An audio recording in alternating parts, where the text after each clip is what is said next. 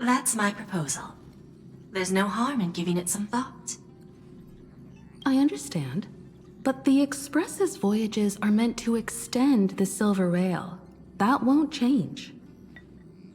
But the cosmic situation will. The Legion's threat looms over the universe, and no one can avoid it. Isn't that why you started the trailblazing journey? To connect? When it comes to the Express's course, I can't make any decisions on my own. Madam Jade, your olive branch should be extended to everyone. Greetings, nameless ones. Deliverer of Amphorius. I'm here to celebrate our victory before the Express makes its warp jump, and lay the groundwork for a long-term partnership. On behalf of the Strategic Investment Department, and in the name of Diamond, I hereby invite all of you to Astropolis to discuss our alliance.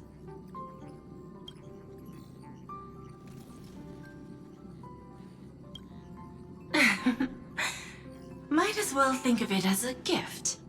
A celebration feast for allies, and a well-deserved vacation. It's the crown jewel of Epsilon, headquarters of Interastral Peace Entertainment. It might not quite match Penacony in terms of glitz and glamour, but in the eyes of IPC folks, it's the ultimate vacation spot. Defeating Iron Tomb is, of course, a feat worthy of being recorded in the history books. It's something that belongs to the cosmos, and even more so to the Nameless. But you and I both know this is just the beginning. To eliminate the threat of the destruction, all forces must still unite as one. To this end, the Preservation hopes to join hands with the Erudition and the Hunt to establish an anti-destruction alliance, bringing together all forces that can be rallied to the cause. I'm glad to see the Astral Express is on the list. You're being too modest. You're heroes who defeated a Lord Ravager, and therefore the most brilliant emblem on this banner. I believe the Trailblaze would make a strong candidate for leadership. I'm truly flattered. Consider our vote as a show of sincerity from the 10 Stonehearts.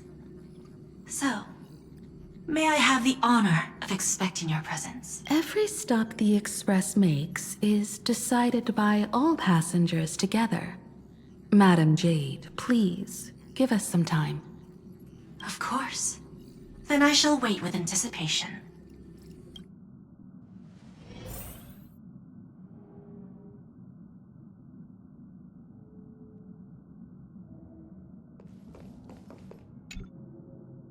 Getting to visit the Interastral Peace Entertainment headquarters and become the leaders of the Anti-Destruction Alliance? Come on, when has anything that good ever just fallen into someone's lap? Jade is a shrewd businesswoman. Her idea of a leader might not align with what we have in mind. What do you think? Why? Mind telling us your reasons? We should agree for now, and take things one step at a time. Well, you're not exactly wrong if you put it that way. But it's still better not to take any risks. This responsibility is too heavy to bear. Even if it makes sense, we must proceed with caution. Besides, it goes against our identity as free people of the Express. Once we accept, the nature of the Trailblaze would completely change. Anyway, we should politely decline for now.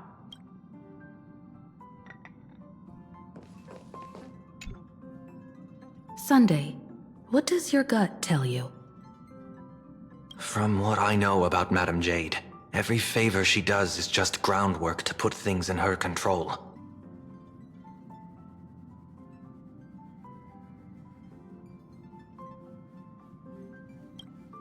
According to her, the IPC sees the Trailblaze as something to rally behind.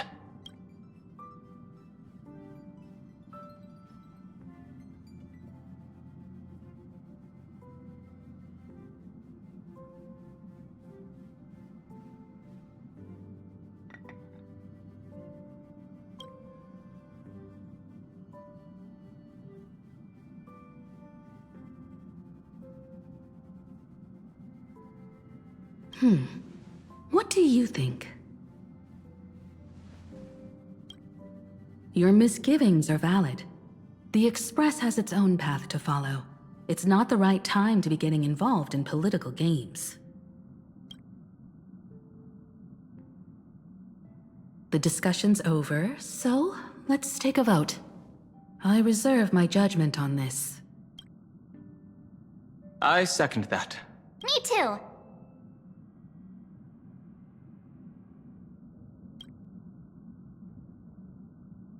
I abstain.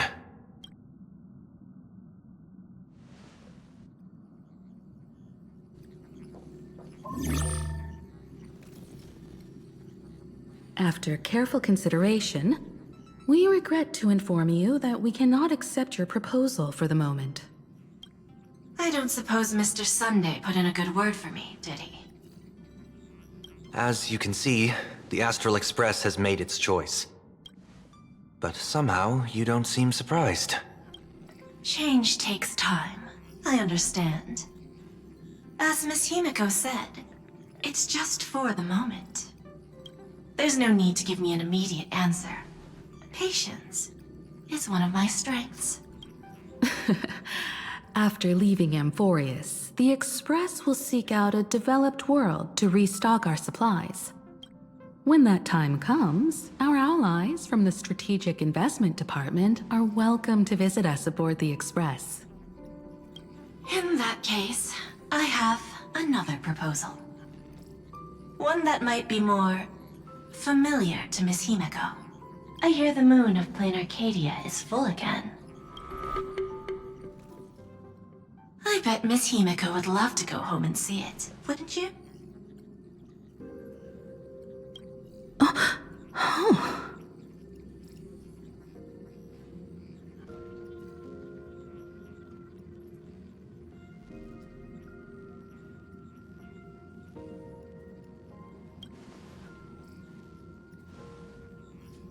So the moon is full once again. I wonder if all is well over there. Stable and prosperous as usual. Plain Arcadia has long since become one of the IPC's most valuable planetary assets.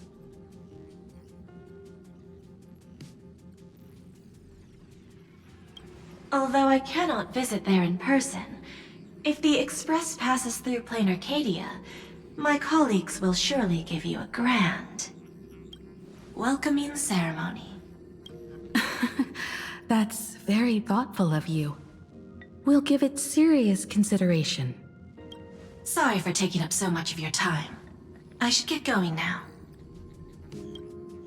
Remember, the gates of Astropolis will always be open to the Astral Express.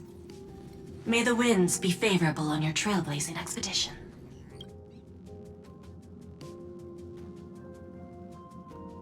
Plain Arcadia? It's been 15 years since I last heard that name. It's clear she came prepared. Astropolis was probably just a cover. Jade's real objective was to let us know about the IPC's movements in my homeland. Are you planning to go back and check it out? Why don't we first explain things to these confused kids? The civilization of Plain Arcadia on Ahatopia is my homeland. And it's also where the Astral Express once crashed and set off again.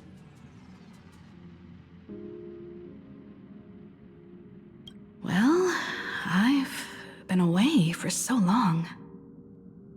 To be honest, I'm also not quite sure about this. Don Hong, March 7th, and you You've all grown so much during your time in Amphorius.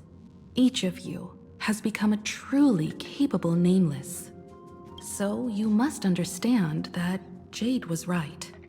The Trailblaze no longer means what it once did for the cosmos. Do we keep wandering through space?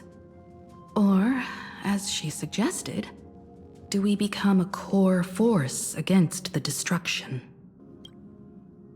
We should give this question some serious thought before we depart. Going back to where the Trailblaze began again could be a way to reconnect with our original purpose. More importantly, our last stop was really exhausting, so we need to take a proper break. Ahatopia is an Arcadian world steeped in the elation, making it the perfect vacation spot. So, what do you think? That's my suggestion. Give it some thought. Oh, right. Black Swan wasn't part of our discussion earlier. Would you mind passing the message on to her?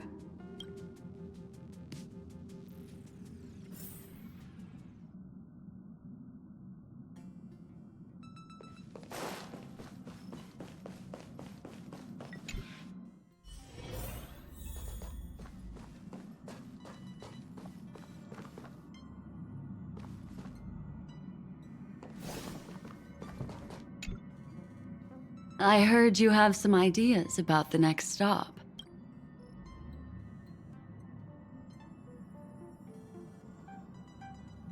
Sorry, but I'm afraid my journey with the Express has come to an end. The Memo Keepers have received summons from the Garden of Recollection, so I must return to report. But this journey through Amphorius has given me many unforgettable memories. Your trust, and my small act of rebellion against the Garden of Recollection. Covering up these traces won't be easy, so I need to leave quietly. Fortunately, a cremator has agreed to help me out, and she's waiting for me. If the Astral Express ever needs a memo keeper, I'll be glad to help. When you miss me, gently call out to me in your thoughts. If needed, the lady slumbering within March 7th knows how to find me. If I need help from the Nameless, I will reach out to all of you. Please convey my apologies to everyone for not being able to say goodbye in person. Farewell, sleepyhead.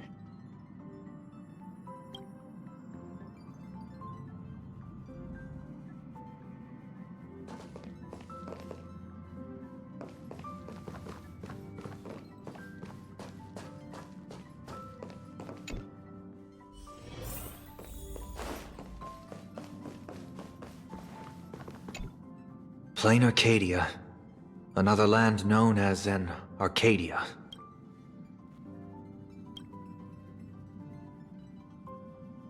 Clearly, the fall of Iron Tomb has sent shockwaves across the universe. Even the usually scattered memo keepers have received a call to gather. Trust the lady. She's no stranger to dancing on a knife's edge, and she's always made it out in one piece.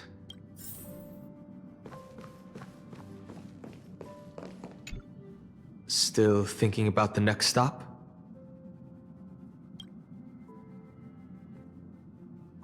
Is that so?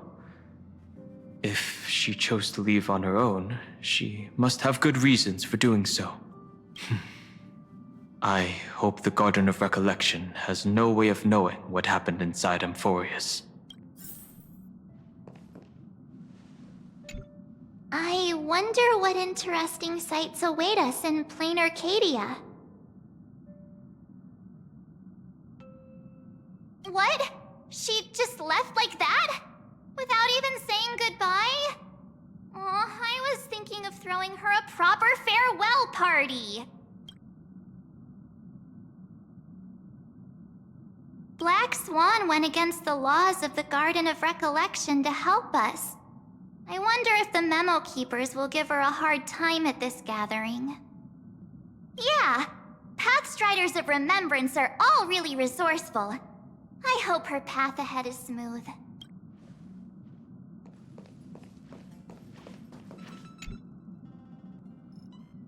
Without Black Swan, the Express would have never made it to Amphorius, let alone experience this unprecedented adventure.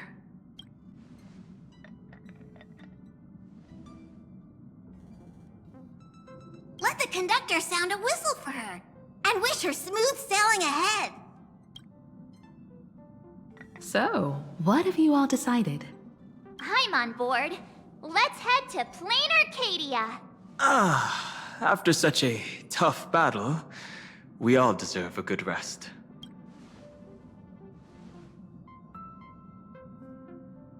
I have no objections.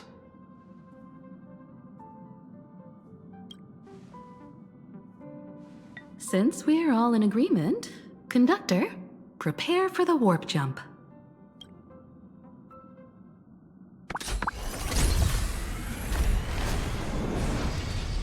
Attention passengers! The Express is about to make the jump! Please be seated and hold on!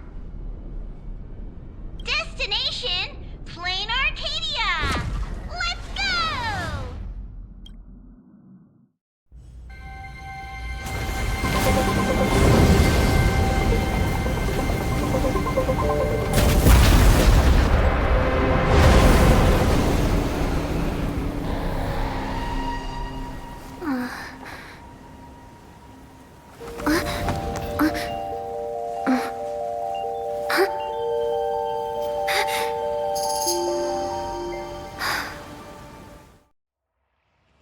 I dreamed it again.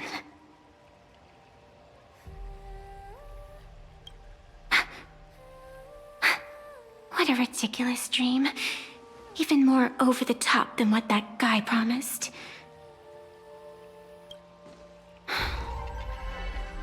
Looks like the Express has once again taken the wrong route. But there's nothing we can do about it. In the River of Time, if cause and effect can be kept apart for long,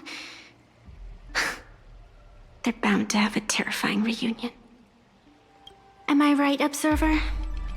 Watching us from behind countless veils. I've been rambling on since the show just started. You must be totally lost, aren't you? Then just forget all that nonsense I was spouting. Anyway, stop looking here.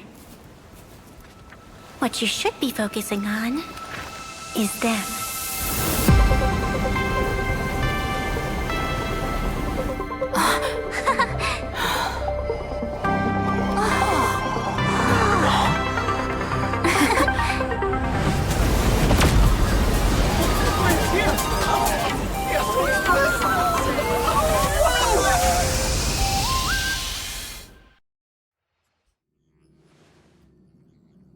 So we're not just stopping in low orbit this time, but making a direct landing?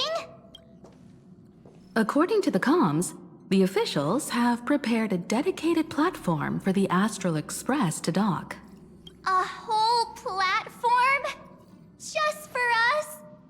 Is this some kind of VIP treatment for coming home? Oh, talk about rolling out the red carpet! The Express has arrived at the station, connecting to local communications.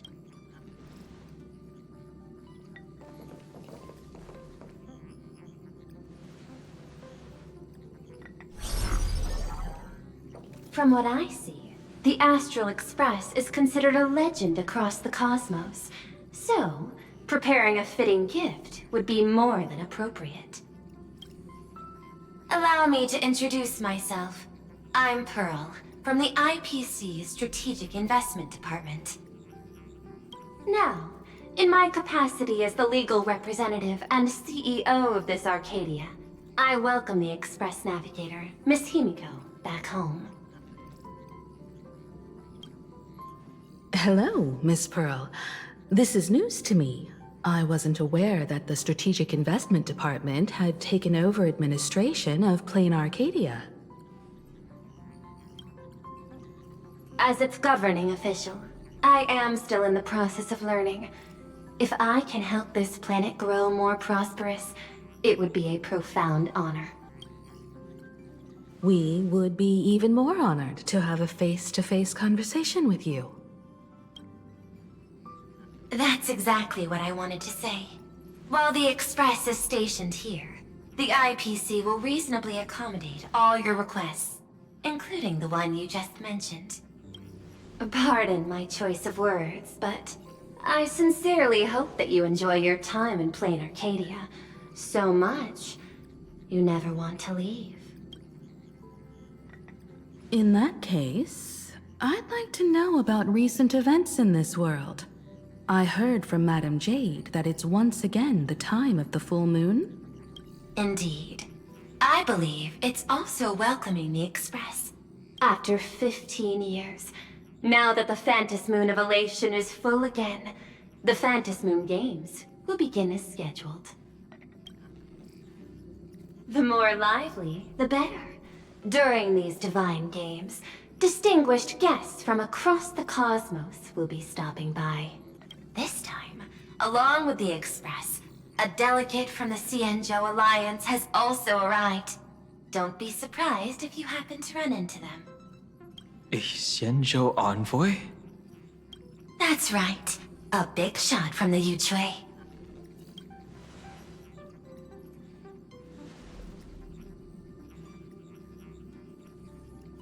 Since you've just arrived, I won't keep you any longer. I've arranged for staff to wait for you at the platform. Feel free to ask them for anything you need.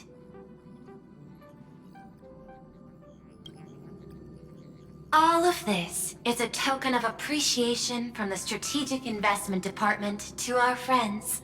We hope you'll enjoy yourselves to the fullest.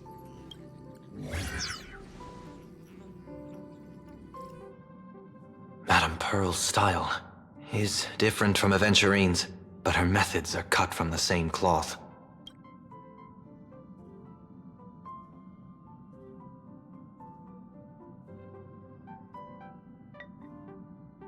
This could go on forever. They're really pulling out all the stops to form this anti-destruction alliance. Looks like we need to pay them a visit. Whether to understand the CEO's intentions, or to firmly reject their proposal.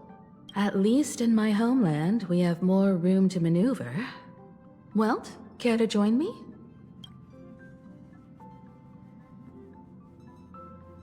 As for everyone else, you're free to do as you please. My suggestion is, why not take a look around and get to know this world better? In that case, Sunday and I will go gather some intel about the Xianzhou envoy. Huh? Why you two? I asked Don Hung to bring me along. I can't appear in public given my identity, but I have a feeling that the Express might need to make some tough decisions in these complicated circumstances. Understanding the Xianzhou Alliance's stance might help us on our journey. Hey, you had the toughest time in Amphorius. Since we're splitting up, why not make your mission take a break with March? I'm saying this from the bottom of my heart. I'm counting on you. Same goes for you, March. Now we'll look like two immature kids just loafing around. Pretty proud of yourself, huh? Don't worry, you two. Just make sure to come see me in the parlor car before you leave. I have a favor to ask of you both.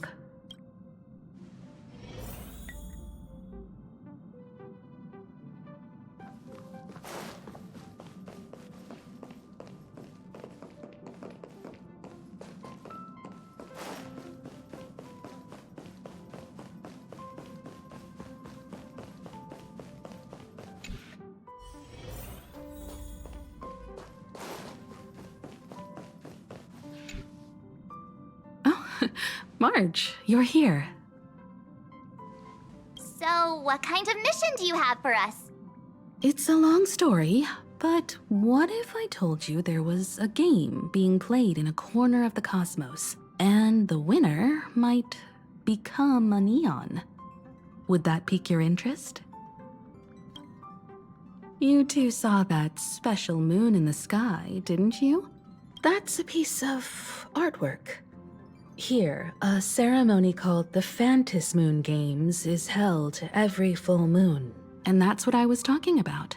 The game where the winner becomes an Eon. Pearl mentioned that name too. Just what kind of ceremony could be so mystical? Historically, the origin of the Phantom Moon Games is tied to a group of mourning actors. Legend has it that they offered heartfelt stories to the moon, hoping for a chance to have an audience with an Eon.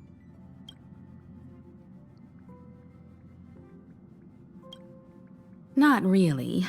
As far as I know, many factions have their own ways of gaining an audience with them.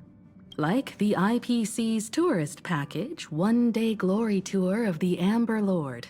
Pay 1.8 billion credits and you can get a close-up view of Klapoth from an orbital ship at Pier Point. But the Phantom Moon Games are different. They're one of the few well-documented ways where you can actually see an Eon and receive their response. Aha, the Elation. Legend has it that they personally started the Phantom Moon Games, though their motives remain a subject of much speculation. Aha is also one of the Eons closest to humans. They have left behind countless pranks, with this miracle of Aha-topia being one of them.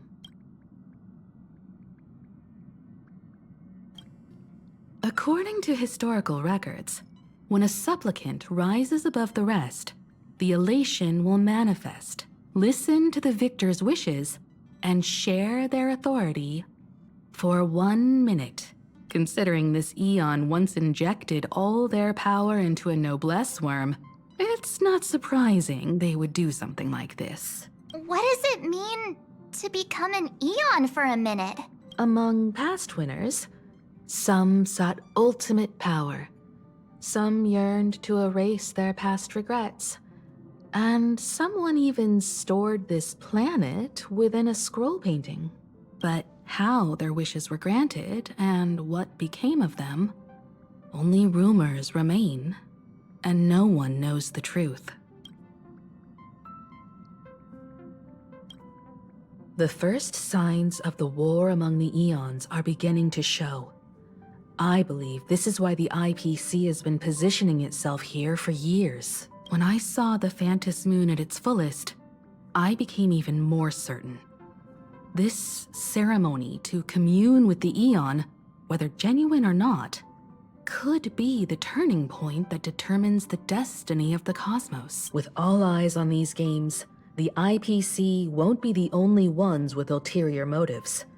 The road ahead will likely be fraught with hidden dangers. But what's important is that you make your own decisions, such as whether you'll take part in these grand games, and if so, how. I have only one mission for you both. Explore and understand this world in your own way, as the place where the Trailblaze began anew, and my homeland. You might hear completely different versions of what I just said from others. Trust what you see with your own eyes, and believe in what you choose to believe. Me too. I won't let her walk ahead alone. I see you already have your own thoughts on this. In that case, everyone's got a mission to take care of now. Welt and I are going to meet Pearl. We'll see what kind of surprise she has in store for us.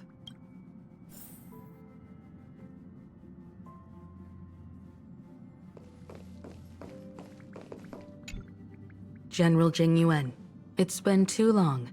Did Miss Fuxuan return safely? Well, she almost had a near-death experience this time. The Omniscia foresaw Iron Tomb's obliterating strike. It also told me there was no avoiding it, no surviving it. Yet in that exact moment, the Seer strategist sent a message. The empty fortune has cracked open, and fate can now be decided. Then we lost contact. Alas, always so cryptic. Your brilliant senior soarer never says anything plainly. Left me pacing all night. Stop lying, General. No need to be upset, Master Diviner. Cryptic talk comes with the territory of being a general. The soldiers of the Cienjo stood firm in this battle amidst overwhelming odds. Their courage and sacrifice deserve recognition. And it just so happens that the golden blood of ruin the Alliance needs is in the Nameless's hands. It was taken by the hero Kazlana of Amphorius at the cost of his life, directly from Nanook themselves. Though Kazlana is no longer part of this world, that kid can still reach a fragment of his memory. Perhaps Kazlana would be willing to entrust the golden blood to an ally who went to great lengths for Amphorius. In that case, very well. On behalf of the Cienjo Alliance, I offer our deepest respect to the world of Amphorius and her brave, noble heroes. To strike an eon as a mortal, even for but a fleeting instant, this deed alone deserves to be etched into the stars and remembered forever.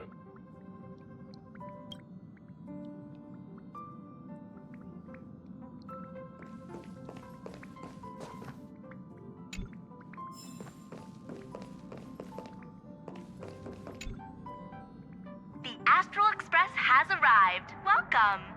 Ah, now this is what I call a grand welcome.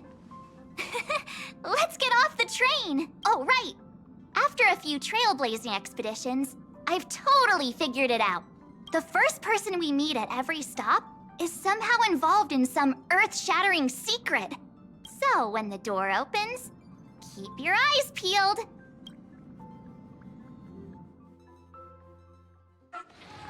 Passengers exiting, please use your tickets to pass through the gates in an orderly manner. Please be mindful. In the name of erudition, traverse the cosmos. We meet again, deliverer from beyond the sky.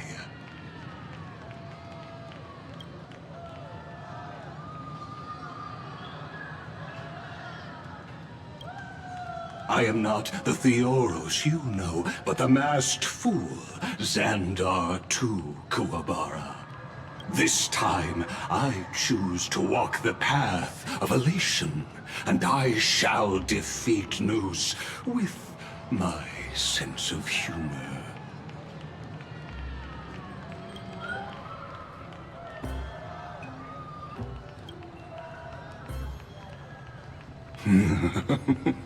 After all, I did say before... My latest dream is to join the Genius Society and play the role of a genius. Hey there, gray hair and darling March. Sparkle? Ah, it was you all along? Surprised? Well, this time, I'm here as Plain Arcadia's cultural advisor, specially appointed to be the tour director for the Express crew. What are you talking about? I am your director, Director Sparkle. I know we had some minor entanglements in Penacony, but you all had fun there, didn't you? Now, the Astral Express has become quite the hero. Her Excellency, the CEO, wanted to find someone who got along with you to show you around this place. So I took on that job. What kind of misunderstanding does she have about the phrase got along? Time's ticking away. Thankfully, there's no bomb here. So are you coming with me or what? Fine. But from now on, no more pretending to be someone else. Lame. Anyway, shall we get going?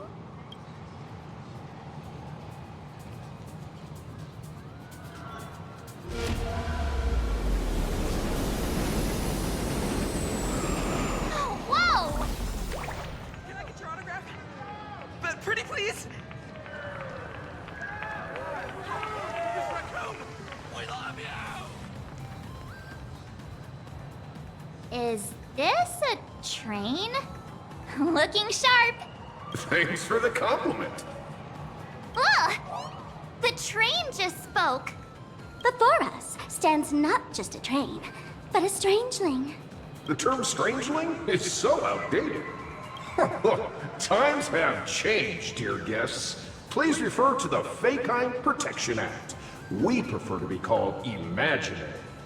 Ugh. So by the book. You really love those fancy scientific names from the IPC textbooks, huh? Fine. Have it your way. This here is a species unique to plain Arcadia. An Imaginary, or a being born from paintings.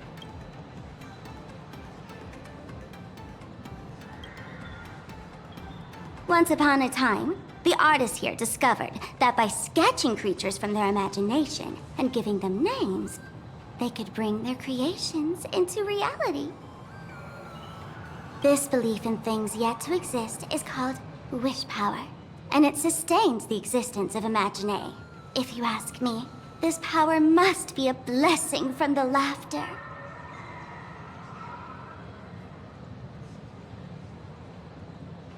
Oops, got sidetracked. This here is the Bulletworm Express, an Imaginary in charge of transportation. You could say they're in the same line of work as you folks. Oh, so you two must be the Nameless from the Astral Express. The passengers in my stomach are always gossiping about you. When you get a chance, hop aboard and give me a try. Let's see who's faster, me or the Astral Express. Ha ha ha!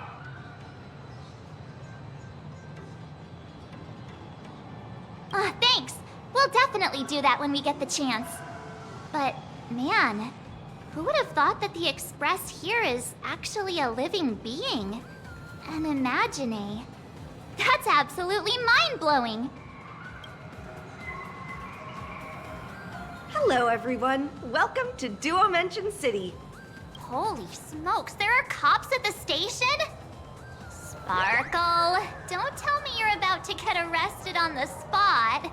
Having heard about the Astral Express's visit, many citizens got up early just to catch a glimpse of the Nameless. If anyone acts out of line, please don't hesitate to call us. Oh, gray hair and darling March. You're real celebrities now. Next up, I'm gonna show you even more mind-blowing stuff, so try not to faint.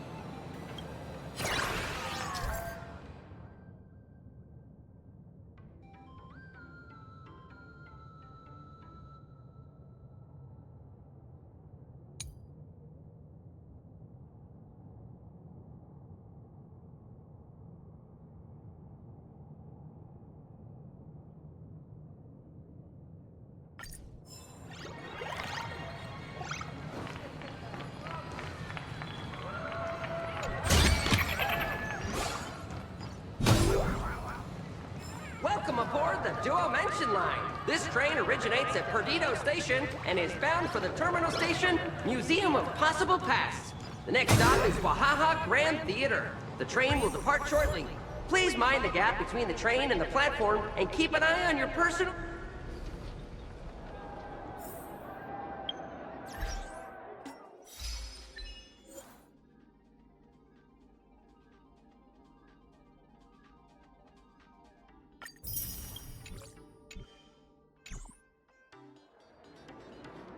Holy cow, it's packed in here.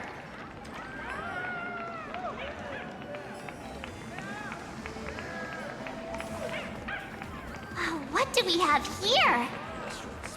Don't worry, just some local specialties.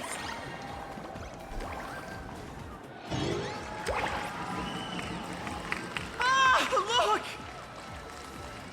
That pink-haired girl! She's got this adorable little bunny vibe going on. Is she the inspiration for March Bunny? And that girl with the gray hair next to her is so dashing! crying! She must be the baseball raccoon! But she doesn't look anything like a raccoon.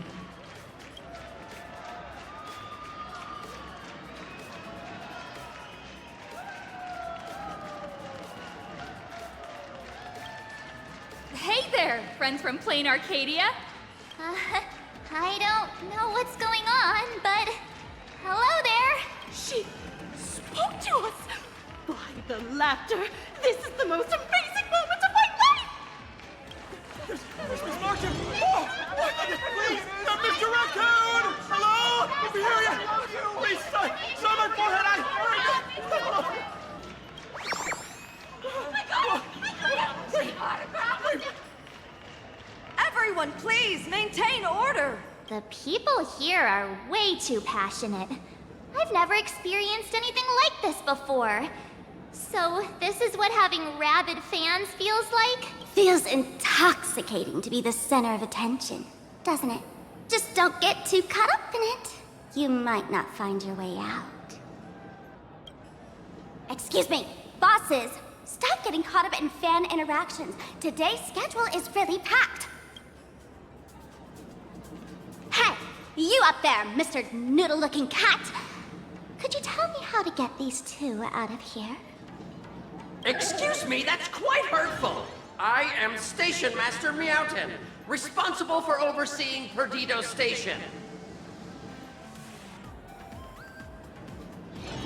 Whoa! Cats really are liquid! Wait a sec. This kitty is the station master? This world is so weird. The station's completely surrounded. If any of our esteemed guests gets so much as a scratch or loses a few strands of hair to these rabid fans today, my measly pension will go right down the drain. So I've prepared the staff passage for our Astral Express VIPs. Please hurry and exit the station that way.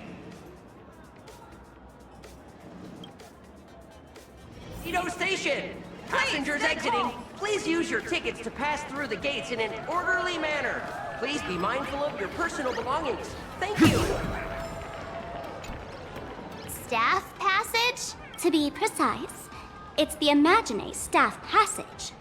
A long time ago, all of this Arcadia was sealed inside a scroll painting.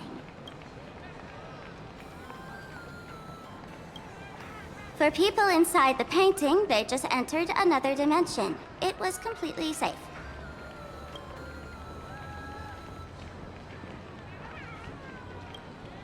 That's because someone brought everything back to reality.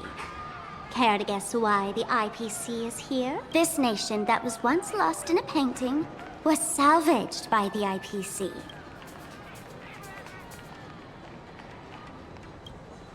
That's right. It's Plain Arcadia's must-see attraction, the portal entrance known as the Interplanar Jump. Though civilization has moved beyond the canvas, the world within the painting wasn't abandoned. Instead, it became part of life for both humans and strangelings. Come on, you two. Follow my lead, and let's dive into the Interplanar!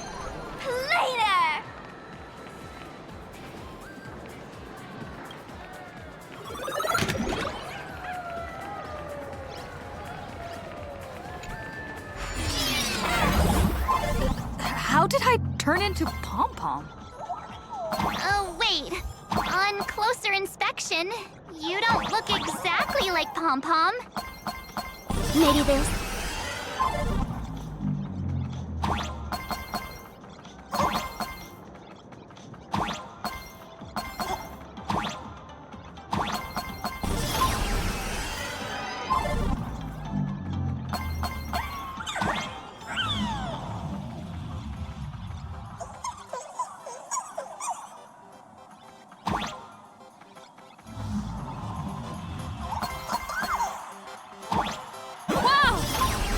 So high!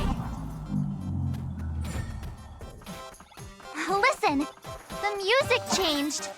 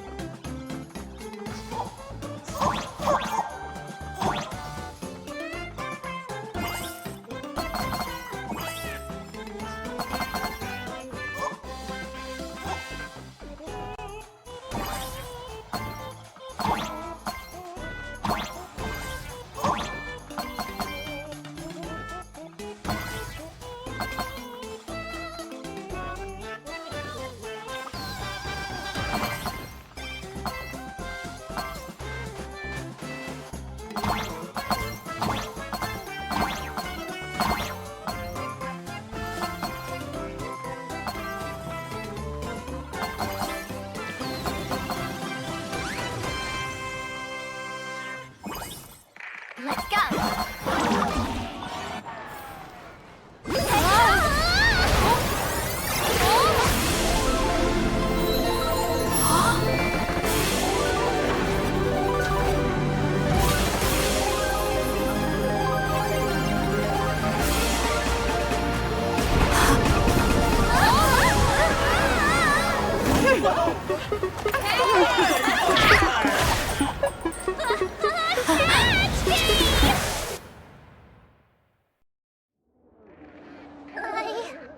I thought I was about to go to heaven.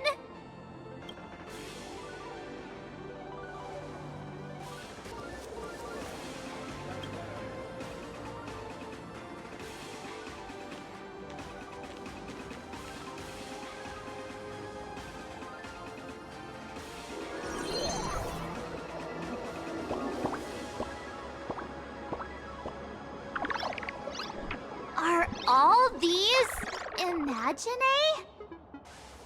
That's right. This is Plain Arcadia, a world where strangelings roam freely, and a paradise woven from elation and wild imagination. That huge creature perched on the tower is staring right at us. It's giving me the creeps.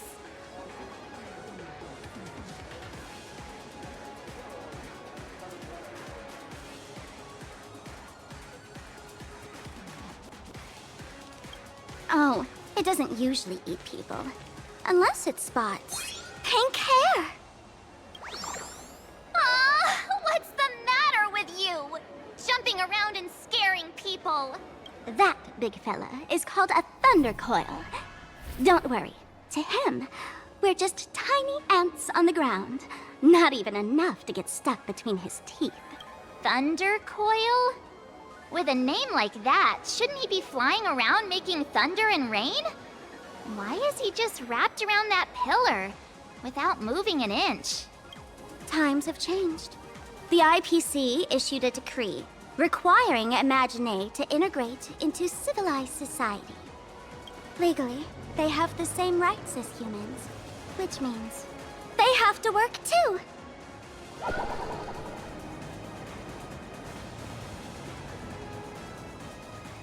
What? Strangelings have to work too? That's life under IPC management. Who'd dare deny an Imagine their right to work? Now, the Thunder Coil amplifies TV tower signals, ensuring users worldwide can watch the station's broadcasts without interruption. Boring live streams, lame prank shows, and bleh. Oh, and there's the big news about the Express arriving. Look! What's up with that billboard? That's not fair! Why does she get a huge poster while I don't? Huh. The IPC is really pulling out all the stops to hype you guys up. Don't mind me saying this, but for every penny the IPC spends on you, they expect a return in the hundreds or thousands. You'd better watch your back. That's one of those giant robots Mr. Yang loves!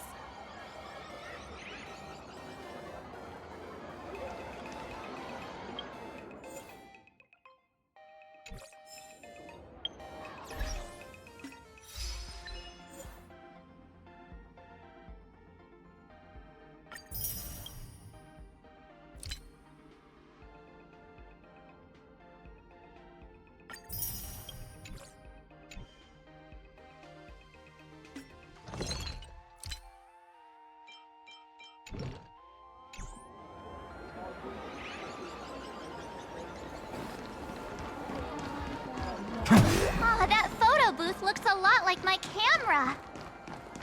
It's a Black Cat Instacam. Wanna check it out?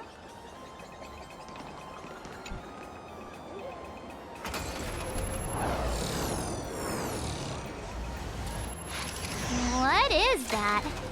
A decapitated Intellitron? This is a new life form that was born after the last Ventus Moon Games. an Imaginé called a Mechatron, created by...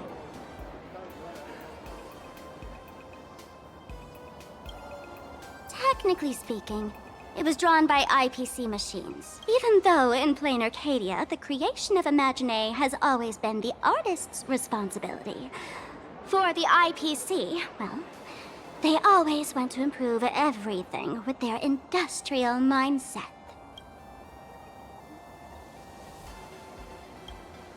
This thing is also an Imaginé? Doesn't look that different from a mech to me. Young lady, I must correct your cognitive bias. We are absolutely not the same as mechs. The Mechatron spoke! Our creation isn't as complicated as mechs, and we're not as fragile as Intellitrons when we're born. That's because we don't need to install an Intellitron's logic center, nor do we require a mech's power reactor. Pour materials into the mold channels, die-cast the parts, assemble them together. And just like that, we Mechatron are complete. We can fly, run, and jump, second to none among technological marvels. I get it. So you move with wish power, I suppose. Oh, seems someone knows their stuff.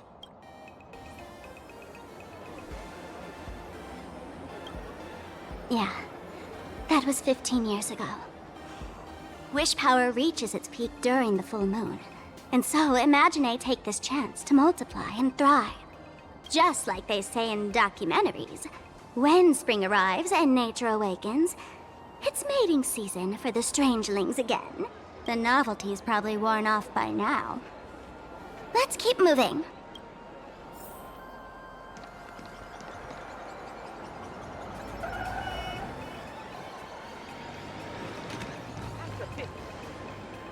The Phantom Moon rises full. Director Sparkle? What's with this huge line of people? Looks like a new release of a comic. Fluffy across the blue? What's this? I'd love to get a copy and check it out. I don't think you guys would enjoy this comic.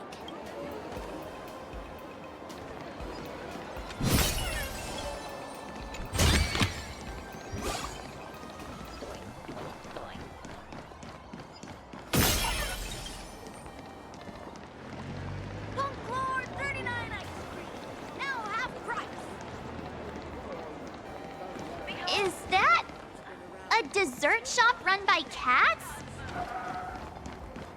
They all say that worshiping this black and white cat will give me good luck and love. Wanna try the latest drink in our cafe? I've appraised it all. No fakes.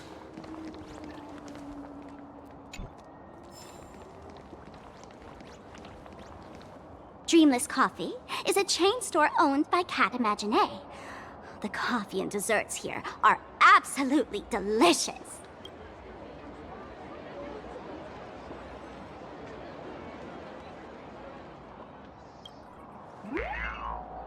Stop talking. I'll buy you a coffee if you just shush it. Let me have a taste. Are you two travelers from outer space? Welcome to Plain Arcadia. How's the situation in the cosmos these days?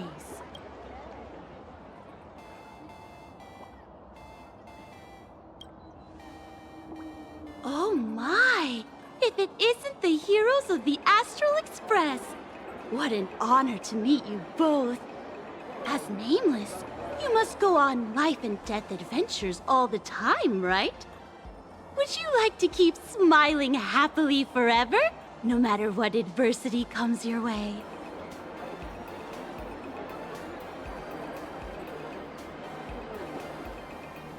Happy forever? Is that even possible? If you're interested in learning more, I'll be around here. Feel free to come find me anytime. Here, Point Coffee. Have a taste.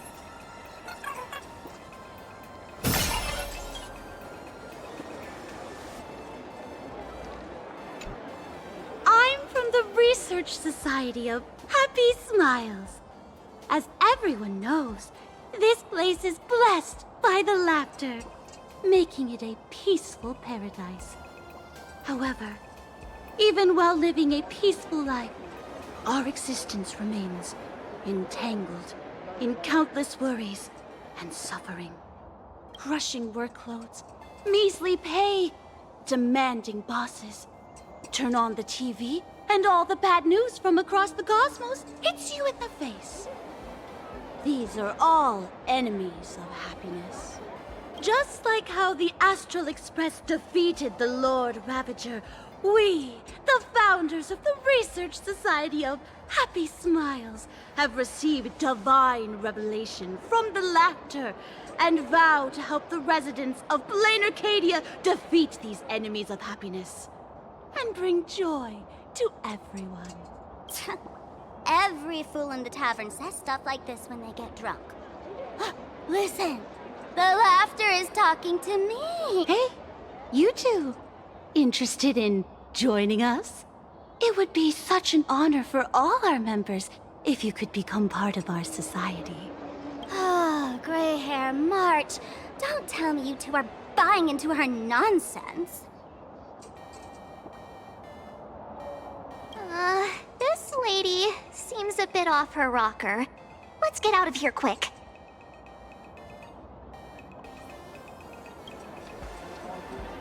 Oh, is that so? That's a shame. But don't worry. Opportunities for happiness will always be waiting for you. I hope we can have another heart-to-heart someday, so that you both can be guided to a life filled with eternal happy smiles. Strong Pier Point coffee. Have a taste. Oh, there's something on the traffic light. Should we check it out from the overpass? Please do not take any pictures or upload them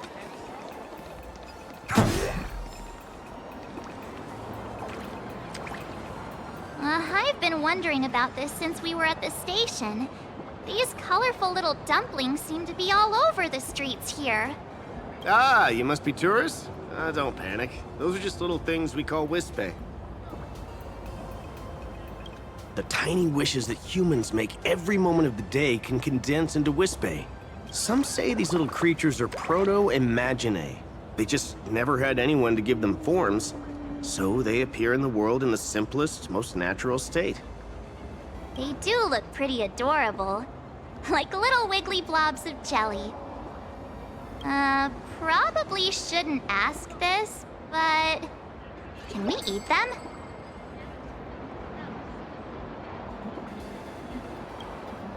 They may be mischievous, but please don't hurt them. Ugh, eating random things off the street will give you an upset stomach.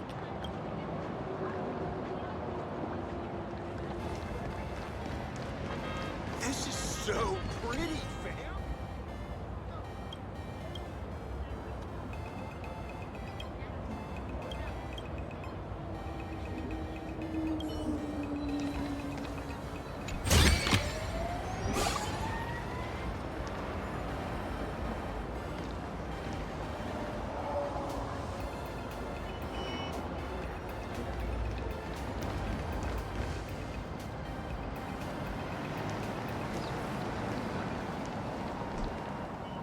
When the express passed through the skies, I saw it. That's the Phantom Moon, right?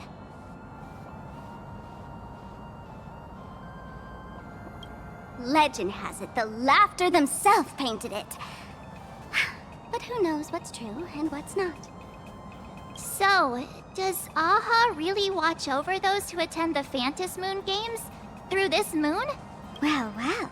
Didn't expect darling March and little gray hair to be interested in this Ionic game, too. Gray hair, you've come to the right person.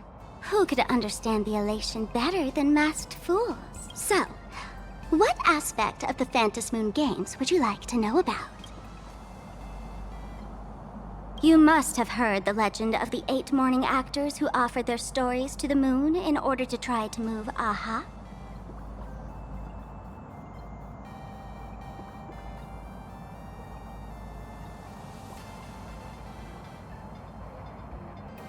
The masks that were worn by these 8 people are the tickets to joining the games. Under the full Phantom Moon, choose one of the masks and become a supplicant.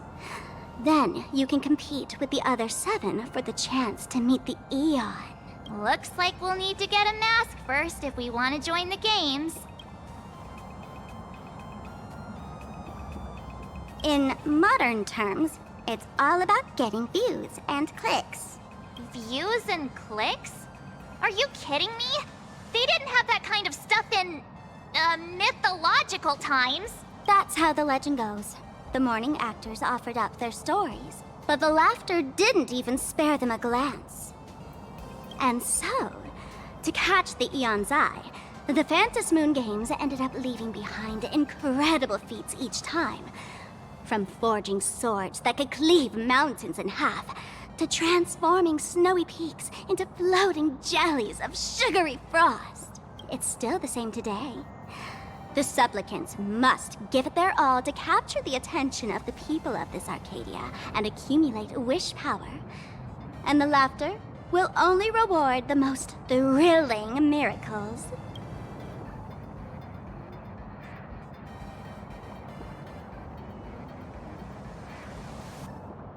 Oh? Don't tell me our little drama in Penacony wasn't entertaining enough for you. Gray hair, let's drop it this time. I've been dealing with some minor issues lately. Oh, what kind of issues could possibly be bothering you? Don't tell me you're cooking up another crazy scheme. I'll keep you in suspense for now. So, where do you want to hang out next? Let's head this way. We can turn into the food street. They've got all sorts of goodies there.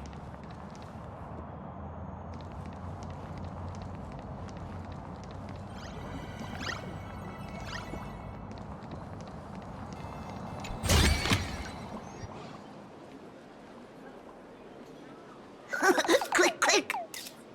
Huh?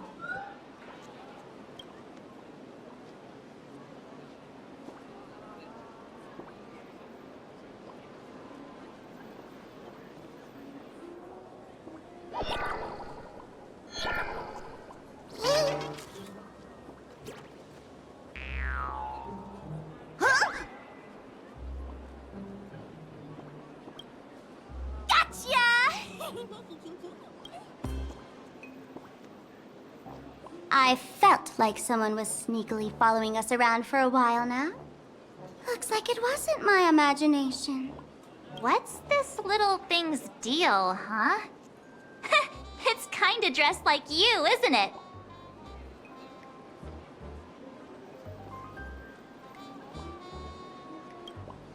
Not surprising at all. The Astral Express is quite the celebrity these days, turning heads wherever they go. There's always someone keeping a close eye on your every move. Click, click, click, click! Holy for Bowly! For Bobo Weekly exclusive scoop! Famous raccoon from the Astral Express caught in secret rendezvous with streamer Sparksy, seemingly to join forces for the Phantom Moon Games. Famous raccoon? Secret rendezvous with Sparksy? What is he talking about? Some tabloid journalist trying to stir up a juicy scandal, huh? They might both use cameras. But our darling March is way cuter than this paparazzi creep. Hey, I can speak for myself.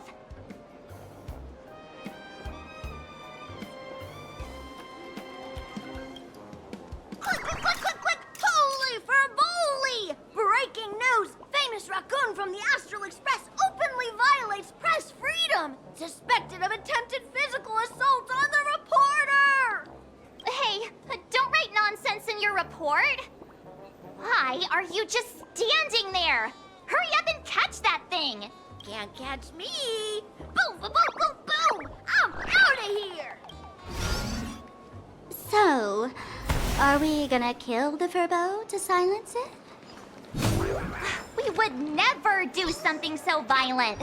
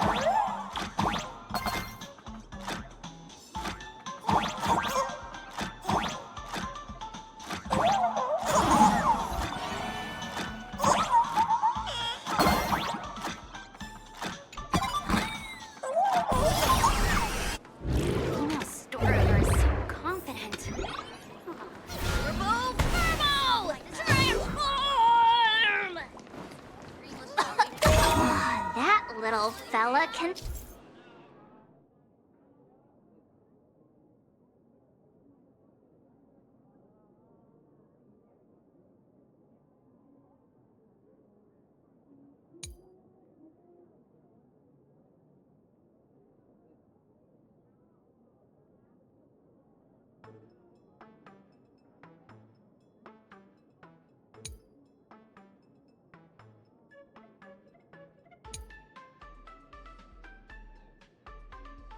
transform into different things.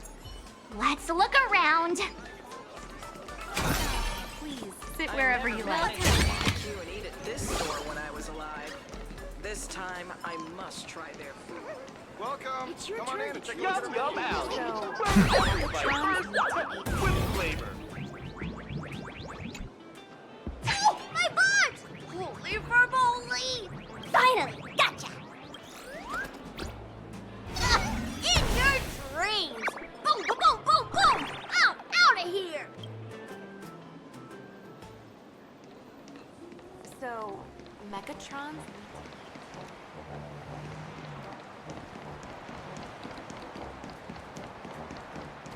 Let's have a game of Cosmic Collective. Finally cornered this troublemaker.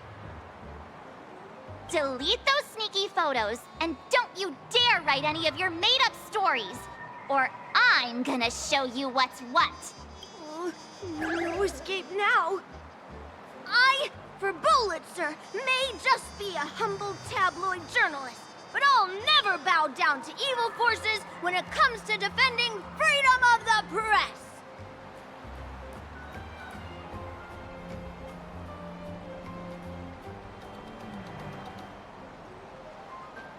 I'm on fire!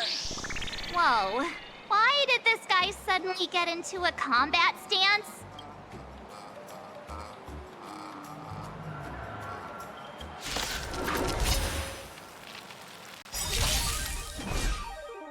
Mountains roll, dragons rise! Torment and doubt farewell. A future will come! Dragons soaring above the lands! This is permanence! In this, I will watch over you and guide you on your path. You'll pay for this. Lend me your strength. Existence is of no more tomorrow! We've entered the storm. To guard and defend, crush them. My purpose. I've heard the call. Serenity is before me. No other choice but forward. Innumerable core flames consume me. The sun tear the sky!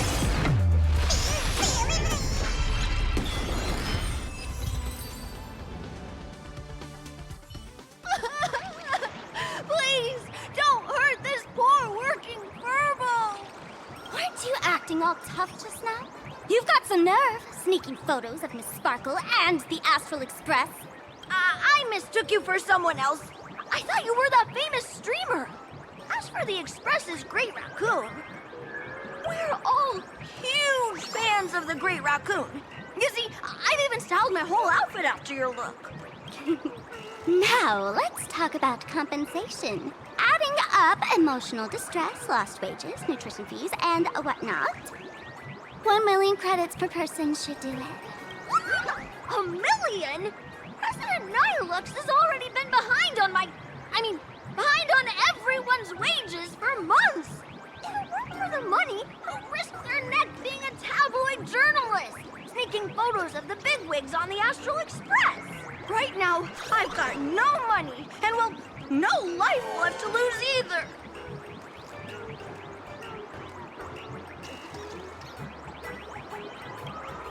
Is this Nihilux you mentioned the president of your magazine publisher? I have no idea. President Nihilux specifically warned us that if we got into trouble outside, we absolutely... And here you are spilling all the beans on her. Since I offended the Great Raccoon of the Express, I suppose we could settle this with some compensation. Huh? Didn't you just say you had no money? What's with the sudden change of heart? This seems fishy. My pockets are truly empty. However, regarding compensation, I implore the Great Raccoon to visit our Furbobo Weekly magazine office. Here's my business card right here. It has the magazine's address and contact details. Rest assured, President Nihilux will definitely present compensation that'll satisfy the Great Raccoon. Please, please make sure to come claim your compensation. What's it? Ugh, darn it. It got away again. Make sure to come claim your compensation? I wonder if I can trust that Furbo's words.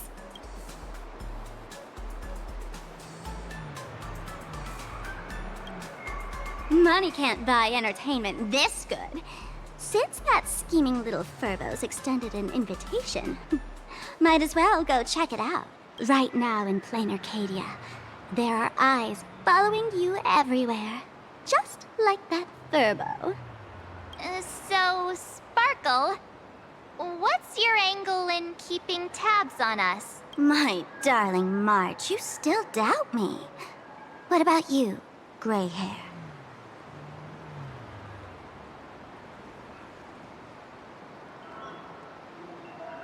You got that right. Why would I ever hurt my favorite source of joy? What you should be worried about right now isn't me or that tabloid journalist from earlier. Has the renowned Astral Express come to plain Arcadia as tourists on vacation? Or are you here for the Eon's game, eager to share their authority? For the local residents, you're already in the spotlight without doing anything. If you decide to join this game, you'd better stay on your toes. There are quite a few people looking to join the Phantom Moon Games and become a supplicant. In their eyes, the Astral Express is the perfect prey. Among the folks I know, there's one who might become your enemy. She's about to put on quite a show at the plaza up ahead. Wanna go check it out together?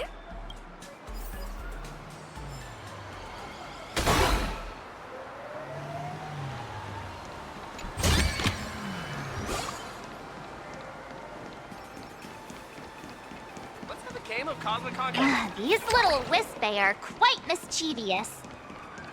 As lively as our darling March. Hey, I seem super well behaved here. Wow, so many gold coins! Just some unclaimed wish power fragments. Pick them up when you find them.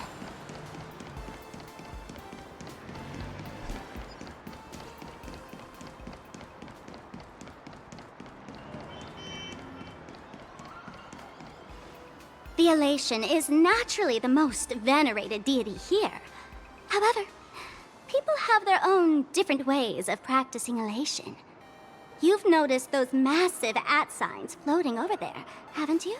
The IPC has built a comprehensive network in plain Arcadia, letting people soak up entertainment around the clock. Word from the tavern is that the IPC wants to control this year's Phantom Moon Games. Though, they've been itching to do that for 15 years already. To us fools, those IPC folks are like a swarm of buzzing worker bees, tirelessly building their dull, mechanical business hives everywhere. The worst part is, these folks actually enjoy it. Their Elation is mind-numbingly boring. And even worse, this dull Elation has spread like a plague to every corner of plain Arcadia. Come on in and feel it for yourself.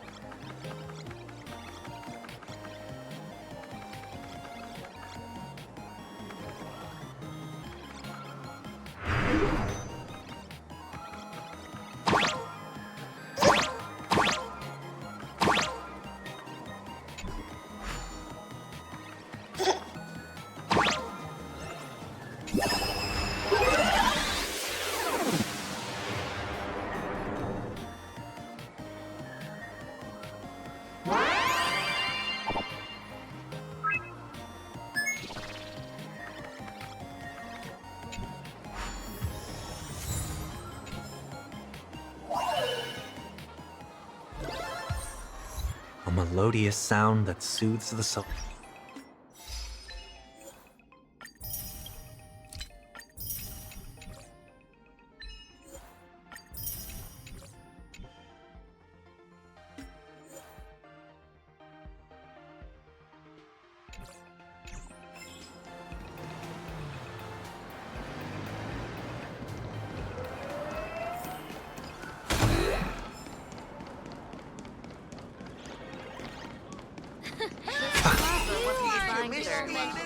If I were the designer.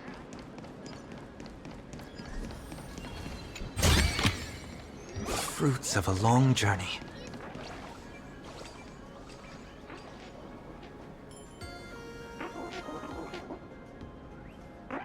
Plain Arcadia has enough entertainment to keep you busy until doomsday without repeating anything. But you know what's missing here?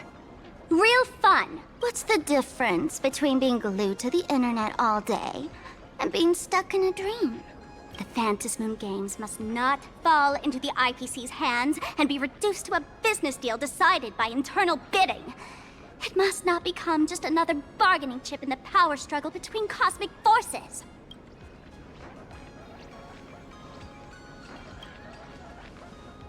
She'll be here soon. Have some patience, gray hair.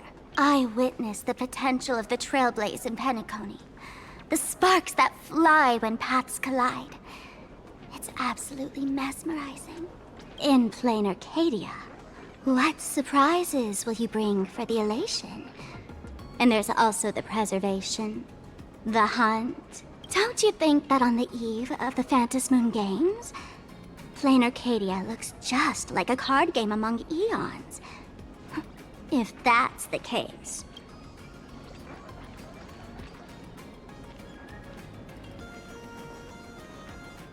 Friends, have you ever heard of Cosmicon Collective?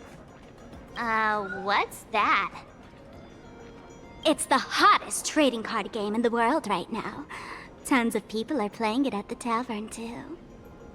The cards feature legendary figures from across the universe, along with their power levels. Just roll the dice and compare numbers to see who's stronger and who's weaker. Gray hair, care to play cards with me? Think of it as a rehearsal for the Phantasmoon Games, right here, at this tiny card table. If you beat me, I'll tell you the enemy's name. Maybe we can team up and take her on.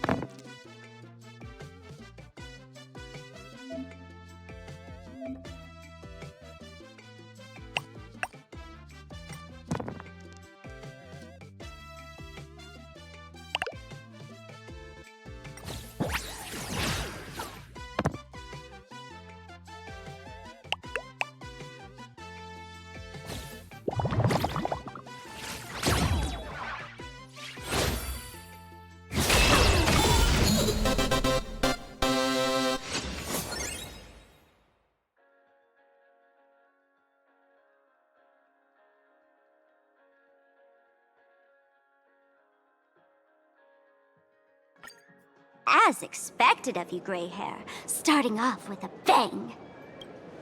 Since you won, this card is yours. If you want more cards, go chat with the card masters at the plaza. Ugh, a streamer who's about to go live at the plaza. She calls herself Sparksy. That's right. She's your enemy. This streamer, just like you, has been seeking a chance to join the Phantom Moon Games. It won't be long before she shows up at the plaza. That little trouble you've gotten yourself into. It's her, isn't it? Darling March, I just can't escape your sixth sense, huh? She's our common enemy. If you need my help... Oh, there she is! That woman who stuffed me in the trash can! Ah, she's right there! Get her! Everything we leave behind in life has a way of coming back to us in unexpected ways. Now that the IPC guide is here, the tavern guide will be on her way. So, you really weren't sent by the IPC to welcome us. Quality time together is always so short. Before I take my leave, allow me to give you a friendly hint. Remember this well. For all supplicants who join the Phantom Moon Games, whether they look up or down, the moon that humanity gazes upon in the sky is always the same Phantom Moon. Is this some kind of riddle? Remember this little riddle? You might need it when we meet again.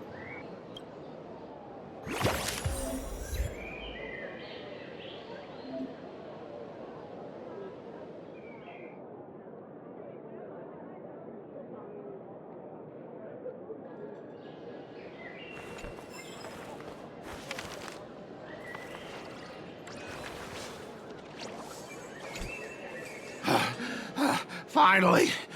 Found you guys. You wouldn't happen to be the guide the IPC assigned to us, would you, Mr. Scott? That's exactly right. We meet again, bosses. After the Holy Grail War back in Penacony, Mr. Aventurine graciously offered me a chance to turn over a new leaf by working for the Strategic Investment Department. And as it happens, Madame Pearl wanted to find someone who got along with the Express crew to be a guide. So I was assigned this important task. But just before I came to start my job today, someone suddenly knocked me out cold. And when I woke up, I found myself stuffed in a trash can. That's right. It was that woman who kidnapped you just now. When I catch her, I'll make her pay until she's completely broke.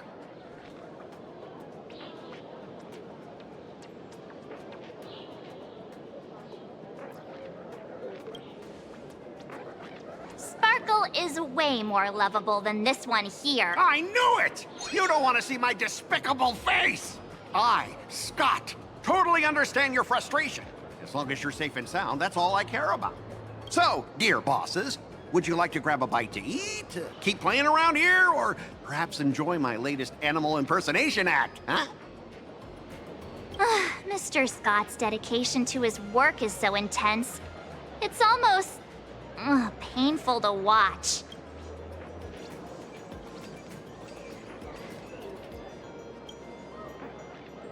Enemy? Not on my watch. Anyone who wants to harm my esteemed bosses will have to first step over my dead body.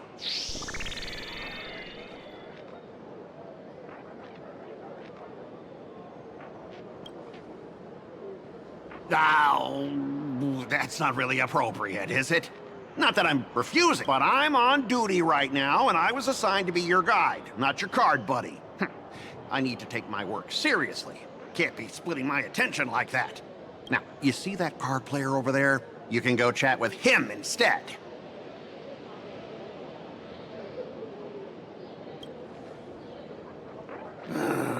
Since it's your order, I'll humbly obey. But hey, don't go tattling later, saying I'm slacking off on my duties.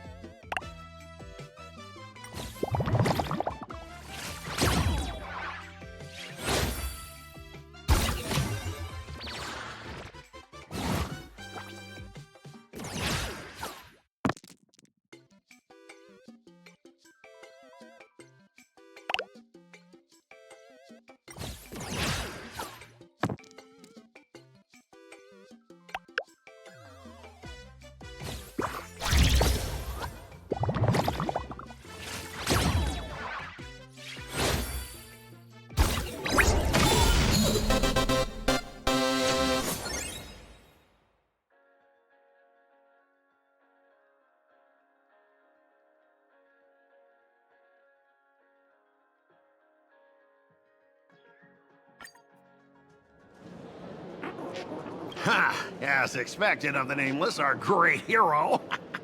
Your card skills are truly remarkable. Boss, am I giving you the good vibes you need? Don't forget to put in a good word for me when you get back. Oh, right. There are other players around this plaza. If you're still up for more, feel free to chat with them.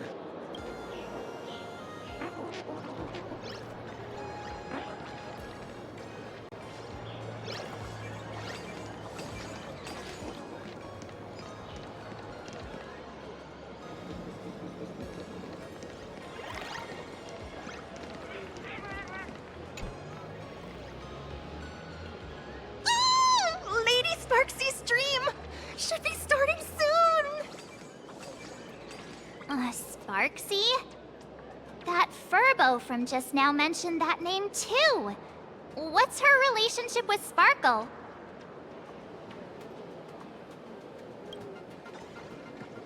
Oh! There's someone who doesn't know the great Lady Sparksy? I smell a new fan in the making! Would you mind introducing this Miss Sparksy to us?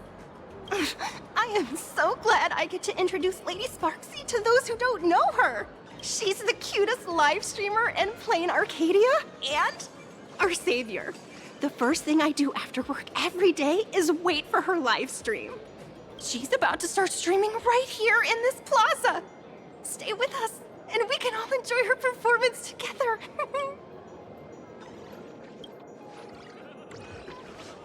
Hello? Hello? Oh, my lovely fans. Sorry to keep you waiting. Can you hear me? We can hear you, Sparksicle!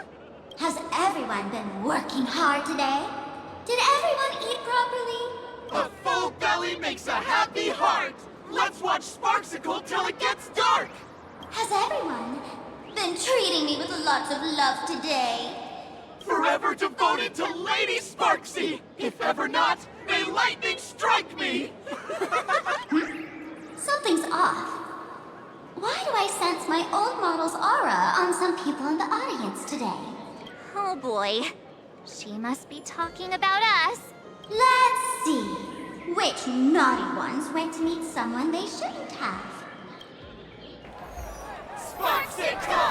Sparksicle! Sparksicle! Isn't this the gray hair my old model always talks about? Teaming up with her to deal with me?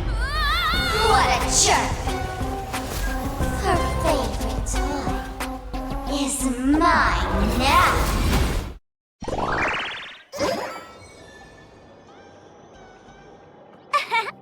Let Sparksicle give you a proper makeover. Huh? My outfit changed?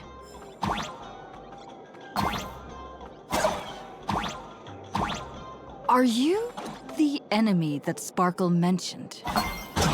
What exactly is your relationship with Sparkle?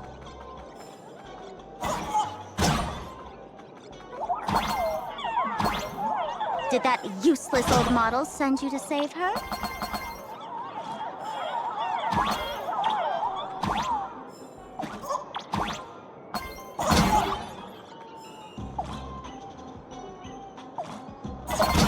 Or is she hoping that you join the Phantasm Moon Games?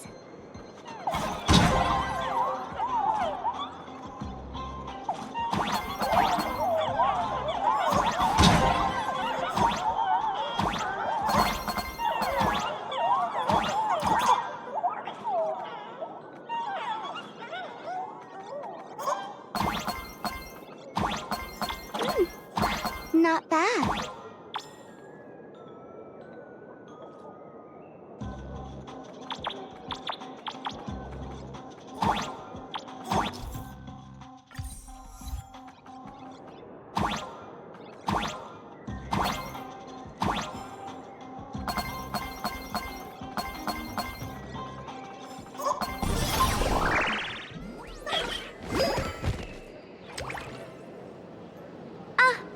My little pets managed to escape from their electronic cage.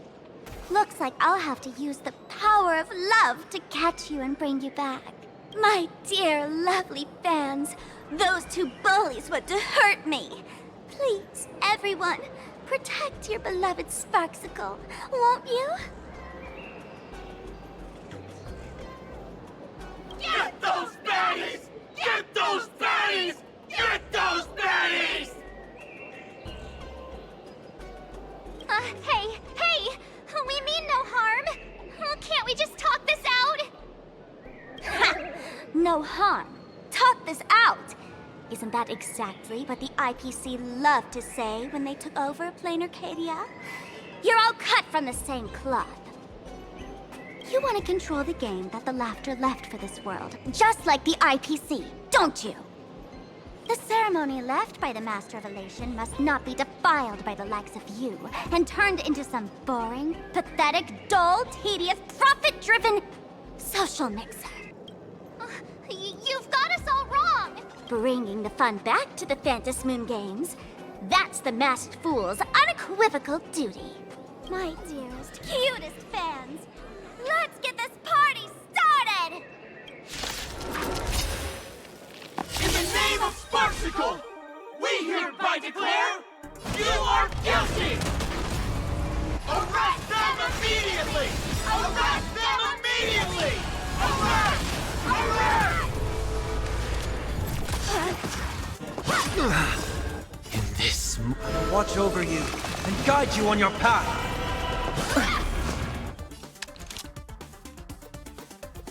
Lend me your strength. Future will come! Just do your thing, Sparksicle! We'll crush all the haters for you! Oh, darn it! She's rallying her fans to attack us! The flames are not hail the new dawn! That hurt! Stand down! Everyone, don't move a muscle. Imagine you're under arrest for breaking the law. Passengers of the Astral Express. I'm an officer from the Department of Aberration Defense. Don't worry. She won't be able to harm you as long as I'm here. You meddlesome fool! Officials have no right to interfere with the supplicants' actions during the Phantom Moon Games, do they? Only those who possess a mask can be called supplicants. You're just one of thousands of troublemakers in this land who claim to be joining the Phantom Moon Games while actually causing chaos. Plain Arcadia is a society governed by law. Any act that violates the law, even if done in the name of the Phantom Moon Games, will be severely punished by the Department of Aberration Defense. Severely punished? You're just a lapdog of the IPC, yet you're still so full of pride. That's very funny. That's exactly what I'm saying. Plain Arcadia under the IPC's rule is boring as hell. Even the Phantom Moon Games have turned into some kiddie playdate for all the goody two-shoes. Nameless, you're free to go for now. But I'll be keeping my eyes on you. Next time we meet, I'll turn you into devoted fans. I'll make you mine.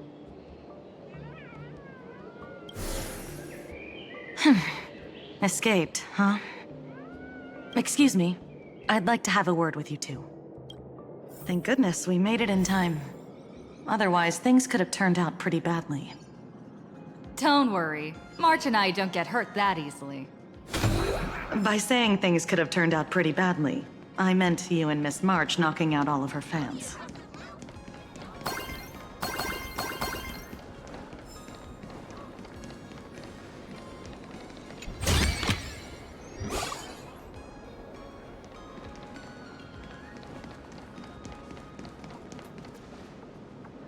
Let me introduce myself again. I'm Kuchiba, an officer from the Department of Aberration Defense. We don't need to introduce ourselves, do we? Miss Kuchiba, you probably know who we are. Of course. The newspapers, TV channels, they've all been reporting on you nonstop.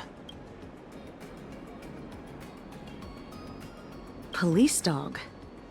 Ah, you mean those Wufei. They're legitimate law enforcement officers, and some of them have even more experience than I do. However, as a staff member of the Department of Aberration Defense, I have some special privileges that allow me to request their assistance. As you both know, Plain Arcadia is quite a fascinating world. Creatures made real by artists' brushstrokes. Objects that unexpectedly come to life. Strange dimensions hidden within paintings. And even the ground beneath our feet that occasionally trembles. This is what the Department of Aberration Defense exists for. Everything from managing supernatural anomalies to registering Imaginae and ensuring their continued existence. And of course, there's the Phantasmoon games that Sparksy just mentioned.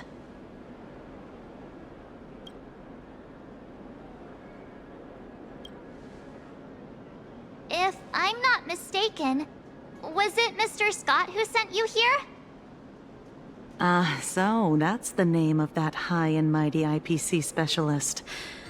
This Mr. Scott believed he wasn't dealing with ordinary criminals, but with masked fools, which required decisive action. So, a phone call was immediately made to the Department of Aberration Defense. Well, it's not surprising. But what do we do now? Our guide ran off, and we got into a fight with Sparksy's fans. I guess our shopping plans for today are down the drain. Should we give Himeko a call and fill her in on what's going on? I guess you're right. No need to rush, you two. I bet you haven't tried the local delicacies yet, have you? How about this? I'll take you both to grab a bite nearby. That way, you can kill some time while waiting for your friend. Oh, yay. My stomach's been growling like crazy.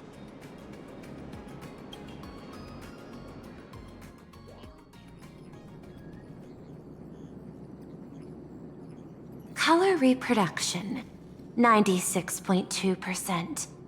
Brushstroke reproduction, 93.6%. Conclusion. On the physical level, my reproduction has reached the appraisal threshold. This forgery can now be considered the authentic piece. Yet you still seem dissatisfied. Tell me, what troubles you? Is it that less than 4% margin of error? Or something beyond the numbers? I'm grappling with a quality that defies measurement. Artistry. It is the prerequisite for becoming the steward of this Arcadia.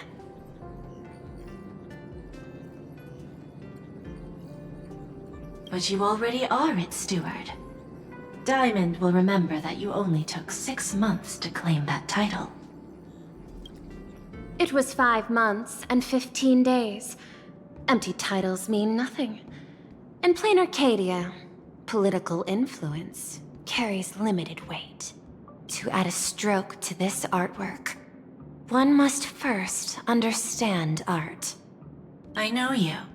This is the conclusion, not the cause. The piece before you, Worldbreaker Waves, is a relic from one of the civilizations in Ahatopia's history. The final work left behind by Graphia, the ancestral painter of ancient Benzai Tengoku.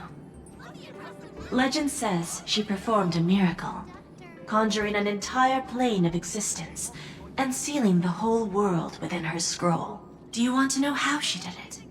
I will not deny it. People call her achievements a miracle, meaning its true nature remains unknown. In other words, it is an unexplored market.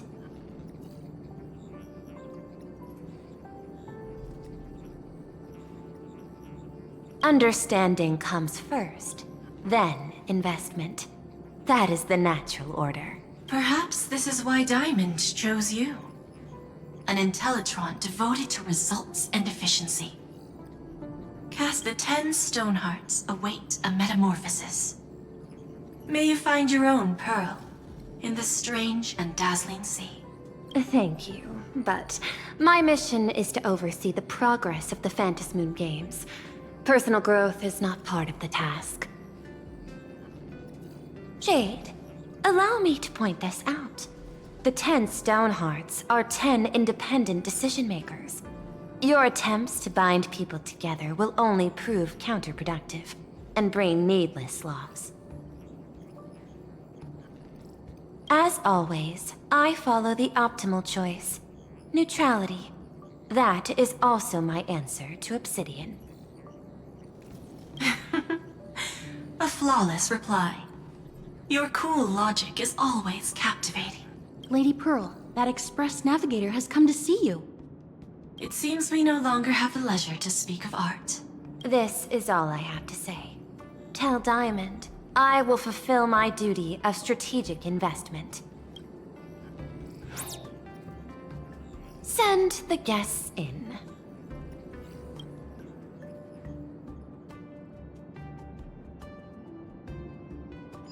Both of you, please, come in. Forgive the sudden visit, and thank you for receiving us. It is not sudden. In my deductions, a visit from the Express crew was an optimal choice for achieving effective communication. I am glad. Everything is proceeding smoothly. To skip the formalities would be best.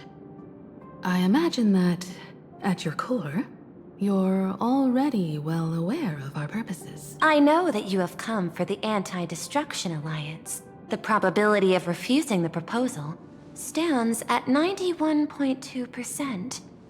Can you tell me why?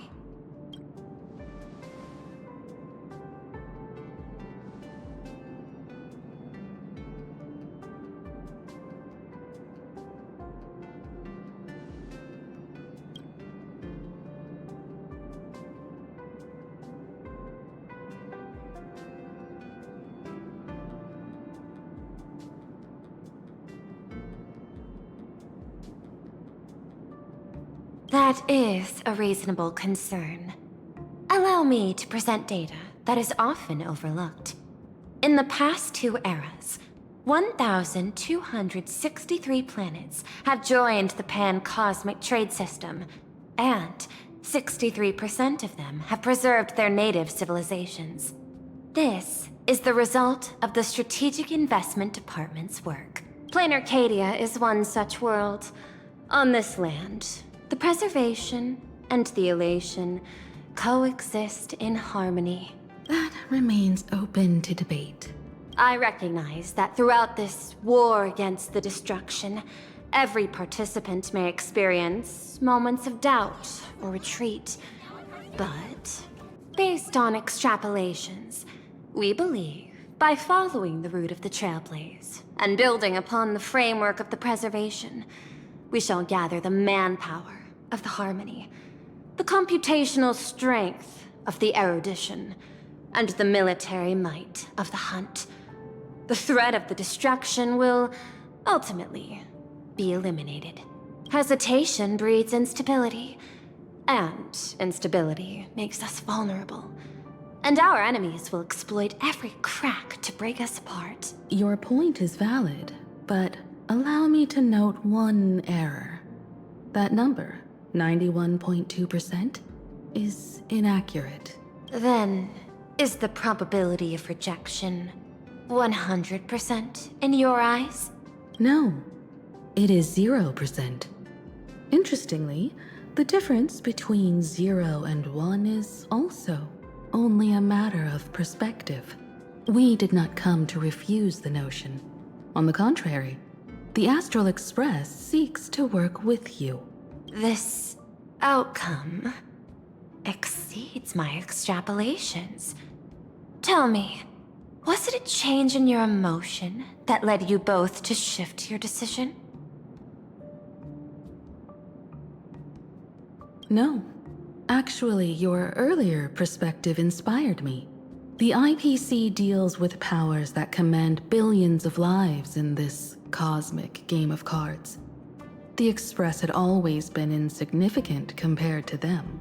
We've simply been earnestly trailblazing and exploring all this time, trying to help worlds in crisis. Now it is this earnestness that has drawn many to journey with the Express, while the Nameless's simplicity assures our friends that they will not be consumed and lose their sense of self.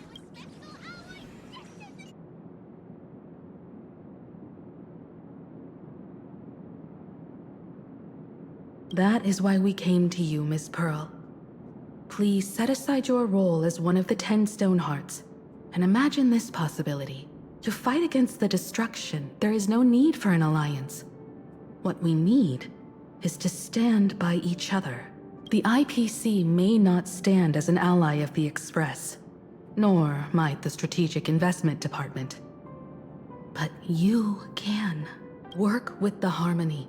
Calculate alongside the Erudition. Help aim the arrows of the hunt. And build the steadfast shield of the preservation. Then, what part does the Trailblaze wish to play in all this? We shall become the sail. The ship's sail? That sounds no different from my former proposal.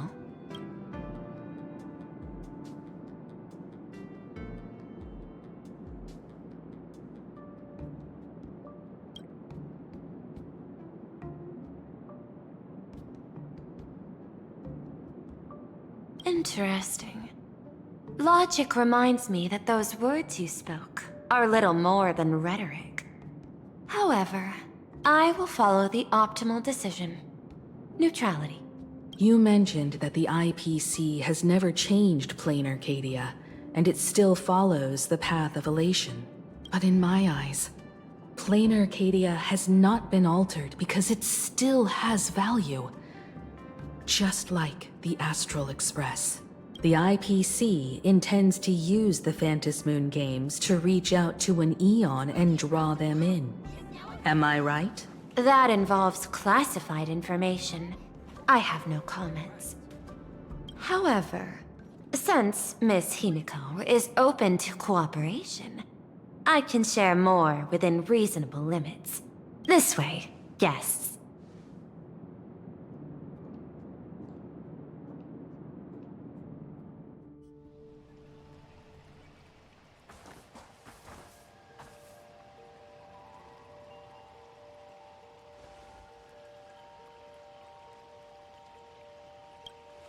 A place in the world in canvas, called the Phantasm Moon Courtyard.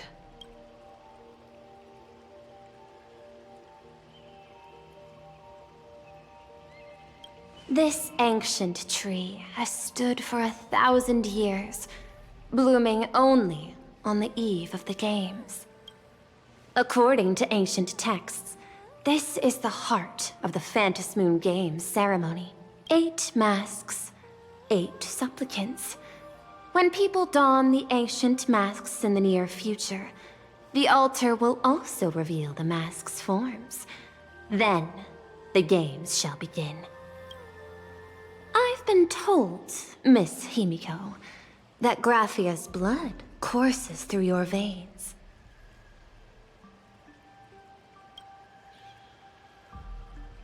The messenger of the hunt is here as well at this moment. This ceremony, to compete for the elation, is but a reflection of cosmic politics. In that case, why not use the result of the Phantasm Moon Games to decide whether the Express will become a sail or a banner? We'll consider your proposal. However, to take part in the games, one must have a mask of elation. I assume the IPC has prepared for that. As of now, the number of masks I possess is 3. With more time, I could obtain even more. In all of history, no one has conceived of a unified command of all supplicants and masks, let alone accomplished that feat. But this time, the IPC intends to regulate the games with our resources and influence. It is not unusual for visitors from beyond the sky to join the Phantasm Moon Games, but the IPC actually seeks to control the entire thing? The Eon of Elation is famed for unpredictability. Miss Pearl, you must take care. This is a word of caution. It is precisely because Aha is so mercurial that such an elated attempt has a chance to succeed. Pardon the interruption, Madam Pearl. The guide you dispatched has sent word. The masked fools have stirred up trouble, attacking him and the express guests. They were separated in the chaos. That is not surprising. Those masked fools have long kept the IPC in their sights. It seems the Phantasmoon Games have begun, regardless of the Express's choice. I'll get in touch with those two kids.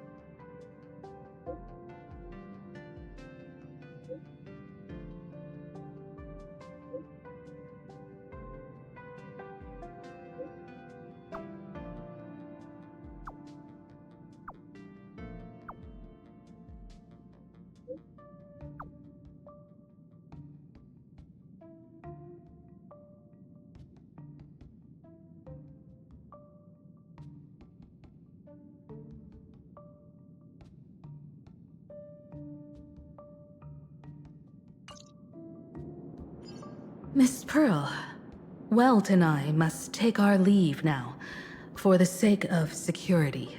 Are you both leaving already? I had another plan in mind.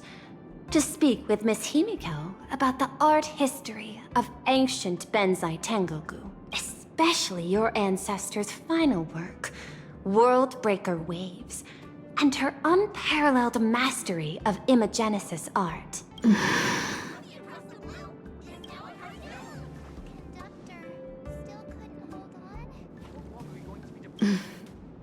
I'm counting on you, Welt. Mr. Yang, please accept this gift before you leave.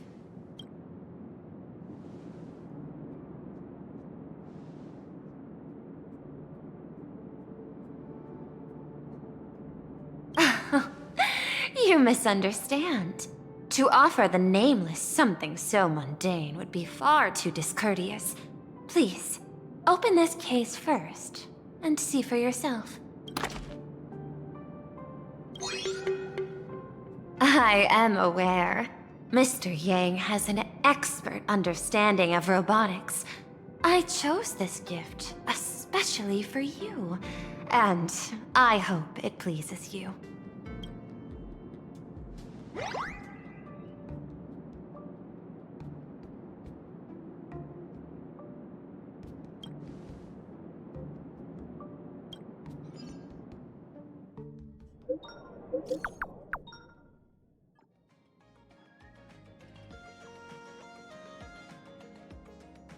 Graphia Academy? What kind of place is that? It is a school that trains artists, and it's quite well known in this world. We need to wait for someone there? Do you know the way, Miss Kuchiba? Allow me to guide you both and ensure your safety along the way. Sweet fin waffles!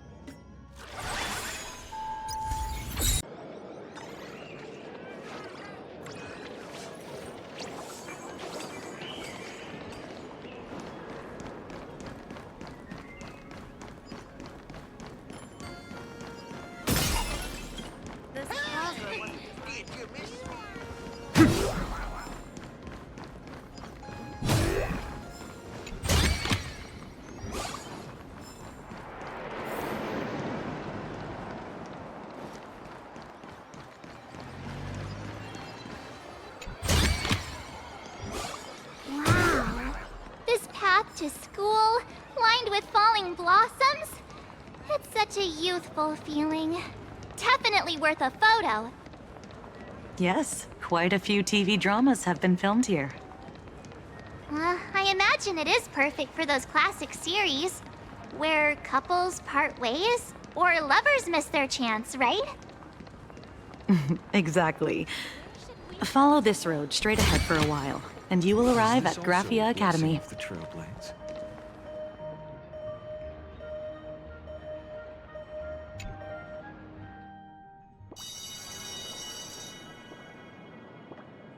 This is Graphia Academy. You can wait for your companions here. Oh, and to prevent further surprises, I have already informed your guide of your situation. Here is my contact info. If you encounter any problems during the Phantasmoon Games, you may reach me at any time. Thank you so much, Miss Kuchiba. Sorry for the trouble. We're here. Let's check in with Mr. Yang first and see where he is.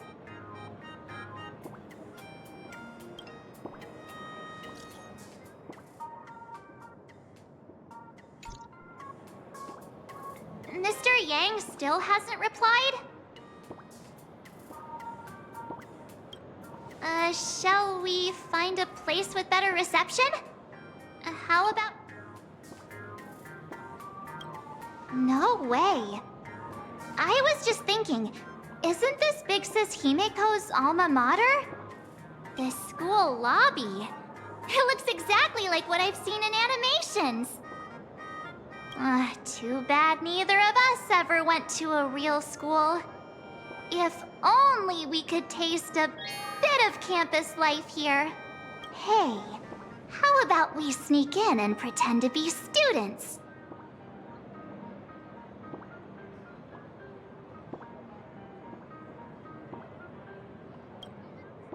Relax. With the way we look, we fit right in among the students. Well, since we can't contact Mr. Yang yet, why don't we stroll around and keep an eye out for him? Maybe he's already here somewhere.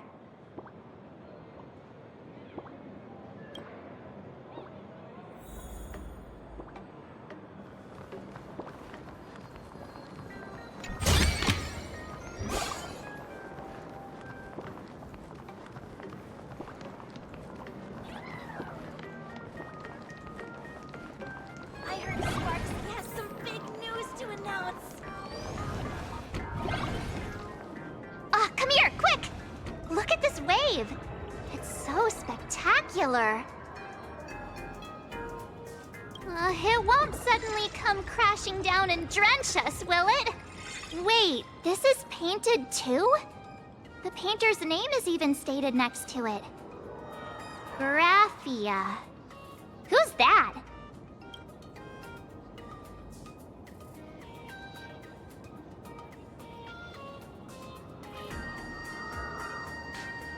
March 7th and Company.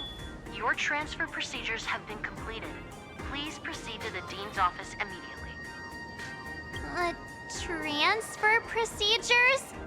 What's going on here? Let's go take a look, shall we? Got talked back to the teacher again.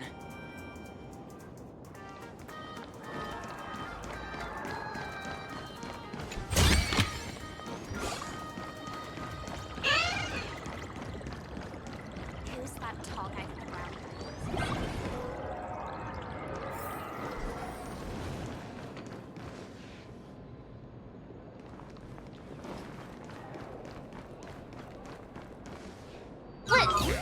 What the heck?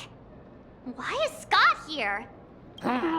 What year are you two in? Senior, and not even bowing. How rude. Wait, you. Why do you two look so familiar? It feels like someone sent me here to find you. Now I know it's definitely the real Scott. Where did we get teleported to? Well, I don't want to go to the same school with someone like that.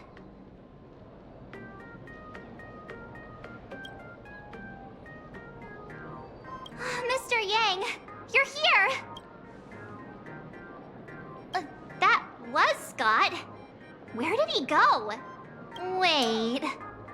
Why did you just call us students?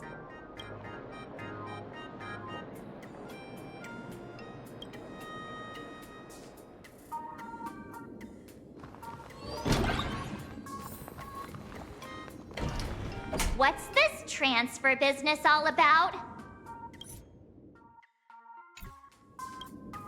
Well, starting from today, you two are officially transferring to this academy to begin your brand new school life.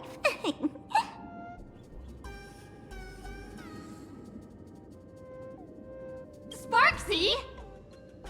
Yoo-hoo! My good classmates, we meet again. What are you doing here? What news on the net could possibly escape the all-knowing digital fairy Sparksicle?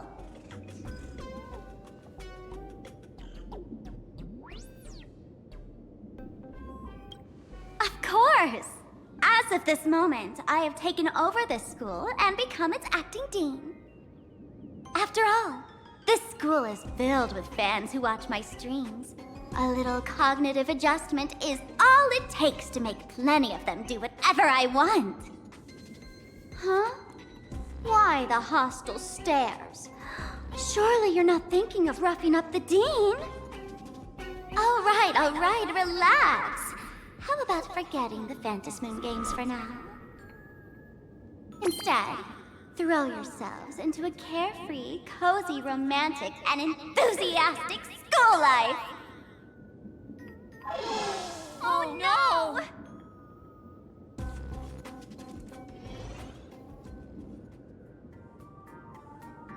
Wake up! Wake up! The teacher's here!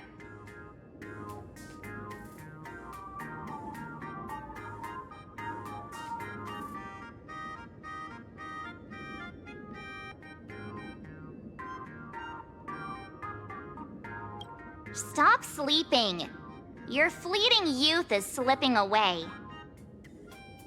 The artist qualification exam is right around the corner, and some students are still dozing off in class. Silence! How dare you call the dean by name? Do you have no respect for her at all? Before you stands an online streamer, a singer-songwriter, a trendsetter of internet culture, a rising star in education, and the masked fool among masked fools. Show some respect and address her as Dean. Thank you. It's fine, Scott. Thank you for standing up for the teacher. Such strong willpower. No wonder that outdated model wanted you in the Phantasmoon games. Too bad you crossed paths with me.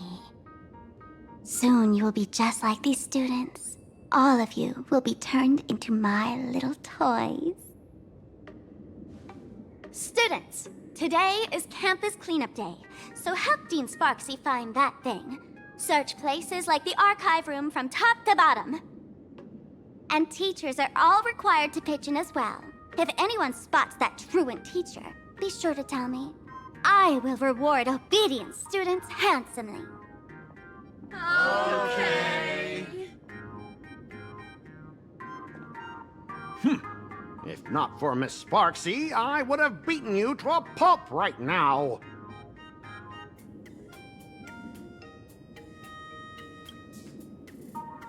Scott, it has been 2 years since that baseball club incident. Are you still holding a grudge against her? Ha! Easy for you to say. If it weren't for this one, I would already have made my mark at the school sports meet. That jerk crushed my baseball dreams!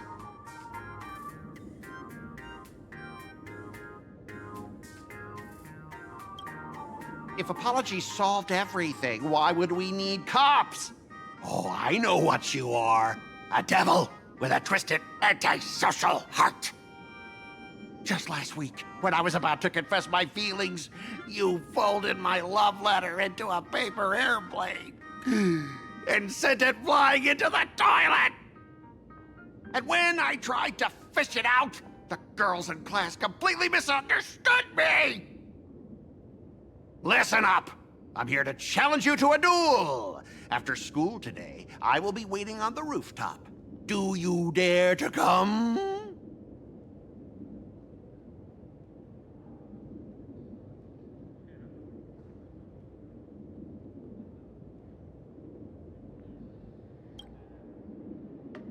You two, out of my way! I'm done with class!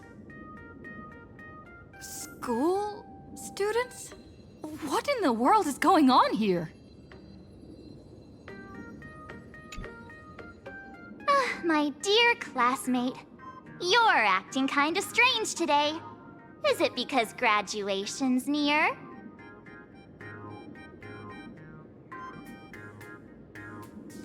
She has always been our dean, hasn't she?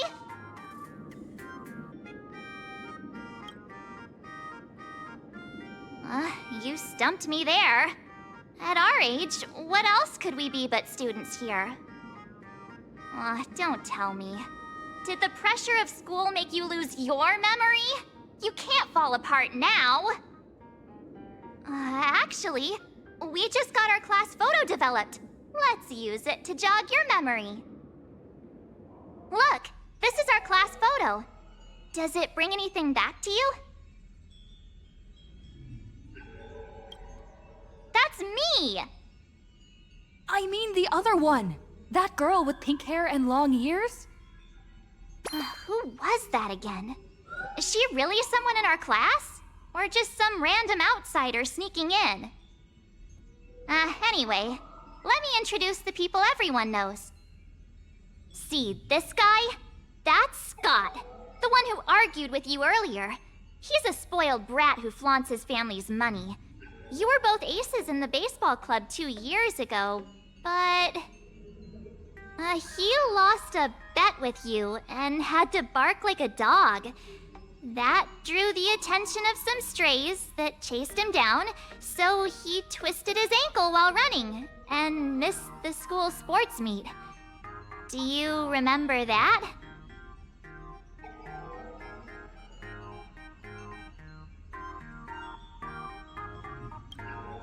Look! The dean is in this photo too, and so is Mr. Yang, our homeroom and history teacher.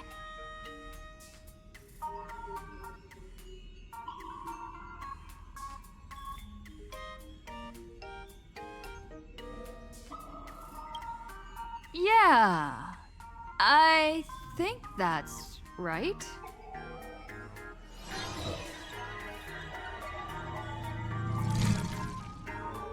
Remember that night we snuck into the archive room to retrieve the camera we left behind? And that time you bravely stopped Scott from bullying the underclassmen. We've shared so many wonderful memories in this school. Don't tell me you've forgotten them all. Yeah, I think that did happen. No wonder Scott hates me so much. See? I knew you'd remember. Nothing sparks our memories better than Scott's barking like a dog. With graduation just around the corner, these are likely our last days at Graphia Academy. My classmate. Is there anything left you still wish to do here on campus?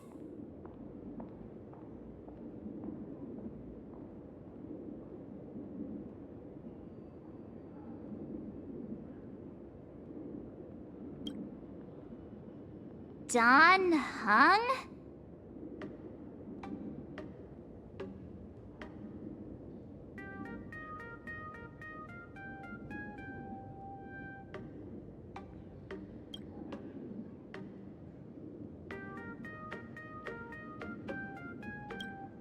Anyway, even though our time at school is running out, we still have the chance to do something now, don't we?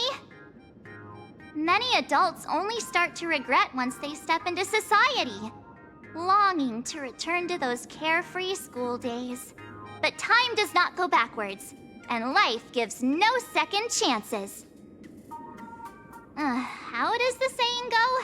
Youth is fleeting, and time waits for no one. So, let's seize the fleeting moments of elation before they slip away. Let's spend these last days of youth together.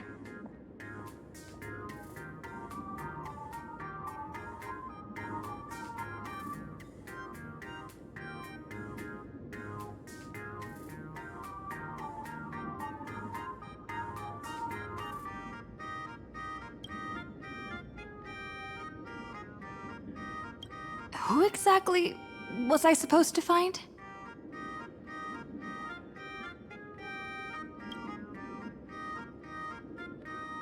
Yeah! Waste your youth with me. If we don't waste it now, it'll be too late. I have so many things I want to do. Where should I start? Should I head to class, deal with Scott, or just wander around?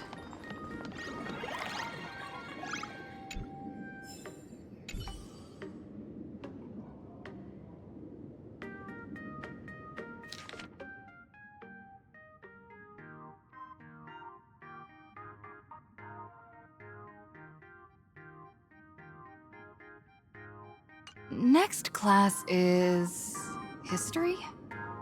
Should I go? Or check out another classroom instead?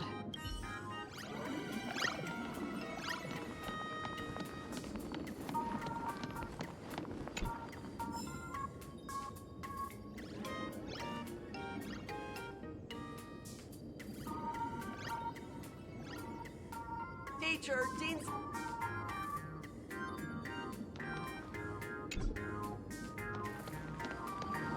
I'm never gonna be able to graduate if I get held back for another year!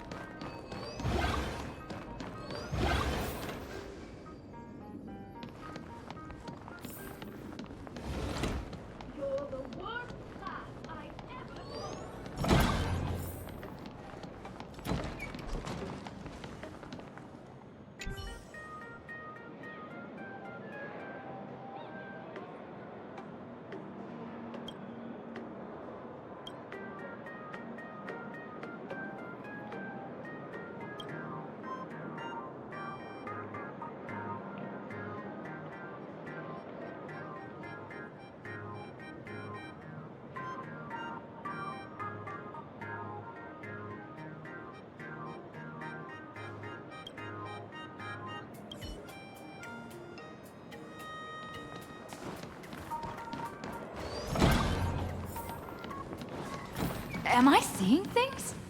Why is there another me?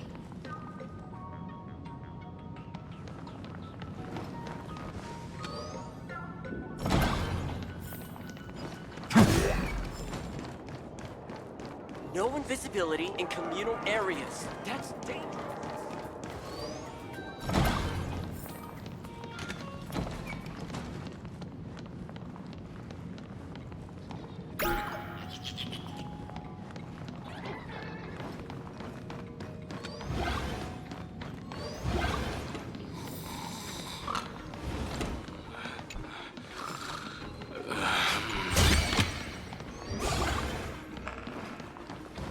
Miss Dolly looks so cute.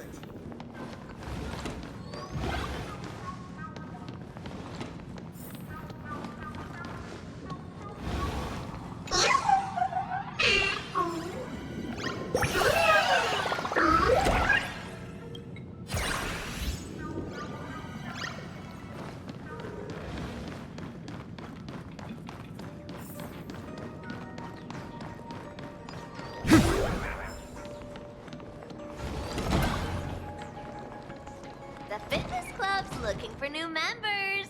Anyone interested?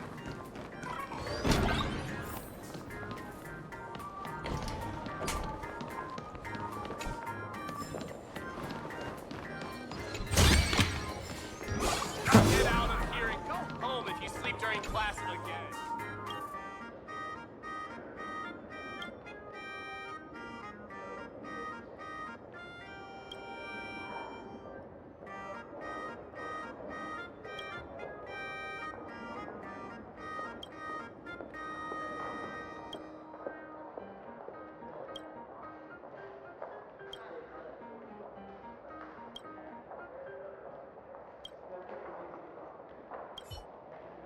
Get out of here and go home if you sleep during class again.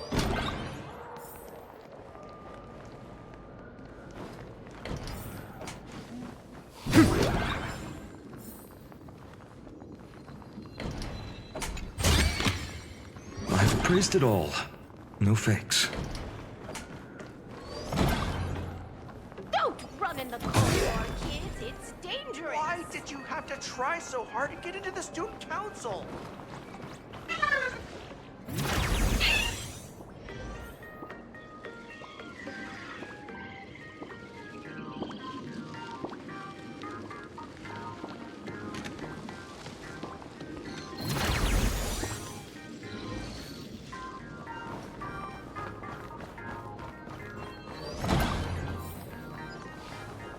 Scott said... Mr. Yang, are you alright? You are one of the people I need to look after the most.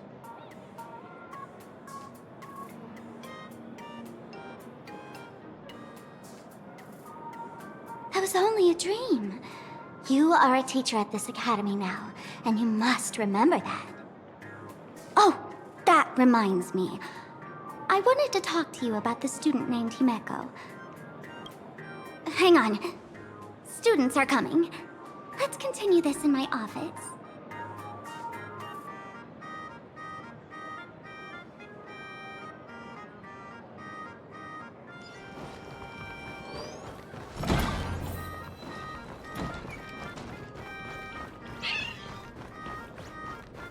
Don't run in the corridor, kids. It's dangerous.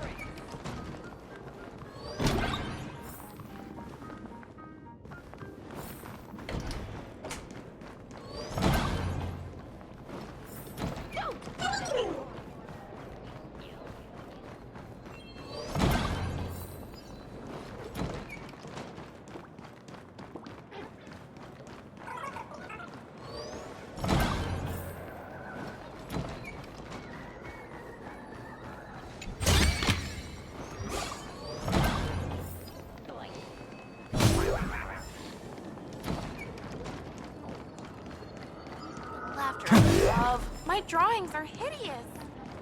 Am I not born to be an artist after all?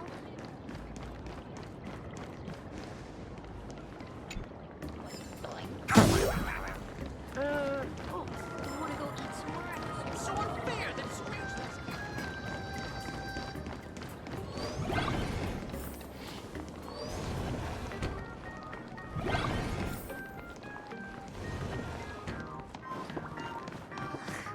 Why did you get more love letters than me? Why don't those people on the Go Home Club go home?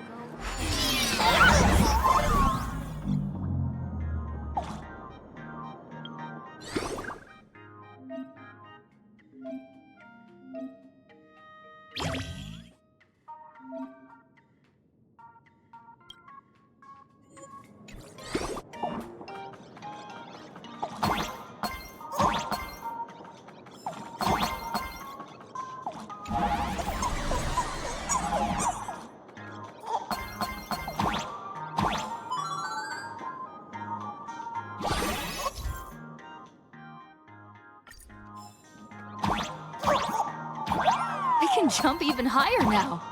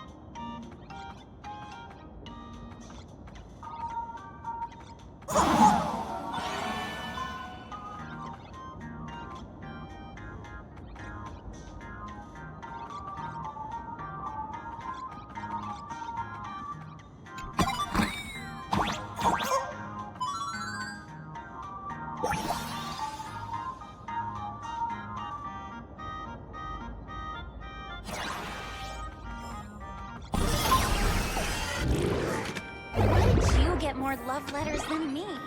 That's not fair.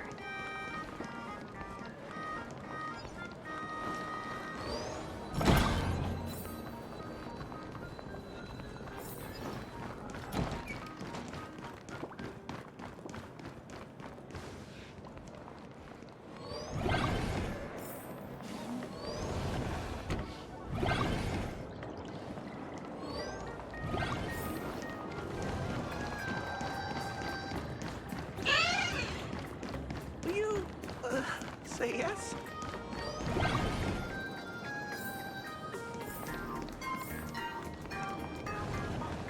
I heard from the math teacher.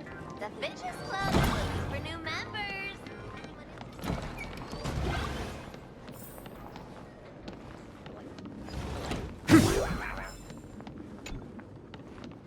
We have all the clues we need, and the culprit is... me.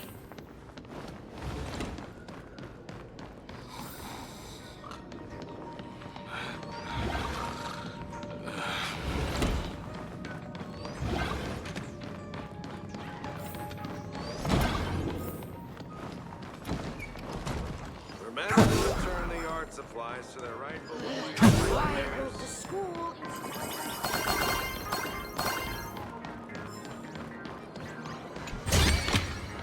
I've appraised it all. No fakes.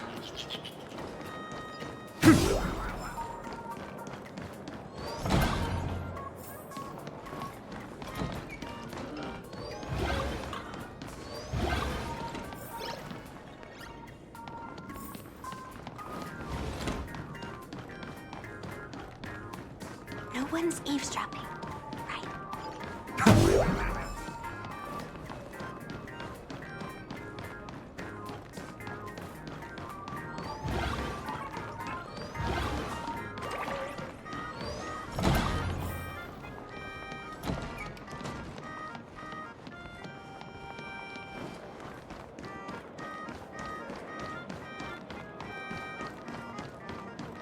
Students these days are way too naughty.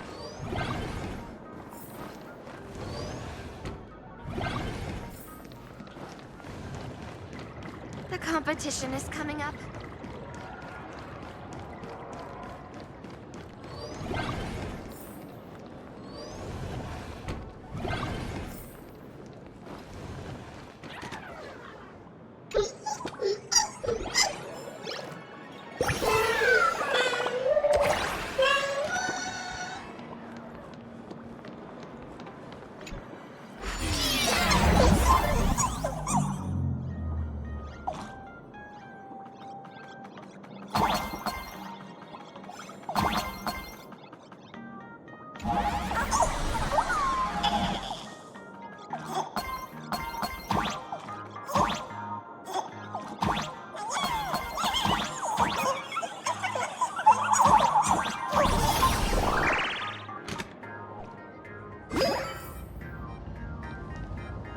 I've explained it to you so many times already.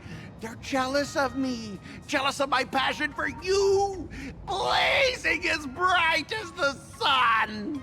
So she set me up on purpose, making me into what you girls call the maniac of the swirling waters. You have to believe me, Rakshmi.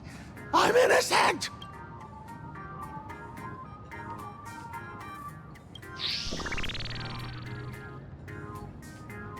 Finally, the perfect chance. Come on, hurry and confess! Oh, Rakshmi, stop tormenting me like this. Say something. Scott, did it ever occur to you that the gray-haired human you say is so jealous of you might actually want to possess you? After all, we girls know these little schemes best.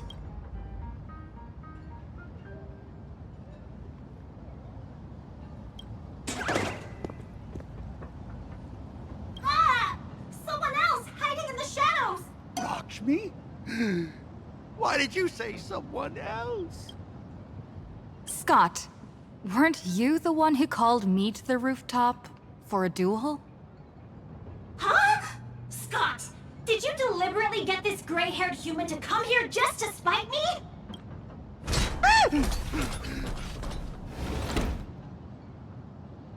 No!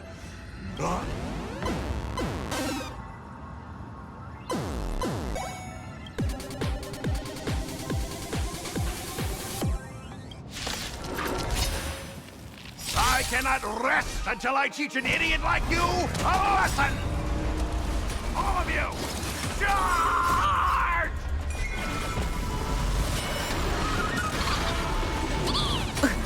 I'll overcome the thorn. Serenity is before me. Existence is of no color. Future will come. You'll pay for this. Troublesome. My purpose. I heard the call. No other choice but forward. For tomorrow.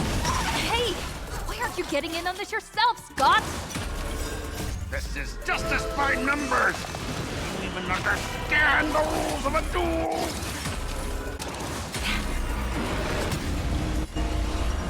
Torment and doubt, farewell. Fury of innumerable core flames consume me. Hail the new dawn!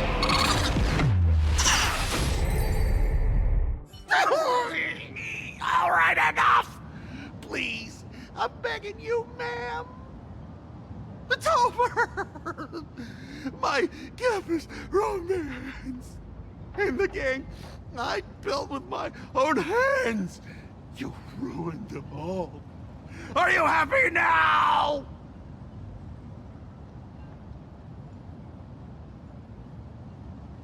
Quiet!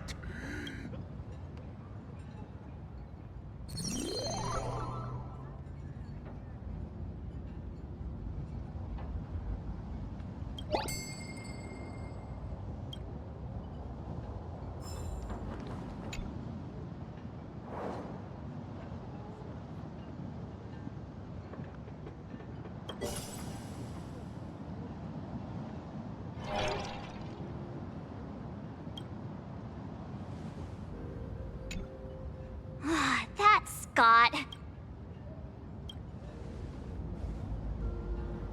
We found Mr. Yang in the dean's office, but Sparksy suddenly popped out. We were actually here to find Miss Dolly. But why did we come to see Miss Dolly in the first place? Yeah. What exactly did we come here for? Remember how Sparksy kept ordering students to rummage through every corner of the school? Students, today is campus cleanup day, so help Dean Sparksy find that thing. Search places like the archive room from top to bottom. Maybe we should check out the archive room she mentioned.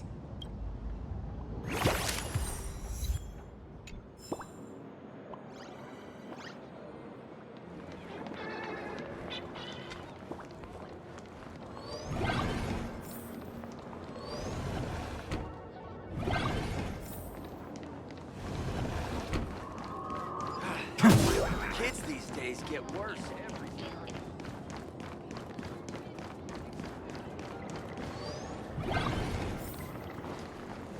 I heard from the math teacher. The fitness club's looking for new members. Anyone interested?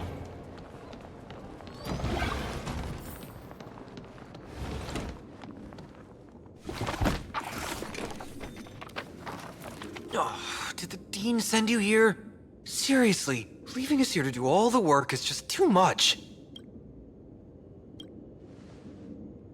What's going on?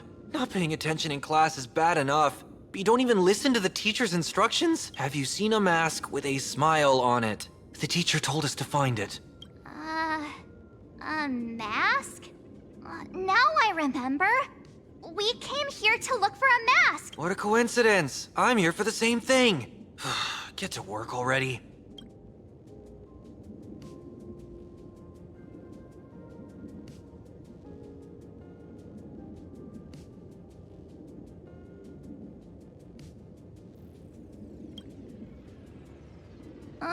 Do you know which teacher is Miss Dolly?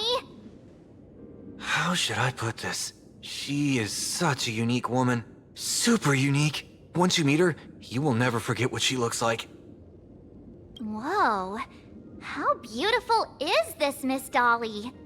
Huh? Beauty and Miss Dolly have nothing to do with each other. If you have any group photos or faculty event pictures, I can point her out to you. But seriously, are you going to help me with this work or not? March, didn't you show me a group photo earlier? I have a class photo right here. But it only shows 2 teachers. Seriously? There are 3 teachers in this photo. Isn't Miss Dolly right here? Wait, that's Miss Dolly? She's a charm doll? Probably the teacher who's worked the longest out of the entire staff. Wait, don't tell me you've never taken her Imagenesis class. I finally remember it. Darn it. That wretched Sparksy had us running in circles. March, what happened to your power of the remembrance? How could you be led around so easily? It must be because I'm so passionate about learning. That's why I fell into the illusion so fast. Wait, you didn't notice it either, did you? 2 years of studying were nothing but an illusion. At most, we've only been trapped here for 2 hours. It's not too late to act now. Now that we know what Miss Dolly looks like, it's time for me to step up. Miss Dolly has vanished. Either she's been captured, or she's actively hiding from Sparksy. All we need to do is find her. I'll show Sparksy how the power of the remembrance should really be used. It'll just cost us some film.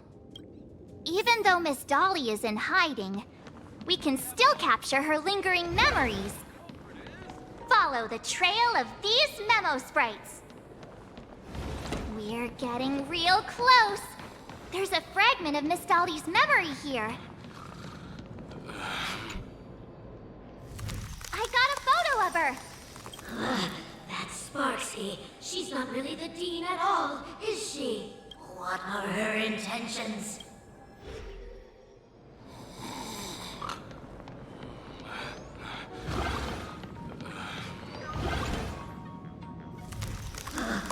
She is searching for me.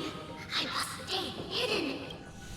Sealed off the Imagenesis classroom. Can't let her find me.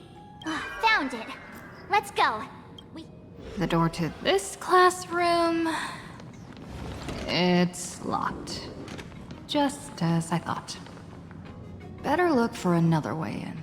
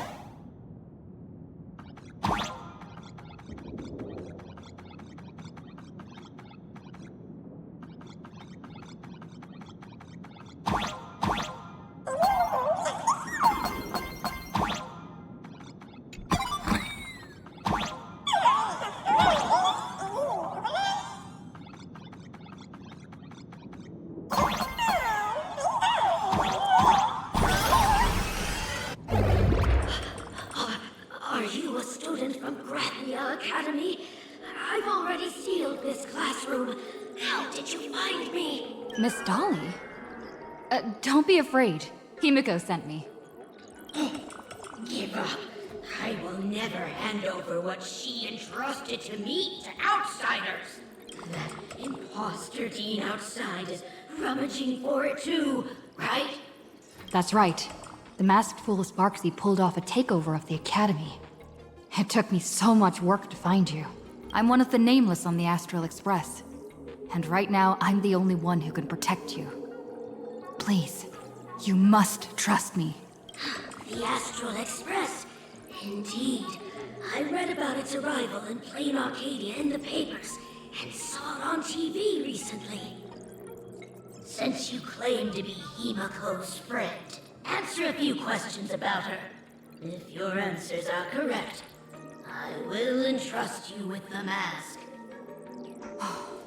I'm ready for this. Fire away. What kind of coffee is Himako best at brewing? But wait a second. How could you ask such a question? Don't you know her coffee is absolutely undrinkable? Looks like you've suffered from it yourself. Then here's the second question. What kind of people does Himako hate the most? A real chatterbox with a silver tongue. Word is, she even managed to kick a Nameless off the Express because of that. I may not know much about her time on the Express, but that does sound just like the bossy vibe she had back in school. Very well, I can almost trust you. The final question. Himako experienced the greatest regret of her life during her time at this school. What was that? Who knows? Could it be about that time she got a stylish short haircut to keep up with the trends? She actually told you that story. It seems you really are her friend. But that's not the answer. Huh? Did I really get played by that guy? It isn't that you were wrong. Perhaps Himako never told you. Now that I think about it, she might never bring herself to share such a burden. The thing she regretted most must be what happened 15 years ago. No, better not bring that up. I believe you. You truly are Himako's friend. Then, since you've proved that you're Himako's friend, I will give it to you.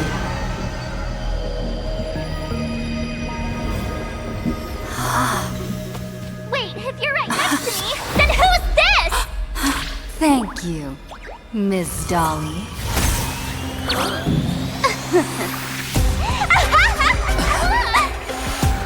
The mask is mine now! What? I actually let myself be fooled by such a cheap trick? You two came much too late. Sorry, Miss Dolly. Darn it! Sparksy got ahead of us again! But how could she know so much about Himiko? That man with glasses seems to have no issues with becoming a teacher. Once I took your forms and chatted with him, I got everything I wanted to know. Sometimes trust among companions can be quite dangerous. Now you've done it!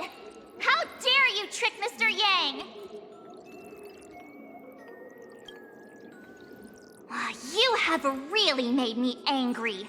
She can't run away anyway. So, why don't we take the mask from her by force? Woohoo! Congratulations! You figured out my weakness. But the mask of elation that has been worn is like a clip movie ticket. It only belongs to the one who used it first during the Fantasy Moon Games. Seems you're completely unaware of such simple common sense. How sad. What? Astral Express out! The only one worthy of joining the games is the adorable Sparksicle. Now then, it is time to treat my fans. You two will stay and witness my Sparksicon that I've carefully prepared, right? This will be a spectacle that shakes all of Plain Arcadia to its core. A grand performance unlike any before. It's brought to you by Sparksicle and live streamed across the entire web. You don't need to know the program list, because I will erase the last residues of resistance and hostility in your hearts and turn you into my loyal fans. My dear fans, time to prepare. Carry off these two noisy haters for now. I have more important work to attend to.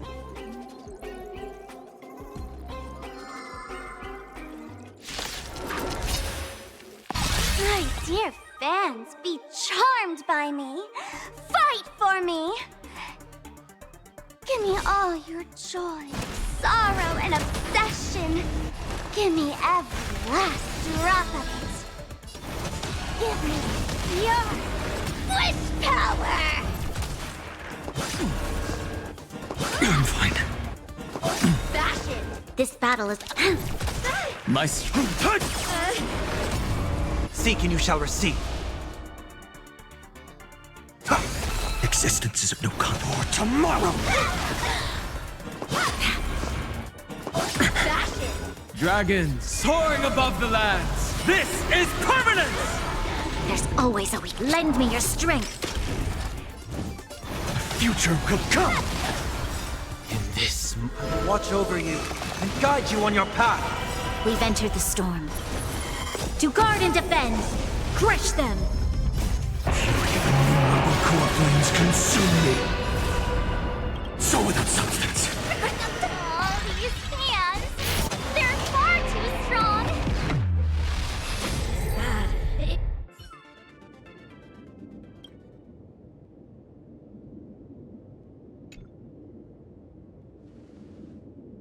Is this the archive room?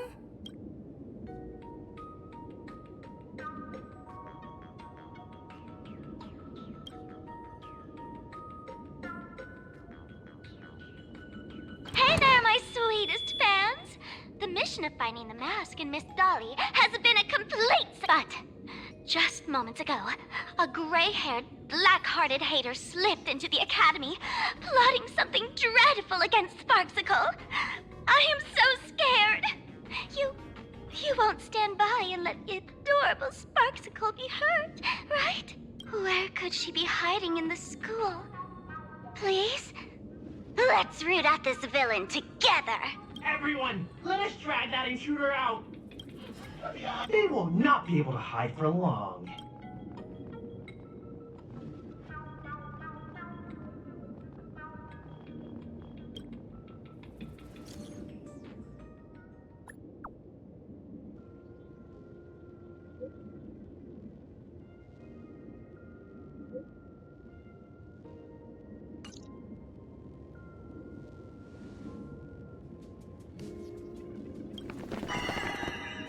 Hiding won't save you. We will... Have you reached the end of your rope?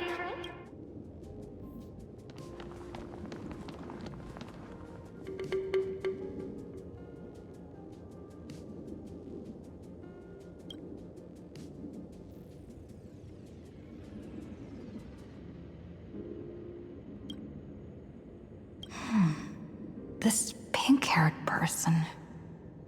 Where have I seen this person before?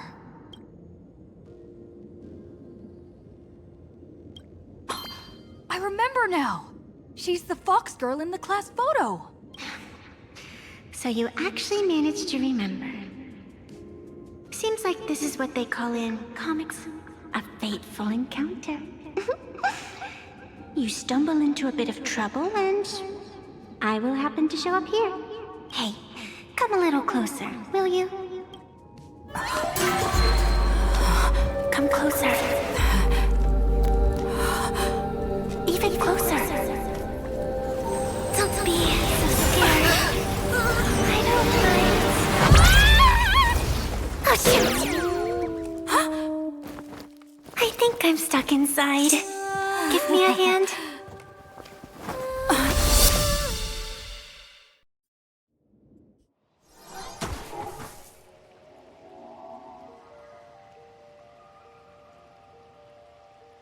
What is this place? Two nameless came through here a few hours ago and asked the exact same question. I'll use their answers to reply to you. This is a place in the world in Canvas, known as the Phantom Moon Courtyard. According to ancient texts, this is the heart of the Phantom Moon Games ceremony. Oh, and one of those nameless is playing the part of a teacher at the school. Oh dear, was that a spoiler? That's not good. Greetings, protagonist.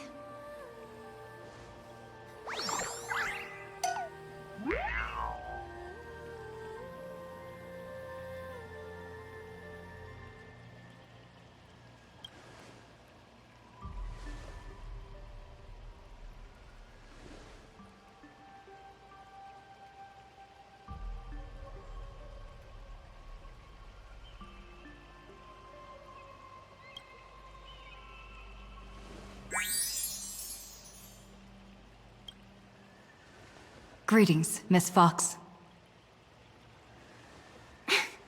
Technically, everyone is the protagonist of their own story. But you are different. You are the protagonist of the Fluffy Across the Blue, aren't you? Galactic baseball raccoon? You do not really look like a raccoon. I forgot to introduce myself. You can call me Evanesia. Great seeing you.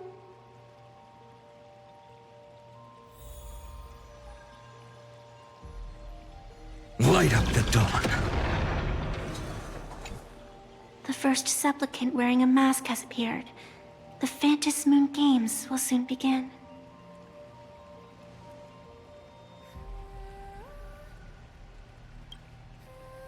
Do not be afraid. Just think of me as part of the audience.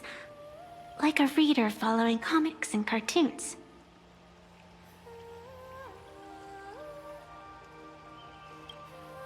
A bit of experience. Just like someone who has read enough comics can get superpowered battles and schoolyard romances without any instructions.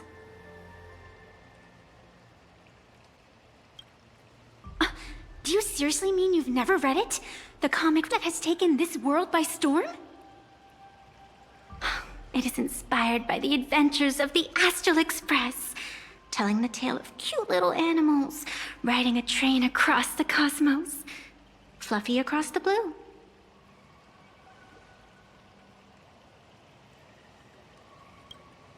Of course. This is plain Arcadia. Any story can be turned into a comic in here.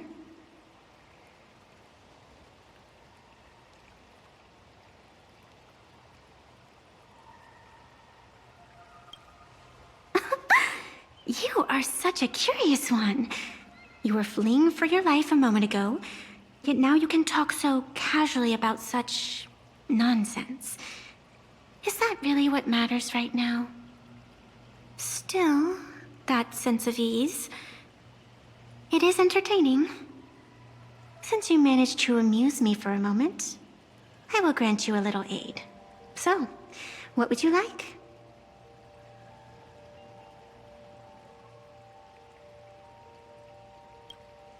I don't like it when someone answers my question with another question.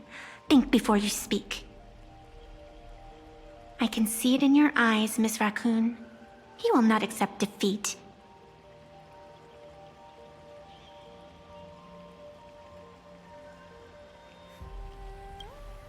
That resolve is interesting. There will always be foolhardy supplicants donning the mask in these ancient Phantom Moon games, laying before the Phantom Moon their madness, fancies, and humor. They would weave schemes to slay monsters descending upon this planet from beyond the sky, steal the laughter of the gods to forge blades that could split mountains, or descend into depths of the world in canvas to swindle the souls of the departed. Such entertaining individuals have not appeared for ages. Perhaps you have a chance to become one of them? After all, You are the protagonist. I can lend you a little power, but an equal price is required. Otherwise, it would violate the rules. You must defeat the enemy who pursued you here within the next day and night. If you fail, your soul will be enslaved by her for all eternity. Do you accept? Then it is done. Fantas Moon above, and sacred tree below. Witness this oath at this moment. As constant as the vault of heaven, as certain as the moon's rise. Let it be never forsworn. Now come, let me make you more of a protagonist. Yes, that's it.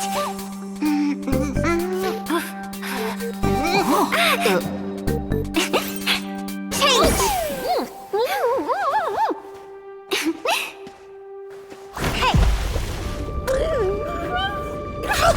Huh? Where's this?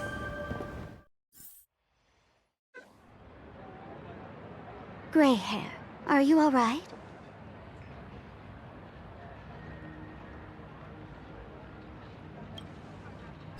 Can't say I am surprised.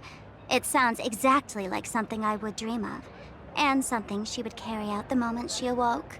Still, it ain't too bad compared to the horrors that unfolded in previous Fantas Moon games. At least you still have friends willing to stand by you, right? And now and then I do odd jobs here. Live streaming is one of them. Sparksy is the name I use to stream online. An avatar that I personally sketched line by line. To keep the streams running, even when I was absent, I breathed a trace of power into that avatar. Who would have figured that everything changed after the Fantas Moon turned full?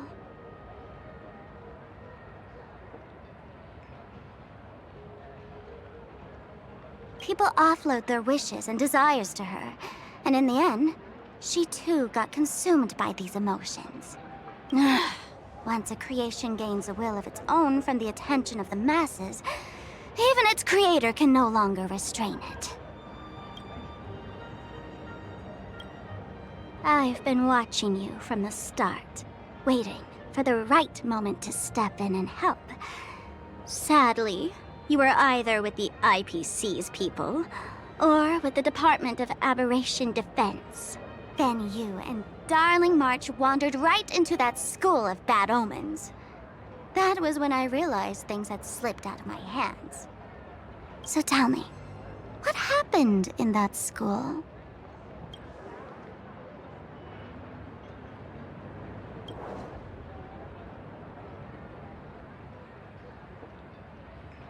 Is this the Mask of Elation that grants entry into the Fantas Moon games?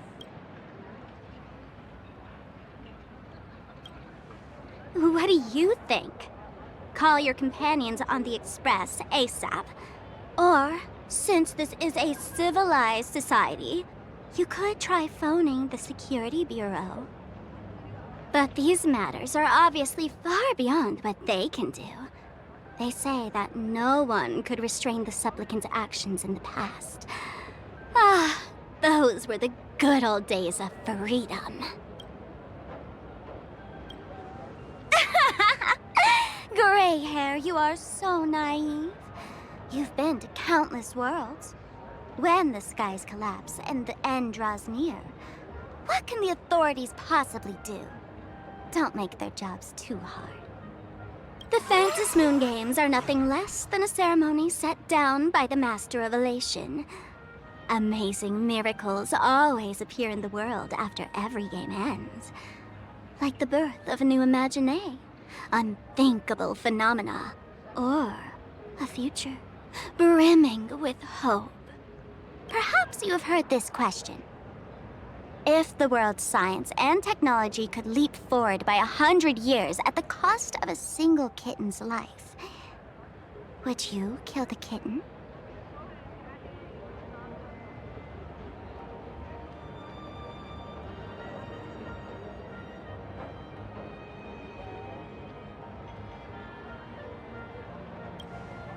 natural disasters, traffic accidents, sudden illnesses.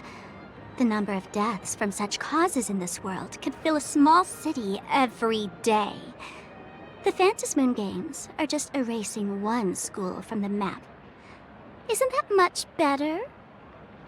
You probably want to ask whether the worth of human lives can truly be calculated in that way in this ceremony, where we surrender that cost to purchase the future. No one knows. Whatever. This is not the time to debate over ethics. Gray hair, are you gonna save Darling March and Mr. Yang or not?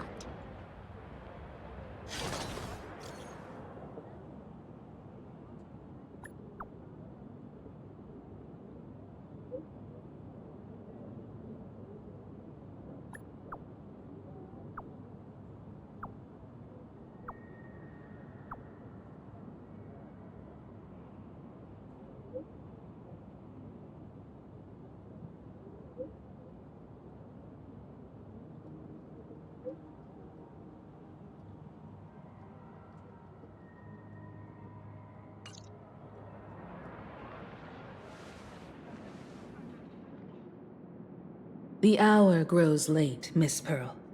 Matters regarding the Express demand our attention.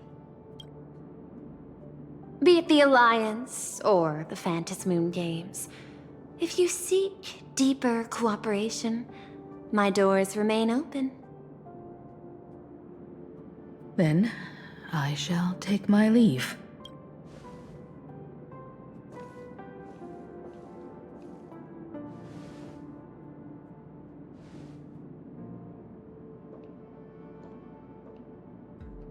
How intricate human social interaction models are. My extrapolations still cannot account for the full strategy tree of the Astral Express. Master, General Yao Guang of the Xianzhou Yuchui is here to see you. Shall we have her wait? No. The Xianzhou will also become a key ally. Only through enough contact and emulation can we hope to comprehend their methods and strategies. Conclusion. I don't think I'll be able to keep copying the painting for the rest of today. Let General Yao Guang in.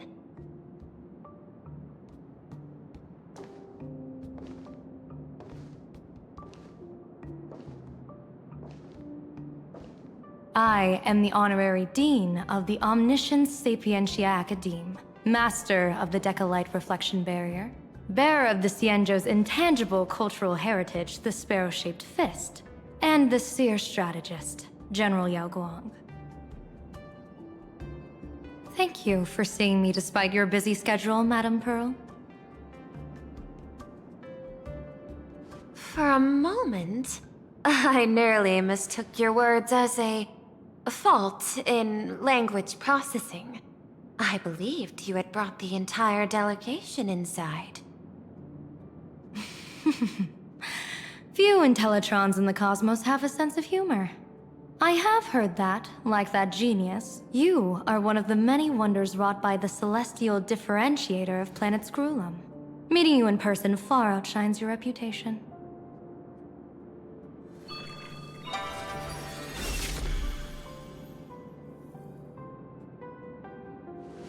Madam Pearl, seeing how you have a calculating look, and with your heart pristine and your outer form so dazzling, I could not help but cast a divination for you. The hexagram lies between fire and heaven, demonstrating a bountiful harvest with your fortunes lying at the zenith or even beyond. I have no training in divination. General, may I ask you to interpret it?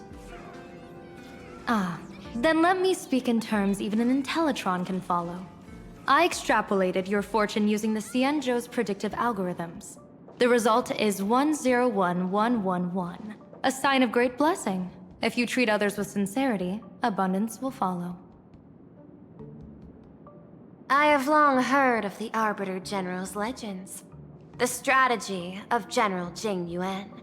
The courage of General Fei Shao. The ingenuity of General Hua Yan. Often, I have wondered, what kind of figures are the Xianzhou generals who remain away from the public eye? Meeting General Yao Guang today, I cannot help but think that, with such beauty, you should step into the light more often. Looks like you've studied the words of the Xianzhou well. You've even learned the art of provocation. You praise the others for their individual and unique talents, yet when it comes to me, the only thing you had to say was beauty. Do not misunderstand me, General. To me, beauty is the rarest of treasures, and the most fragile to preserve. Besides, intel on you is truly scarce. It is quite difficult for me to find ways to compliment you. But what I do know is, the Yuchui is the think tank of the Xianzhou ships, and its general is the master of all diviners. Speaking purely of deciding the course of affairs, no one is better suited than you to cast the Xianzhou Alliance's vote on whether to join the Anti-Destruction Alliance. So, General, what is your decision in this? This topic is far too great for me to decide on a whim. But as a gift and to complement the respective gaps in our knowledge, allow me first to offer you a piece of vital intelligence. And with it, I ask the IPC to show sincerity beyond empty words. I do not follow your logic. With the threat of the destruction looming, what need is there for further reasons to cooperate? Set a mighty foe as a common goal. Convince former enemies to turn allies, then devour them in turn. Such feats are hardly rare in the IPC's annals of glory. I understand. The Xianzhou questions the IPC's sincerity. It would be better to say we ask the IPC to demonstrate its sincerity. Courtesy demands reciprocity, and the intel I now offer you is both urgent and weighty. Question. What could be more important at this moment than forming the Anti-Destruction Alliance? Nanook won't erase the universe in the next few days, but someone else might destroy plain Arcadia within that time. You have heard of Blade, the Stellaron hunter, right? The IPC has long placed a great bounty on his head, though I have never laid eyes on him. The Yuchui recently intercepted a report. Styling himself as Xianzhou's #1 assassin, this man accepted a contract from the Sinwish Syndicate, a local organized violence group. I do not know his exact aim here, but he is a major criminal of the Xianzhou. He is guilty of the 10 unpardonable sins and is a formidable fighter, with few able to match him. As general of the Yuchui, I will take it upon myself to bring him in before he can cause disaster here. This planet, Ahatopia, is part of the pan-cosmic trade system, and Blade is a wanted criminal of the IPC. Since he has set foot here, he falls under its law.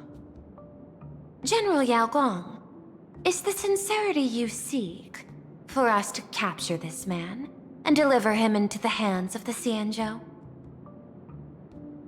I hear the Phantom Moon Games are about to begin, with the entire nation awaiting it with bated breath. I imagine you will also find it hard to extract yourself from the festivities.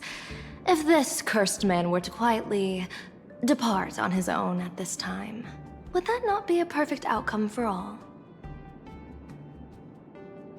This is my understanding. You wish for the right to act freely within plain Arcadia.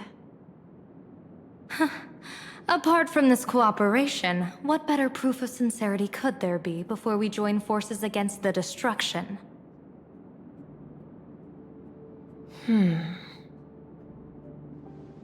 Deal. What I do not doubt, the might of an Arbiter General. However, I do doubt, will the Xianzhou's #1 assassin truly leave without a commotion? By my extrapolations, even without accounting for the guidance of Destiny's slave, the probability of capturing a single Stellaron hunter is less than 9.8%. Not even 10%. As a diviner, that's not how I see probability. Even if the chance of success is only a coin toss, once I enter the fray myself, I always treat it as a 100% certainty.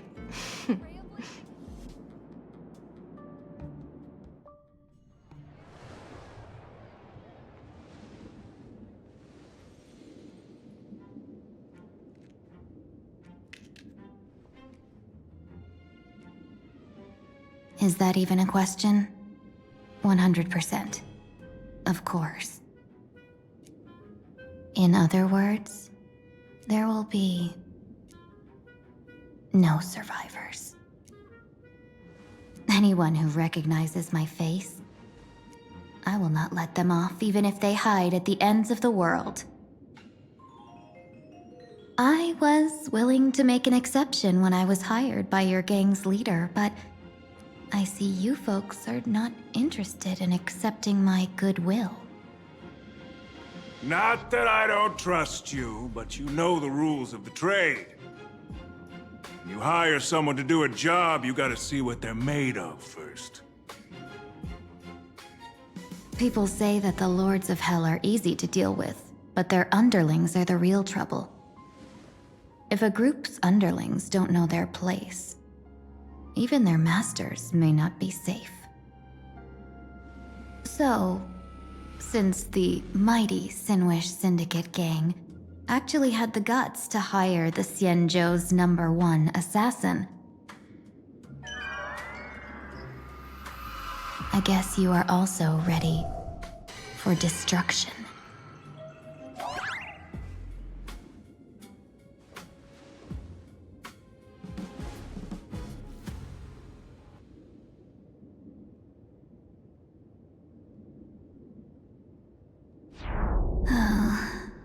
Years of wandering have given me nothing but exhaustion, and I have finally come to know how harsh the road of life truly is. Impersonating the Xianzhou's #1 assassin.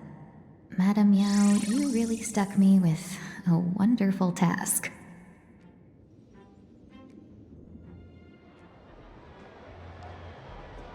Please take great care during this mission, Miss Tingyu. If any misfortune should befall you, I would have no way to answer to your Helmmaster Yukong. You worry too much, Madame Yao. When I pledged my resolve to Madame Yukong and departed for the Yuchui, I had already steeled myself for the worst.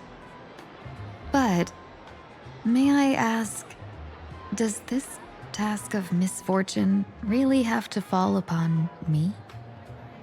I cast a divination today. This task lacks the fire element. Without the Whistling Flames Amicassator's knack for diplomacy, this task cannot succeed. The place you're heading to is crawling with gang members. If they pick a fight, you can try to drop the name Xianzhou's #1 assassin, and they might step aside. Do not worry, General. I have journeyed far and wide with the merchant guilds for years and faced no shortage of danger. A handful of gangsters is hardly difficult to deal with. If you're not afraid of danger, then why have you not set out yet? Shall I read your fortune and give you a little peace of mind? What I fear is that fortune-telling of yours. No, what I really fear is you, Madame Yao. Afraid of me? Am I so notorious on the Xianzhou Lafu? I've heard many tales about you. After the Battle of the Fanghu, you willingly surrendered your command token and became a general in name only, with neither troops nor soldiers.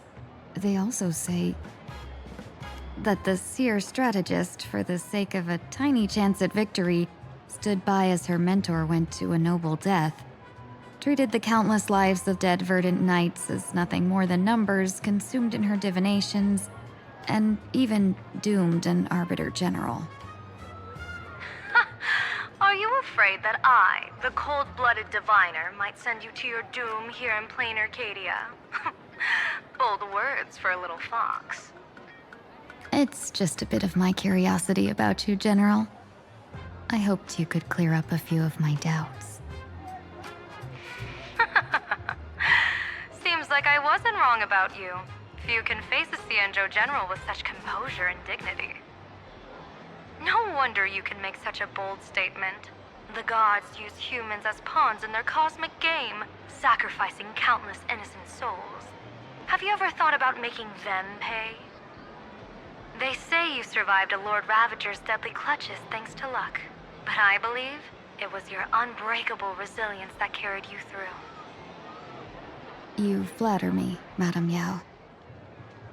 One must glean some wisdom to be worthy of enduring such a life-and-death ordeal. If we surpass the gods only in cruelty and heartlessness, then that would be our complete failure, in my eyes. Excellent. I couldn't agree more. Miss Ting-Yun, you've passed the interview. Ever since I escaped death, I swore never again to be a pawn for heartless chess players. And Madame Yao, you've passed my test too. I know you're not interested in empty talk, so let's get down to business. Miss Ting-Yun, our Yuchue business delegations are treated much better than what you get on the La Fu when they set out on official missions. They get 5 meals a day. General, I really don't have such a large appetite. For the duration of the delegation's mission, you'll receive 6 times the usual allowance, and all expenses will be fully reimbursed. Such a generous offer. To be honest, that makes me even more nervous.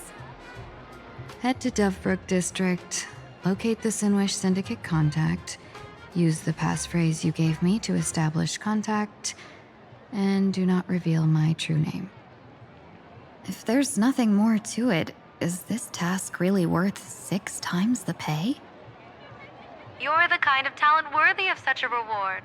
After all, we diviners are no different from you merchants. Even when we hit a dead end, we still have to bargain and carve out the faintest chance. Merchants strive for profitable opportunities, while diviners reach for a sliver of luck. Looks like my mission bears significant weight in Madame Yao's reading of fate. In that case, I shall depart. When in doubt, open the 3 strategy pouches I entrusted to you. Inside are tactics I divined, certain to break any deadlock and aid your journey. Go, Cienjo's #1 assassin. Time to get down to business. Where could the Sinwish Syndicate be hiding? The contact from the Syndicate should stand out. Fiery strong, insanely spicy! Can A you will of really metallance. handle the heat?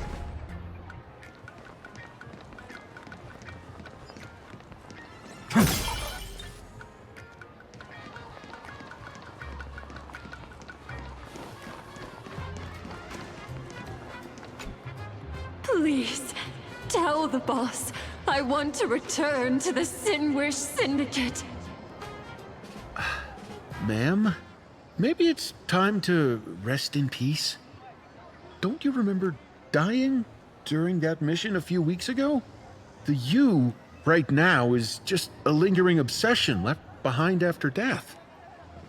According to the provisions of the Fey Kind Protection Act, ghosts are not considered the same as they were while alive. In other words, you are a new Imagine, barely 3 months old. Are you a lawyer or a gangster? I gave my life for the Sinwish Syndicate, and now you mean to shut me out? these two are members of the Sinwish Syndicate? Don't you get it? The old you's dead, and even your criminal record got wiped clean. The leader's trying to say that now you've got a chance to keep to the straight and narrow. You shouldn't come back to the gang. How am I supposed to convince you? Hey, Fox Girl, you eavesdropping over there? I'm just a Xianzhou person here to talk business. Could you tell me which way to the Sinwish Syndicate? I come from the Xianzhou to discuss a deal that wears me down, yet tears my enemies apart. Business? From the Xianzhou? The Sinwish Syndicate office is just across the river. Have a safe journey. He doesn't seem to have understood the passphrase. But the news that the Xianzhou's #1 assassin is coming has already spread through the organization.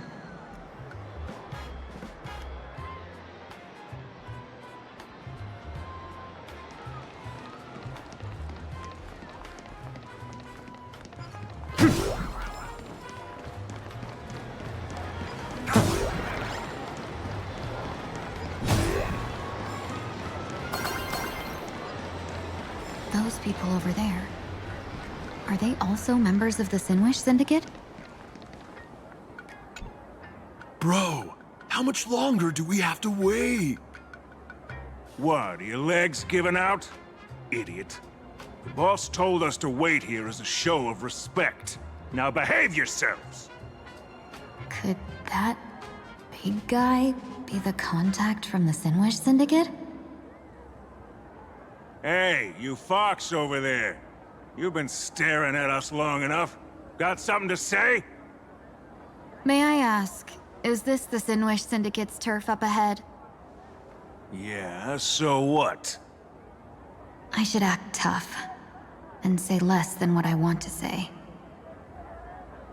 Since this is the Sinwish Syndicate's turf ahead, not only am I going in, you will invite me in with respect.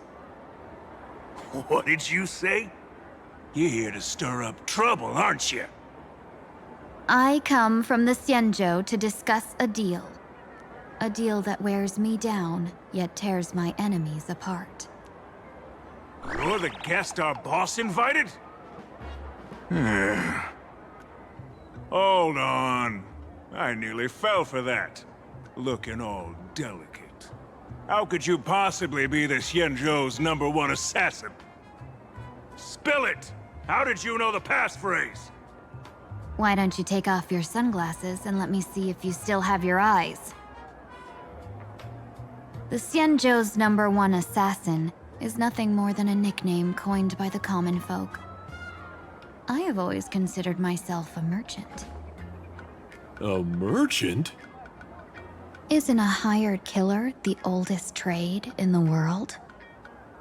By the way, Mr. Imagine, do you know why they call me #1?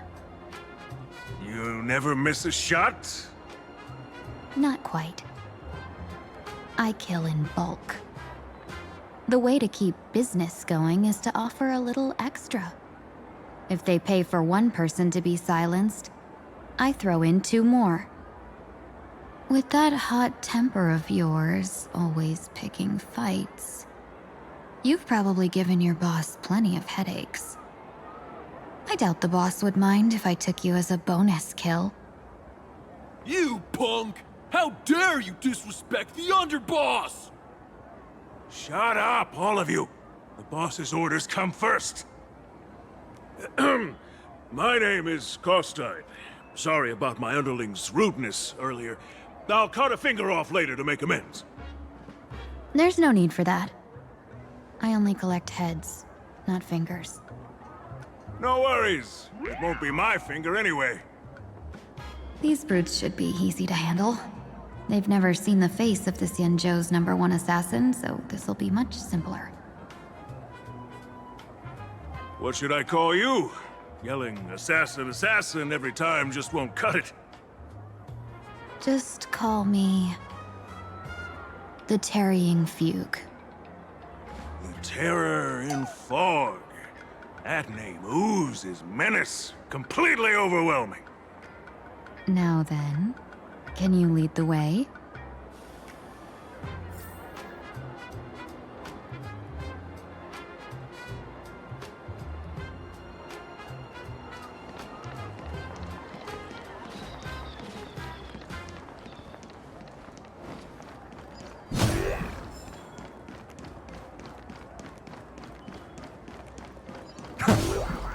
That's the Sin Wish Syndicate headquarters across the river. Quite impressive, don't you think? Please, follow me. Is this the passage in the painting? Of course. The Sin Wish Syndicate has it under our command for now.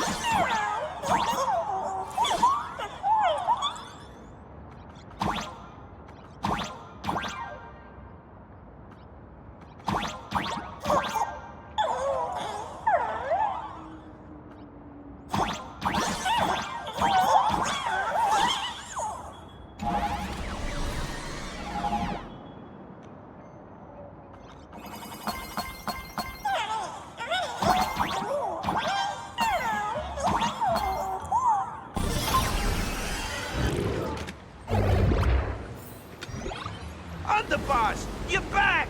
Thanks for your hard work! Welcome home, Underboss! Is this the one the boss brought in?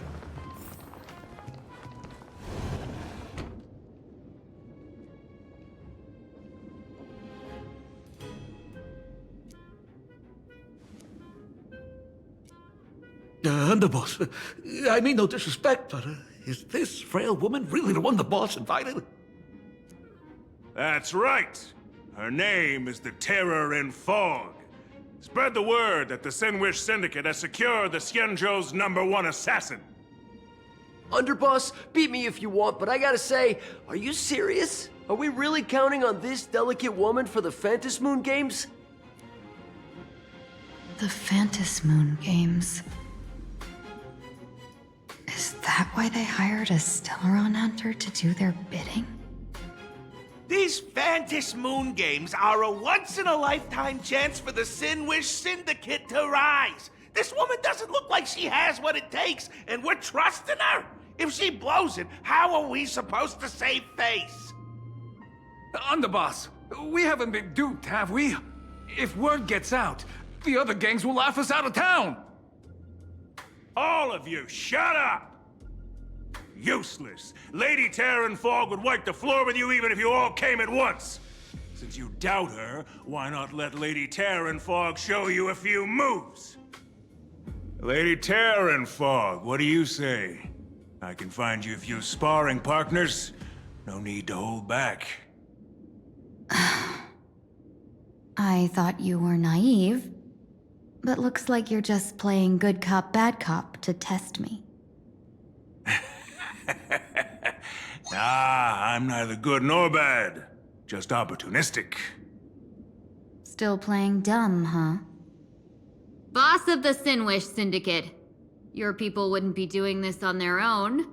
I know you can hear me. I came for business. Making friends would be a fine bonus. But if not, that's fine with me. If you still want this deal, cut the tricks. A real expert is something else. You speak with such overwhelming presence, though we barely understand a word. Come on, show us a move. We fight and bleed every day, and that's the only way we'll be convinced. Oh no. These brutes are not interested in a win-win situation at all. When in doubt, open the 3 strategy pouches I entrusted to you. Inside are tactics I divined, certain to break any deadlock and aid your journey. Looks like it's time. Huh?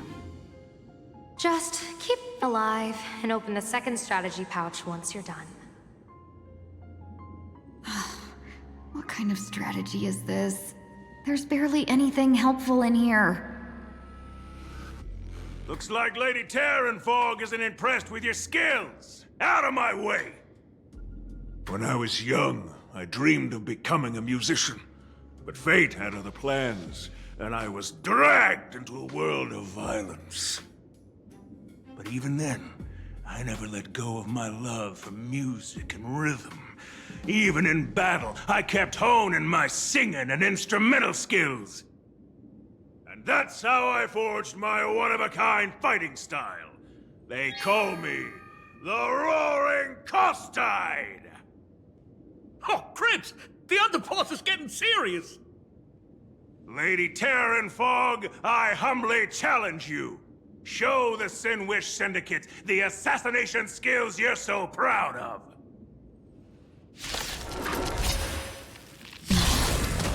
Looks like I'll have to hold back against these reckless brutes.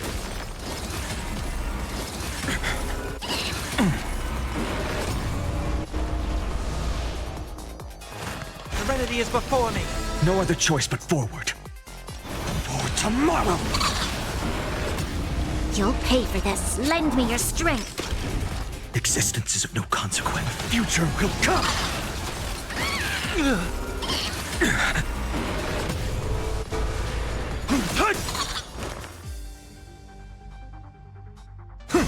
This battle is unavoidable. For tomorrow! Fury of innumerable core flames consume me! Sun, tear the sky!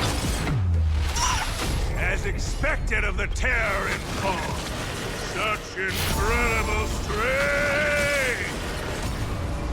That power of the destruction within me. It's still hard to control. Madam Yao, I've done everything in my power to keep them alive, as you said.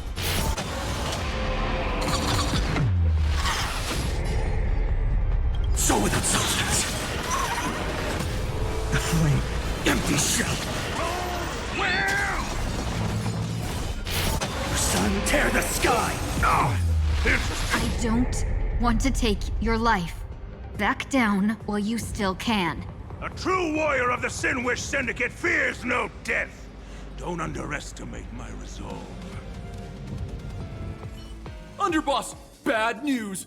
2 more weird dudes just showed up. Cut your bull. I can see for myself. Never thought visiting an ally would mean crashing into a local gang's hall. Oh. This will take some explaining. What a twist of fate. But for us to reunite with an old friend here? So be it. You two, stand down. Listen well. This will be an honorable duel. A duel? You dare duel a Xianzhou? Xianzhou's #1 assassin? And you still dare to act so brazen? Huh?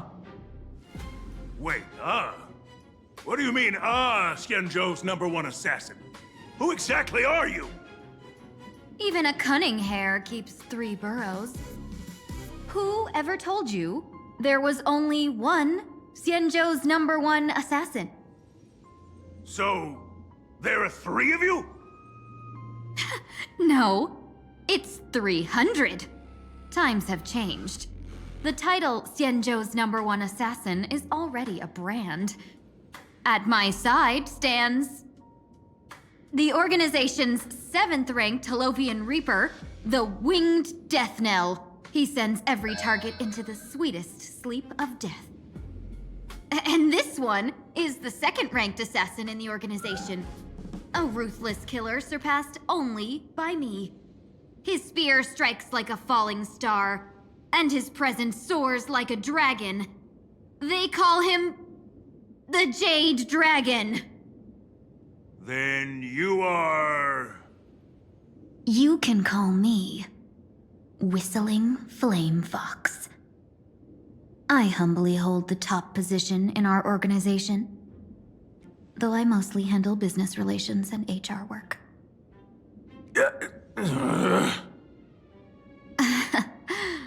Hard to believe, isn't it?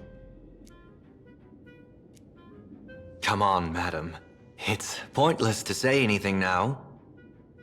If you want this gentleman to know you speak the truth, let our brother show off a bit of his spear work. That will convince them. I say, there's no need for that. Course tied. You insisted on testing them and got nothing out of it, did you? If you had let them meet me sooner, none of this would have happened. Boss! I cannot hand your grand enterprise over to people we know nothing about. You are the one who hired us? The boss of the Sinwish Syndicate? That's me. I am Polewave, current leader of the Sinwish Syndicate. My apologies. Our gang is full of roughnecks. I will make sure they are disciplined. As for that business, we'll discuss it upstairs. Everyone else, clear out!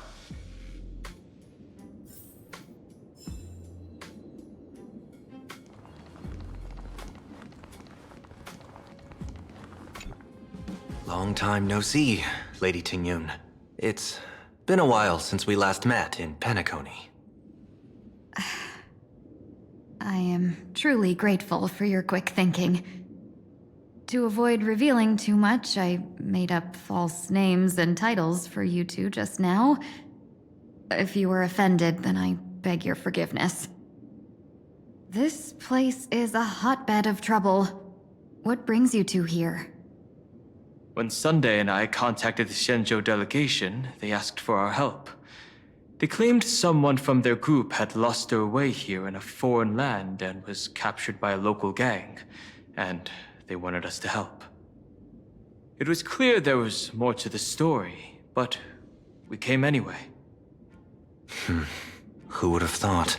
It turned out to be true. Lost? Captured. There must be some misunderstanding. Alas, this rumor was likely a destiny arranged by Madame Yao. Did you just say Madame Yao?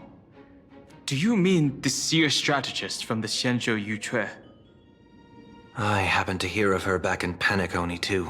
They say she is the diviner general, one who lives in seclusion. Did the Alliance send her this time? Lady Tingyun, you stepped into such danger yourself. Do you have a vital mission? You two are no strangers, so I will speak plainly. She's the one who sent me here on this mission. The Sinwish Syndicate invited the notorious Xianzhou's #1 assassin with the intention of hiring this person to participate in the Phantasmoon Games. But the delegation's intelligence revealed that the person was none other than the Stellaron hunter, Blade. Him? I assumed the title to come here to uncover why the Stellaron hunters are involved and how he will enter the game. So, how's it going so far? By sheer twists of fate, everything has gone smoothly so far. But as for what comes next, I still don't know anything either.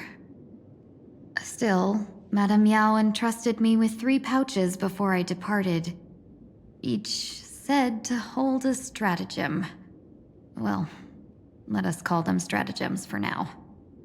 And at this moment, it is time to open the second. A strategy pouch?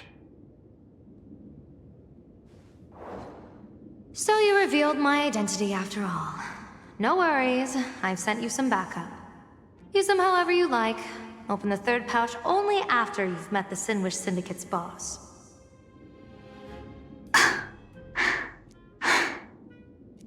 No wonder they also call Madame Yao the Crosstalk General. The what, General? It says the two of you will help me clear the way, so I can safely meet the Sinwish Syndicate's boss. What do you say?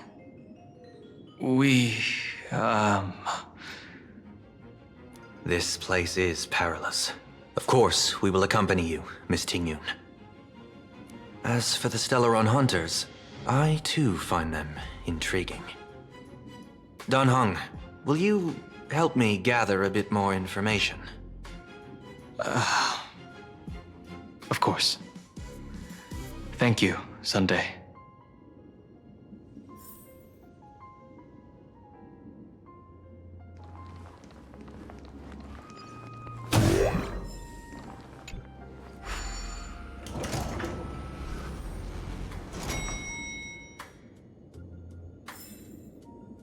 I gotta say, this place is decorated with a touch of style. A gang does not always flaunt brute force. More often, they need to flaunt wealth. Gee, before I even realized, the scenery of Dovebrook became unrecognizable. Back then, who would have imagined Iron Hulks running wild on the streets? Let alone us gang members being treated like vermin. You didn't call us here just to reminisce, did you? Of course not. Please forgive Corstide's rude little test. That narrow-minded fella never understands why young people flock to things that come from other planets. Like Mechatrons, masked heroes, and the Astral Express. What he does not see is that while cosmic novelties are more enticing, big shots that hail from the cosmos are even more fearsome. Wouldn't you agree? You're a clever one, so there's no point in keeping up this charade. We're not Xianzhou's #1 assassins. You knew that already, didn't you? Yeah, I might not live as long as those Xianzhou folks, huh? But I've got a decent eye for sizing people up. You may not be the #1 assassins, right? But your skills surpass even such assassins. So I don't care who you are. I pay good money for a sharp blade. But I don't give a fig about its brand. And where do you intend to use this blade? On the Sinwish Syndicate. What? No, don't get me wrong. I'm not looking for bloodshed. Instead, I intend to perform surgery on the Sinwish Syndicate. Look here. Through certain connections, I secured this mass coagulation. The entry pass to the Eonic game.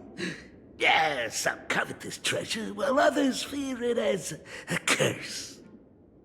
Now, you claim the name of Xianzhou's #1 assassins, huh? So surely you came for this.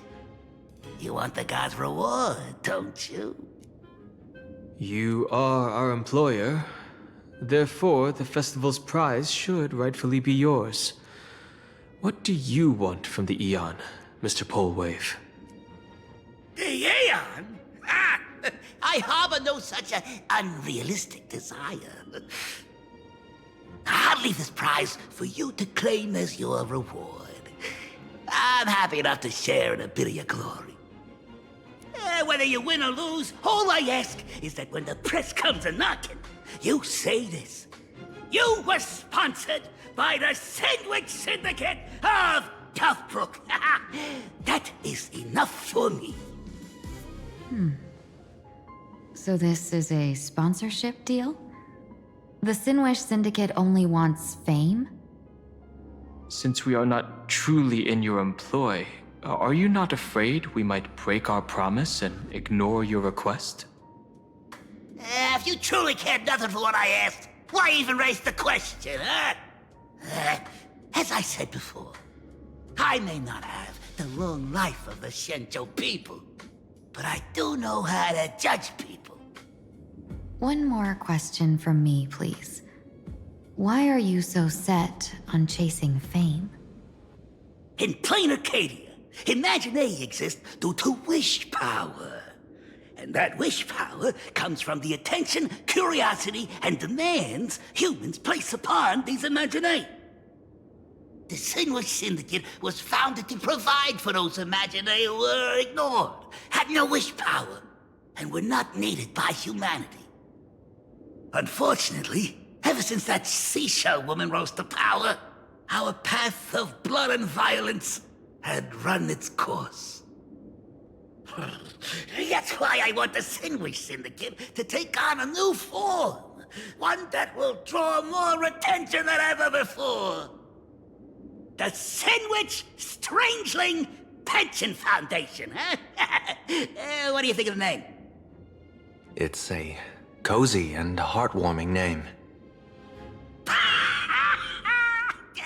So, will the three of you, accept this job?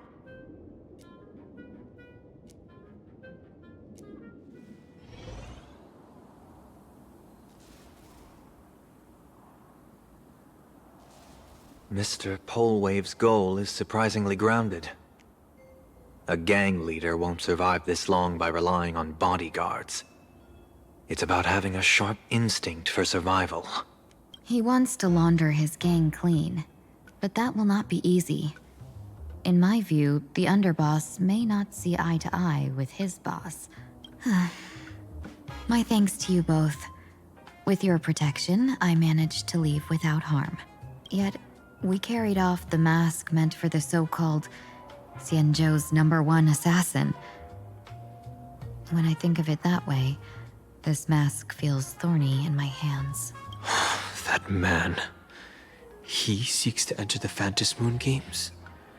What does he plan to do? Whatever his purpose, this matter is grave.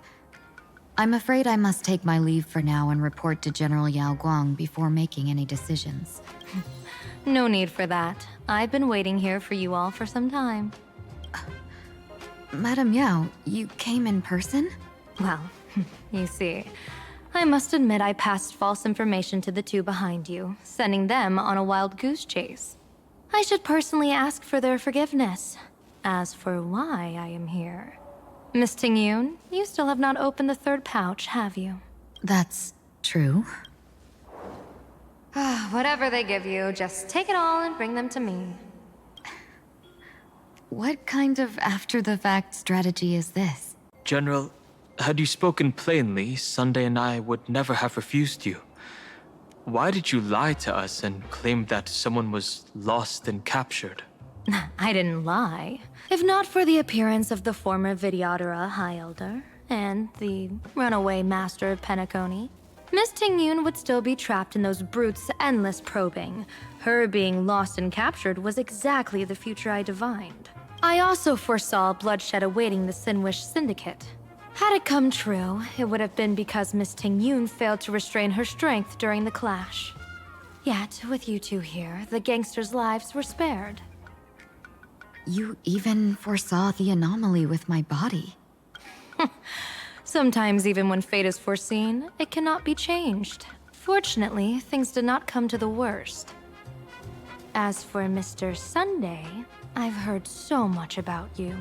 With my 1,000 feathered eyes, I had the privilege of watching the broadcast of your entire god-ascending feat in Penacony from far away. Truly magnificent. Let's not speak of that misstep anymore, General. Rather, we have brought back the mask, as you asked. How do you intend to use it? Surely not just to hold it and block the Stellaron Hunter's entry. That was the plan, but from one cost spring 100 outcomes. Now that the mask is in my hands, there are many possibilities. What do you say about using it to lure Blade here and strike him down together? Or perhaps I could wear the mask myself and personally compete in the Phantom Moon Games. That'd be interesting, right? Each mask used is gone for good. The Stellaron hunters will be left with a real headache. That'd be truly killing two birds with one stone. Madam Yao, this is deadly business. It's no laughing matter. Deadly? Miss Tingyun, that is exactly why I am here. Not to put Blade in his grave, that is. His ties to the Xianzhou have long since frayed. There was no need for me to snatch someone else's assignment and come here only for his sake. Snatch someone else's assignment? So the Xianzhou envoy was supposed to be someone else? To be frank, this journey to Plain Arcadia was meant for Jingyuan, the Divine Foresight. The Luofu Cloud Knights recently returned from the great battle against Iron Tomb, and the honor should have been his. Yet, before his departure, I cast several divinations on all parties involved and received this result.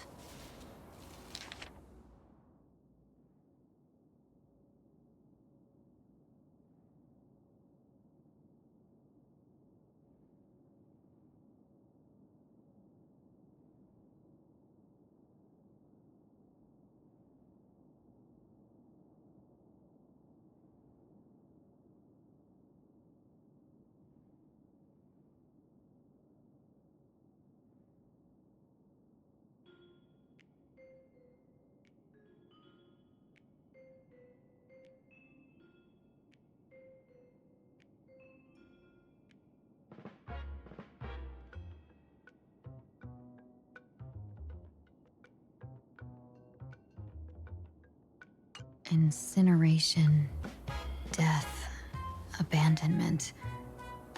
I may not know divination, but even I can tell that there is no good omen. Unfortunately, the two top diviners of the Yuchui and the Luofu, in other words, my junior soror, Fu Xuan, and I, cross-checked each other's extrapolations and came to the same astonishing conclusion. An Arbiter General will fall in this Arcadia of elation. Even so, you're still taking the mission meant for Jingyuan? Yes. I contacted the Marshal and took over the task. I've simply never seen such a bizarre fate and wanted to witness it. Even if it means your death? It's only death. If I can die in these Phantom Moon Games to achieve a moment of godhood, then my death won't have sullied the Xianzhou's honor. Miss Tingyun, hand me the mask.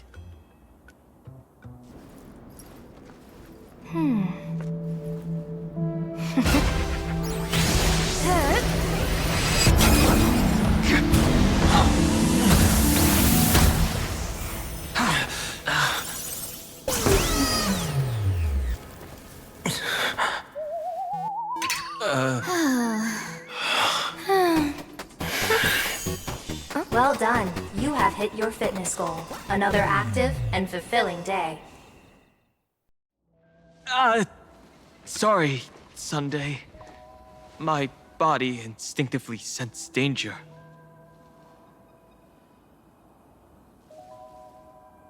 Once the mask for joining the Phantom Moon Games is worn, it binds tightly to the supplicant and manifests the shape of the wearer's soul.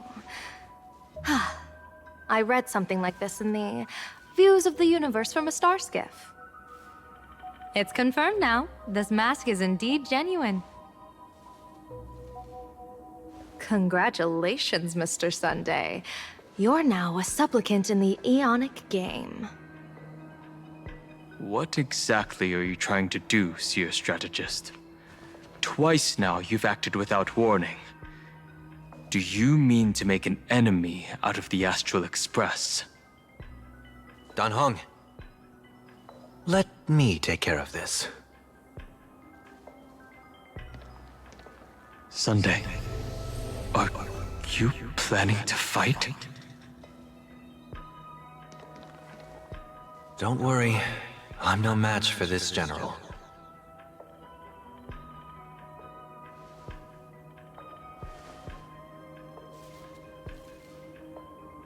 General Yao Guang, how do you pierce my thoughts? I ran a check with my tuning, and there were no signs of any outside intrusion. They say a diviner can't read hearts. I call that the excuse of mediocrity. Mr. Sunday, you're fascinated by the Phantom Moon games. You even wondered, what if I wore this mask, didn't you? You can even divine thoughts like that? No, I'm simply good at seeing using my eyes. Though Mr. Sunday never asked to examine the mask, he's glanced at it at least 3 times since we started the conversation.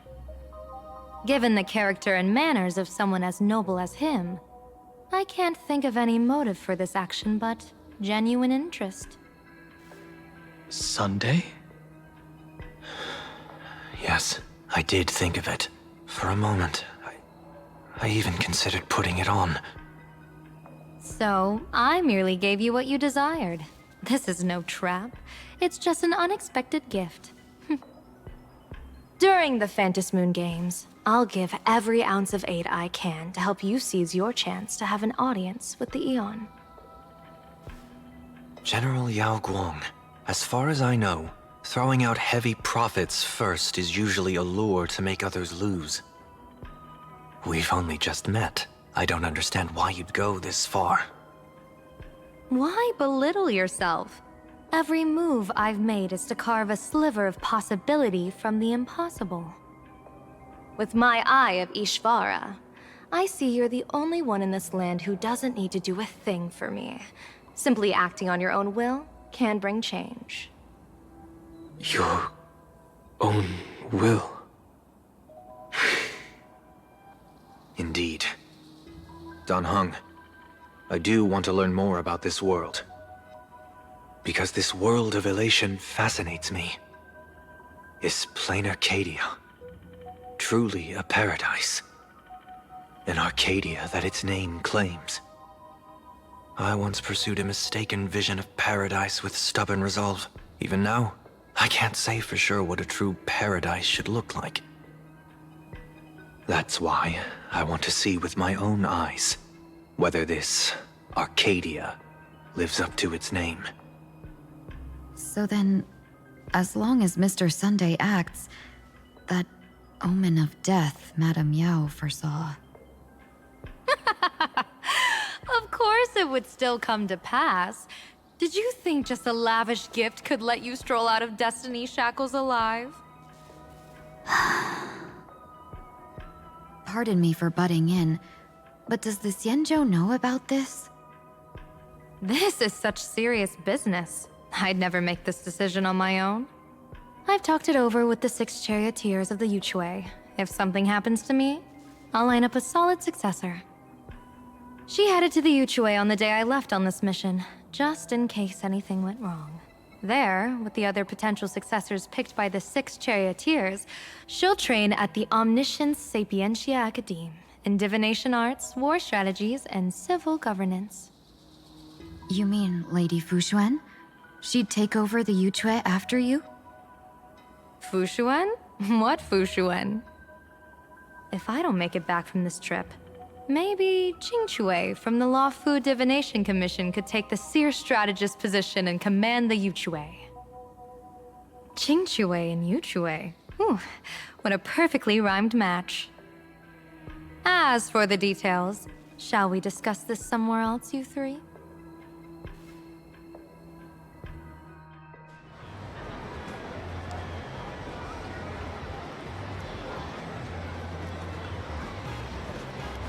Map says the Ashen Detective Agency should be right here.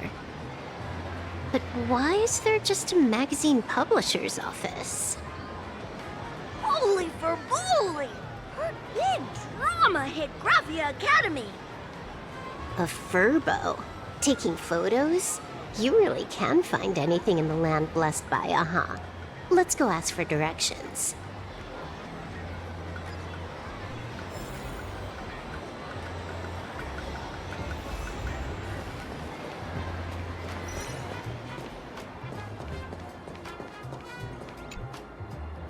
Hey, little furbo. Know if there's an Ashen Detective Agency nearby? Beats me. But if I find 10,000 credits on the ground, I might recall the spot. 10,000 for directions? Fine. Job first.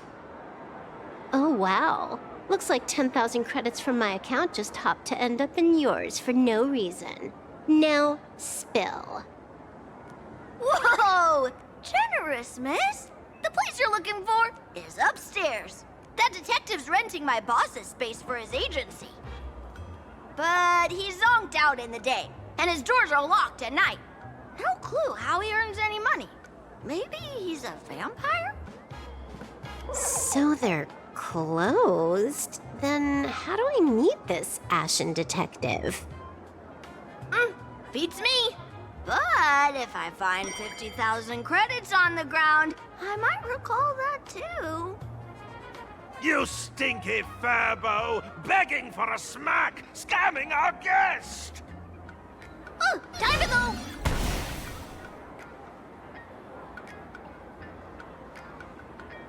Hi, I'm Narrator, receptionist at the Ashen Detective Agency. I'm the assistant of that Mr. Detective. Narrator? What sane person gives their pet that name? That would be the dude upstairs. By the way, that mangy furbo didn't fleece you, right?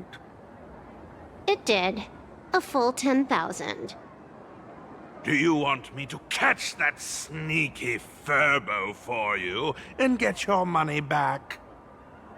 Nah, save your breath. Got it fixed. Money's back in my account, plus the last 26.5 credits from that guy's account balance. Oh, not bad, Punklordian hacker. You seem pretty knowledgeable.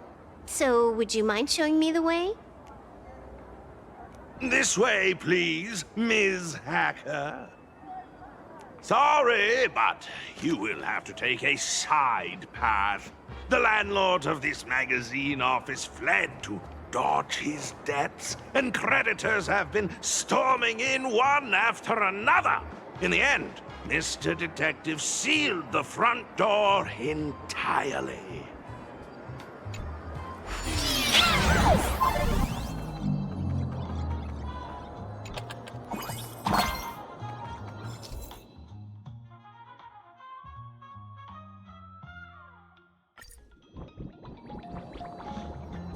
So, there's even a shooting button.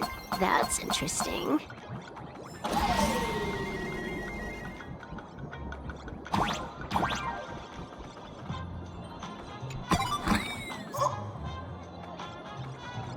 Why are there so many furbos? They're all employees of this magazine company.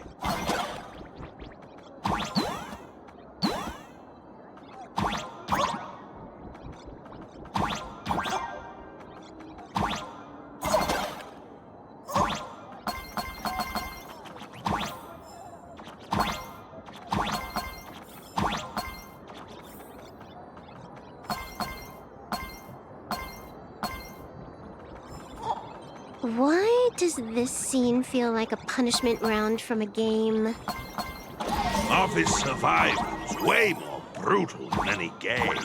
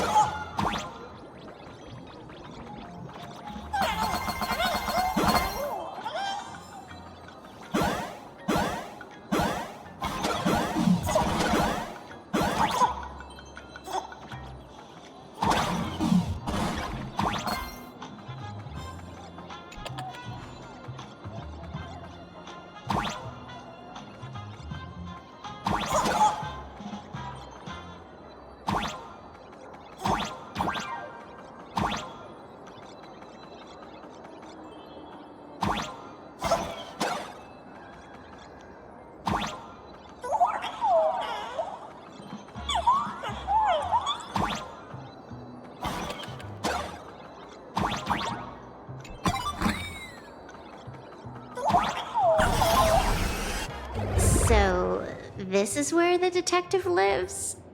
Yes, his office and living quarters are one and the same.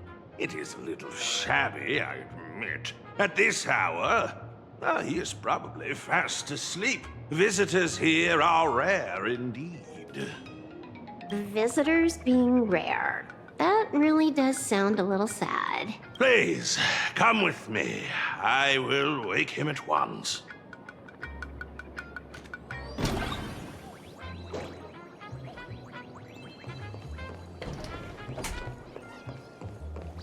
Let's get down to business. I can stroll around later.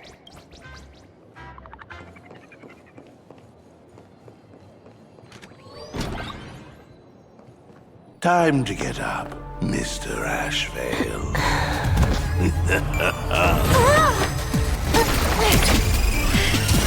How many times do I have to say it? Just leave the delivery at the door. To disturb my sleep? Mr. Ashvale, this lady is not here for food delivery. Oh, then she must be here to kill me. Sadly, not that either. What do you mean, sadly? Not here to deliver food and not here to kill me. How strange. Oh, then you must be a client. You are here to hire me for a case. Your order of guesses is a little heartbreaking. Yes, I am here to commission you. Something has been stolen. Oh, What did you lose? A person, along with an ancient mask that should have been mine. Huh, interesting. Are you here to join the Phantasmoon Games? At that moment, a cloud of suspicion rises in the detective's mind. Who exactly is this girl? Mr. N, stop the voiceover when we're talking business. Oh, stop? You pay me 900 credits an hour plus 2 bananas just for this, don't you? Yes, but at least throw me a few clues while you work. Between a detective and their assistant, at least one of them should know a thing or two about deduction, right? A name flashed through the otherwise empty mind of the detective. This unremarkable-looking girl was, in fact, one of the top 10 most wanted terrorists on the IPC's bounty list, a Stellaron hunter. Kafka! It's Silverwolf! She's Silverwolf! Mr. Ashvale, did you get your head caught in the fridge door or something? I feel like I need to wipe my personal data again. One of the Interastral Peace Corporation's most wanted fugitives with the highest bounties comes to commission a broke detective. Ooh. I have seen plenty of stories like this. So, the next thing would be me getting dragged into a massive conspiracy and forced to run for my life, right? Drop the paranoia. I came to you because I hacked into the Security Bureau's criminal record system. What I found was shocking.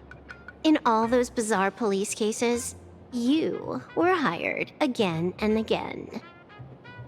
The curious case of the Harmony Sect Communion, the mystery of the Ghost Bullet Worm Express, the serial ghost resurrection incident, the super non-serial locked room murders at Kooky House, you helped solve them all. You may not be the most famous, but you're probably the most capable detective around here, right? Is nothing private anymore. Whatever, tell me, how did you lose your mask? Today was supposed to be our meeting with the Sinwish Syndicate. All right, now let's talk about the commission fee. Excuse me, I haven't even finished my sentence yet. A true great detective can know a case without ever leaving the room. While he sleeps, I gather the intel. We already have the basics about today's fiasco with the Sinwish Syndicate. And those 3 Xianzhou #1 assassins who scammed the mask. Can you handle it? Money is not a problem. Do you take dirty money? Sorry, no dirty money. And please do not withdraw your payment plus the account balance after paying. Oh, then how about this? This is the IPC's turf, right? Turn me in for the bounty. You take the reward, and I bolt afterward. We Stellaron hunters sometimes use that trick to raise funds. Or maybe we could discuss the possibility of taking dirty money? 30 million credits? Pay us after the work's done. Deal. I'll try to get that money over the next few days. Here's my contact info. Update me the moment you have any news. Pay us after the work? When did our office have a rule like that? That rule got made just now. Oh, my dear Mr. N, did you truly want to take dirty money? I have come up with another way to make money. Let me reach out to a certain big shot first. Madam Pearl, I've obtained solid intel. Mr. Ashvale, the chance of you initiating a call at this hour is under 5%. Let me guess. Perhaps you are finally ready to consider my offer. No, I found the trail of the Stellaron hunters. They are here in plain Arcadia, and they even plan to crash the Phantom Moon Games. I can send you her coordinates quietly, without anyone noticing. Quietly, without anyone noticing. The Phantom Moon Games? The moment your IPC chose to speedrun it, it was fated to be more than just a game of fun. And you want me to take part? That is asking a bit much of an old man. Ah, we should have taken that hacker's deal earlier and turned her in for the bounty. An unexpected bonus. So Pearl still has other masks hidden away. That makes things much easier. Seems that listening in on one's partners after wrapping up business is a habit worth keeping. Hey, lady, where are you? Did you find the mask? Not yet, but I've got a new lead. We might have lost one mask, so I just need to find another. Fine.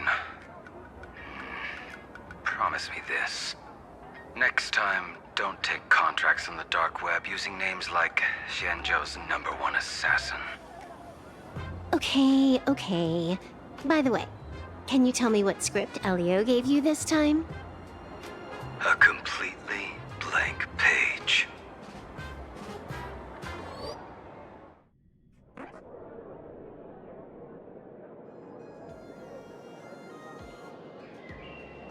So, what you're saying is that this Miss Sparksy, who was originally just a virtual avatar, has now crossed into reality and taken entire school staff and students hostage. I get it. So it's just a typical case of the idiogenerative imagine phenomenon. Yeah, you could say that, according to the old superstition. Modern science believes that when something receives excessive attention, it would suddenly gain life and becomes an imagine due to the accumulation of too much wish power. What kind of modern science is that supposed to be? Plain Arcadia's modern science, of course.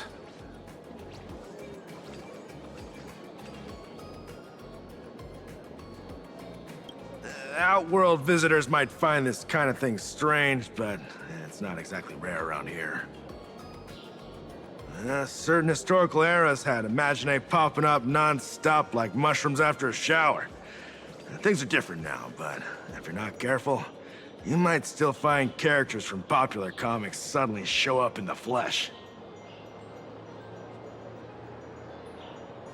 Sorry. Used a bit of jargon there. Idiogenitive here means something born of chance and circumstance. These imaginae arise from incidental events. That's quite different from progenitive imaginae, which reproduce by having artists draw their offspring. Heading out? Where to? Oh, you mean going to Graphia Academy to arrest this illegal imaginae? We can't. I just received notice from the Department of Aberration Defense. The first supplicant of these Phantasmoon games has revealed herself, and she's none other than Miss Sparksy, the one you mentioned.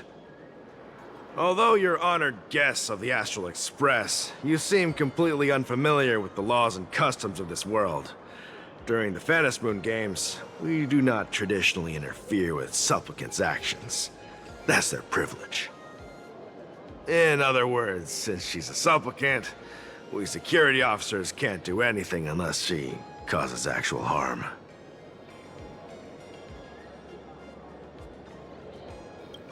You say she took a school hostage, but the intel I have says otherwise. Oh, right. The news broadcast is about to start. Care to watch? Hello, everyone! Welcome to Full Wish TV's special news segment, Arcadian Morning Report. I'm your host, Poofy. Hi, everyone! I'm your host, Snowy!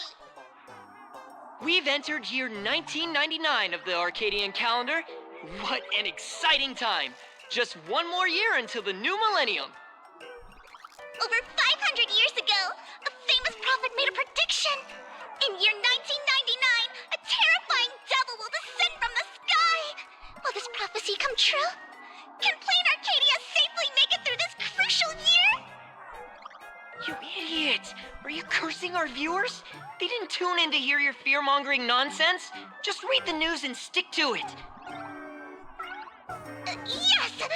Incredibly, after just 15 years, the Phantasmoon is full again, and the time for the Phantasmoon Games is upon us once more. Surely a blessing from the master relation upon us, Arcadia! Which supplicants will appear in these Phantasmoon games? And what mind-blowing miracles will they bring to everyone? With permission from the Department of Aberration Defense, we'll be following and reporting on the Phantasmoon games from start to finish. Just now, the first masked supplicant has appeared. How intriguing! Who are they, and where did they come from? Let's take a look. Wow! Internet-famous streamer Miss Sparksy announced 2 hours ago that she's donning a mask to become a supplicant! The Department of Aberration Defense has confirmed the news is authentic! As an idiogenitive imaginae, Miss Sparksy's birth wasn't approved by the Department of Aberration Defense. But that hardly matters at this point. What sort of miracle does this live streamer plan to produce during the Phantasmoon games? Let's switch over to her stream and see.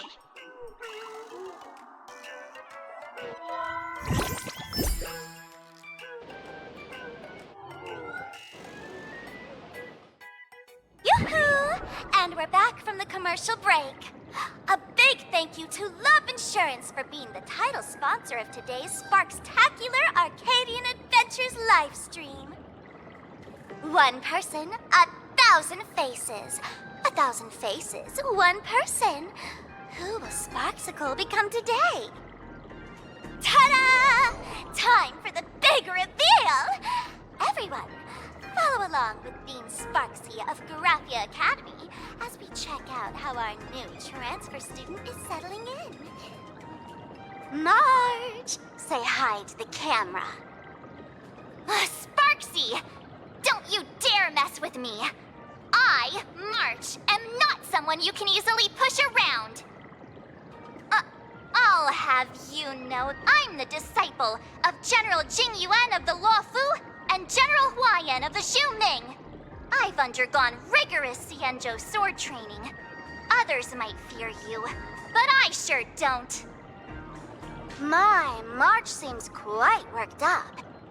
Is it because she's a bit nervous about her first live interview? All right then. Now, let me interview my colleague, Mr. Yang.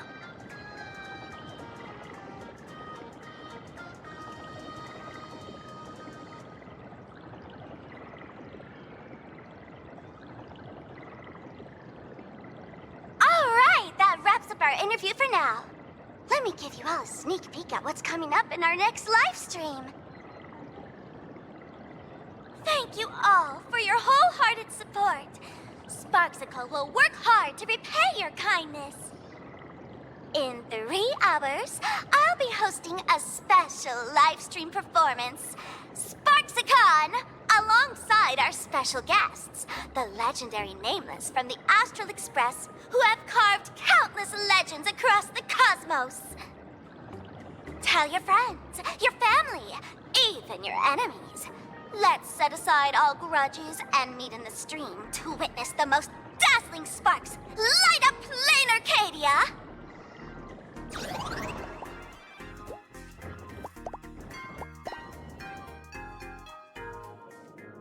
Now, see, Miss Sparksy was just doing a program with your friend. It's fine, really.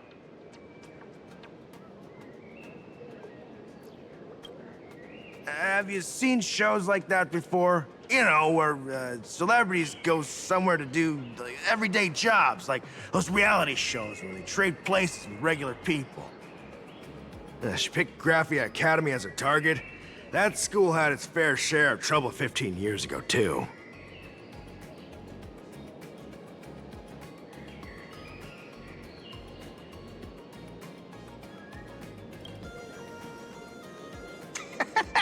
So these are the Nameless of the Astral Express? That's hilarious! I heard they're supposed to be great heroes who saved other worlds, but look at them now! Switching to comedy in a heartbeat.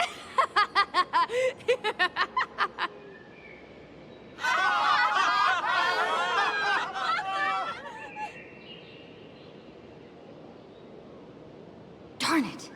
Soon the whole of Plain Arcadia will be saying Sparksy caught the Astral Express crew in one go, and made us the butt of jokes. Our reputation would also turn into her trophy. Oh, right. Please keep this Phantom Moon Games emergency response guide safe. Some sections in it might come in handy.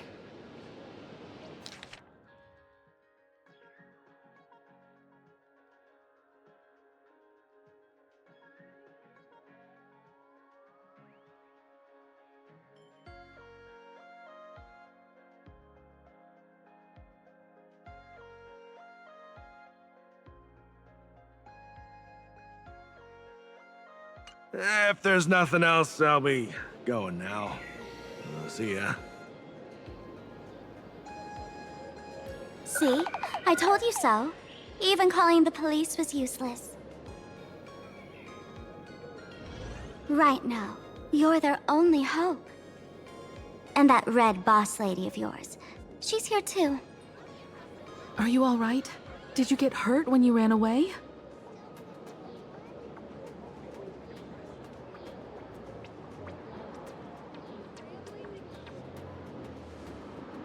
So, March and Welt are both trapped in Graphia Academy now?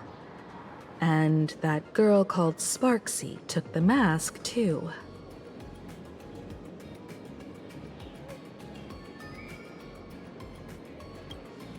No, it's not your fault. I underestimated the complexity of the situation behind these games. Coming back to my homeland was meant to be a relaxing vacation for everyone. And I also wanted you and March to experience the atmosphere of elation in this world. Throughout the history of the Phantom Moon Games, there have been many instances of cooperation between supplicants. But this time, forces from across the cosmos have turned this into their own high-stakes poker table. Rather than honoring the elation, these players are far more eager to savor victory for themselves, itching to knock everyone else out of the game. Sparksy is one such troublemaker.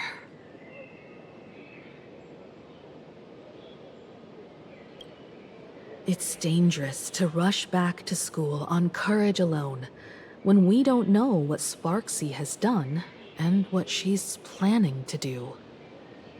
For every supplicant, There are 3 key acts that must be completed once the Phantom Moon Games begin. The roll call, the miracle, and the promotion. Sparksy has completed the roll call. She took the mask and declared her entry into the games, drawing everyone's attention to the news that the first supplicant has appeared. Next, she must strive to make a miracle happen, bear the people's wishes, and answer with a great feat. If I'm not mistaken, Sparksy is waiting for us to walk right into her trap. For her, there couldn't be a better opponent than the Astral Express for this first battle between supplicants. What could be more earth-shattering than defeating a renowned cosmic hero on a battlefield of her own meticulous design? So here's the question, Sparkle. Based on what you know about this imposter, what's her real agenda for joining the games? Simply toying with and defeating the Express crew alone won't be enough. What kind of world-shaking miracle is she after? Sure, she's a fake. But she's still a fake of Miss Sparkle. Guessing won't get us far. If you ask me, we should check out the tavern. Might find some leads there. The Masked Fool's headquarters. The World's End Tavern. That's right.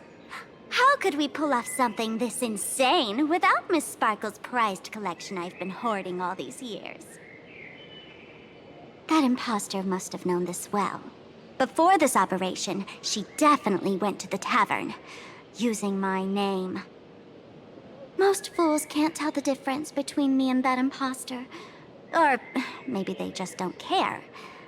But if we can find out who I talked to and which treasures I stole from my collection of items, we'll naturally figure out what that imposter is up to. That's a good plan, but I can't let you act alone. Can you take both of us into the tavern? Take this business card. The address of the tavern is printed on it. However, you'll have to find your own way to the tavern. That's been the rule since it was established, and there's nothing I can do about it. Since there's still time, I'll head out first. You two can come over when you're ready.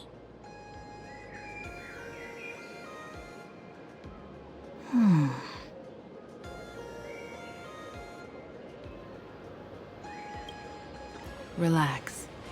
To step into the elation's right, what you need the most is ease. Don't dance to your enemy's tune. Find your own rhythm. Now it's our turn to set the steps.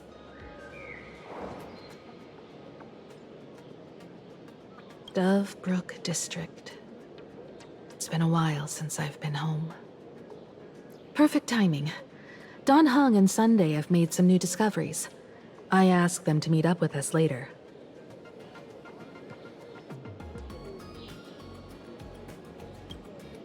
Don't get your hopes up too high. Looks like this vacation trip has gone right back to our usual trouble magnet mode. Now this is the kind of vacation the Nameless just has to savor.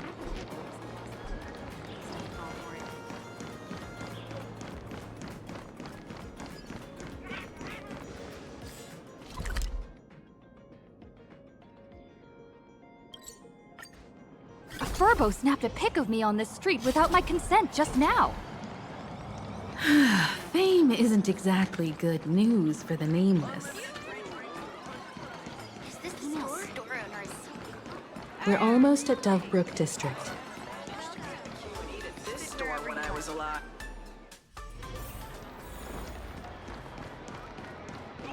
Quite a bustling district. Is this really where Himiko lived back then? It's been 15 years since I've been back. I wonder what's become of these houses now. If they're being rented out, or if they've been sold off already. Perhaps they've become like the Graphia family. Nothing but empty shells of their former glory. Let's go. Stay safe on the road.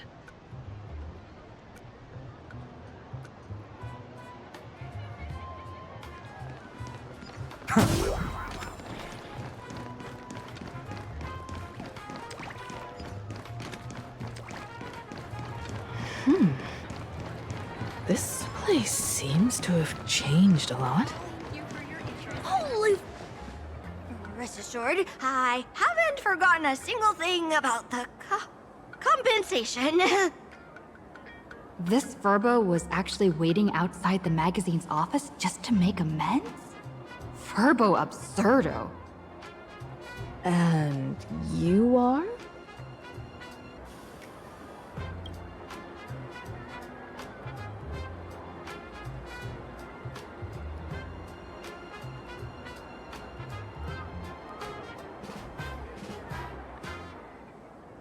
Would you mind coming into our magazine office to talk? Let's discuss compensation, shall we?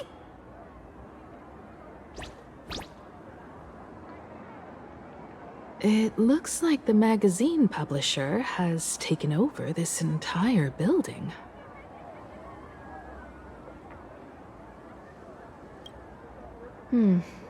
Strictly speaking, the entire street where this building stands belongs to my family's estate.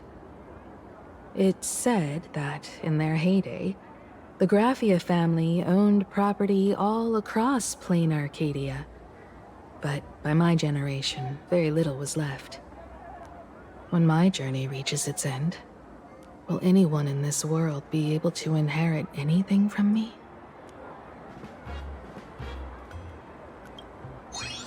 Silly child. What nonsense are you talking about? Come, let's go inside the magazine office and see what this little Furbo is up to.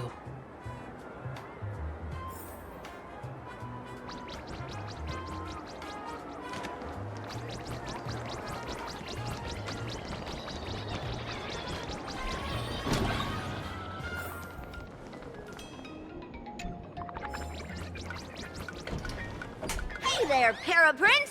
I brought quite an impressive creditor to visit you. Beep beep. Debt collector signal detected. I'm out of here. Don't run! It's the Great Raccoon from the Astral Express! Furbos and raccoons. We're all one big family. Beep boop. Family or not, you're all just here to collect debts, aren't you?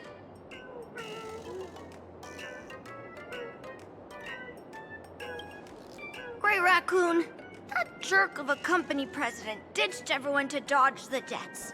We brothers haven't gotten paid in months. As you can see from our sorry state, even if you sold us all for Furbo Hot Pot, you wouldn't get much money back. But I've got a plan. We can work together for some mutual Raccoon Furbo benefits. After all, Furbobo Weekly does have quite a readership. Right now, the hottest news in all of Plain Arcadia is the arrival of the Astral Express. Once you become the company president, Great Raccoon, Furbobo Weekly can go full throttle for you, becoming the Express's exclusive media outlet, churning out a string of hot scoops. In no time, Furbobo Weekly will be the #1 gossip magazine. We won't have to worry about our salaries, and Great Raccoon won't have to worry about compensation.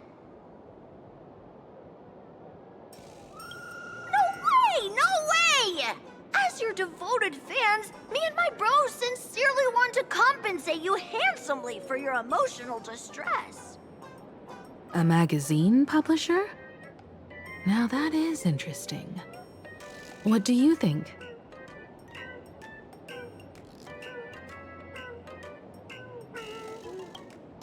I knew you wouldn't pass up an opportunity like this. These Furbos may be crafty and full of tricks, but they can definitely help us out. A media outlet working for you, and a network of informants who can run around everywhere? Having a logistics team like that during the Phantasmoon Games would come with many perks. And best of all, they're free.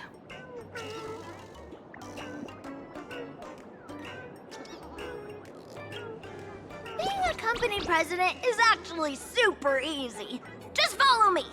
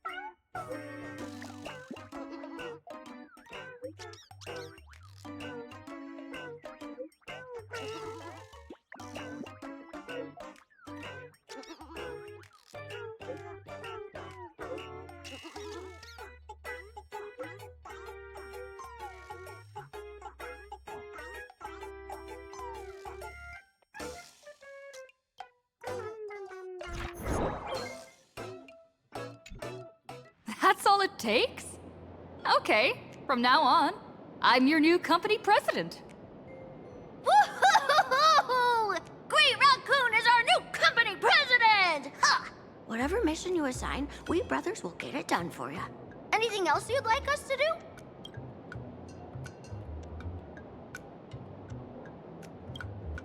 In return, make sure you create some big news stories.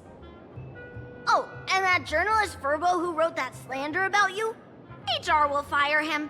We don't need an employee around here who's got beef with the company president.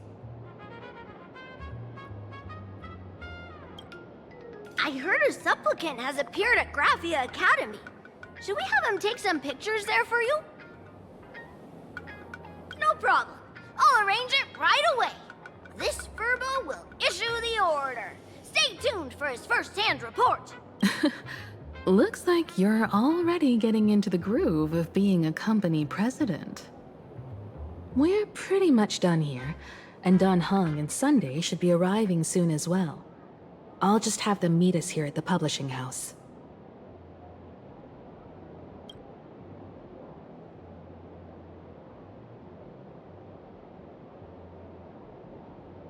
Miss Himiko, we're here.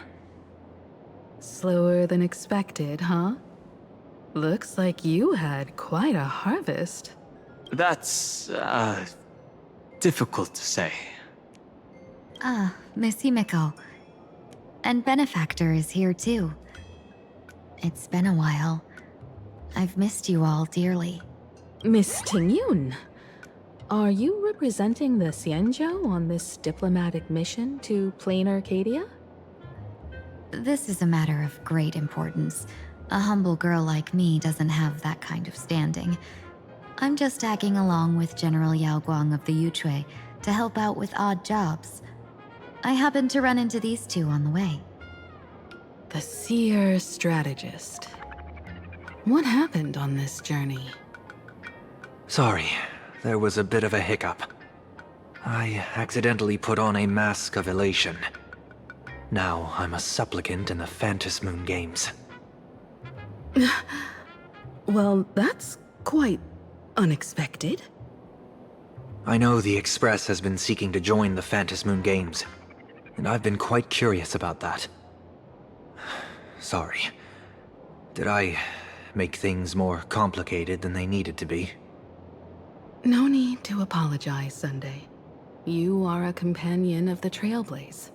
No Nameless would ever stop a companion from finding their own path. Many thanks. But wait, did you just say accidentally? It's a long story. I'm afraid we'll have to wait for General Yao Guang to explain it herself. She was with us just now, but somehow disappeared without a trace. Madame Yao is always like this. She probably disappeared suddenly to deal with something urgent. This Seer Strategist is just as elusive as the rumors say. Should we wait for her? No need. I wouldn't dare impose. The tides of fate shifted. I had to delay my steps to arrive at the proper time. I asked for your understanding. Oh my. Counting me, we make exactly 6. Let me do some calculations. Your fortune in the coming days looks grim. You'd better watch out. Wheel. Makes sense. You got what you wanted today. The fates spell danger. This matter is most likely connected to that blade. Ah, the little fox's misfortune has overflowed into good luck. She's blessed with constant good fortune, a true harbinger of prosperity. Huh. That's weird. I can't see yours. So, you're that trailblazer Fuxuan mentioned. Your reputation precedes you, Seer Strategist. I'm Himeko, navigator of the Astral Express. Whatever's on your mind, you can discuss it with me. My sincerest apologies. When a diviner encounters someone whose fate is unfathomable, we can't help but feel 3 parts excited, 3 parts flustered, 3 parts curious, and 1 part awestruck. What do you mean by unfathomable? My eye of Ishvara can scan the aura of fortune surrounding each of you, manifesting as weal or woe signs above your foreheads. I'd like to divine your fortunes as a welcome gift. However, this person really surprised me. I can't see anything from her at all. Are you really free to try any choice? To do anything you want? Does an Ishvara like you actually exist in this world?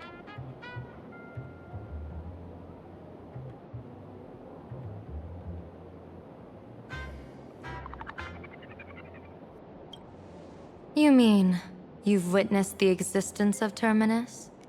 But that doesn't mean your life has entered the finality, does it? What do you think this means, General? As an Ishvara, their mere presence in the playfield creates a variable in the game. It's both a blessing and a curse. As I said before, the weal and woe of us six align with the 6 lines of divination. If she represents woe, then the hexagram falls to water, where dangers lurk above and below, spelling doom. If she brings weal, then the hexagram shifts between wind and water, presenting a great opportunity to strike. Auspicious. So, the fate of our journey in plain Arcadia rests on her decision.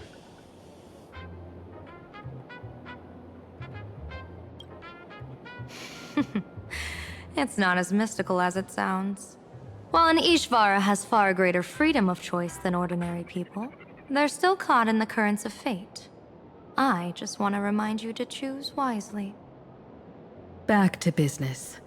I take it you're not just here to read our fortunes? I am here to greet everyone, to apologize to the Express Navigator for my previous indiscretions, and to borrow someone from you.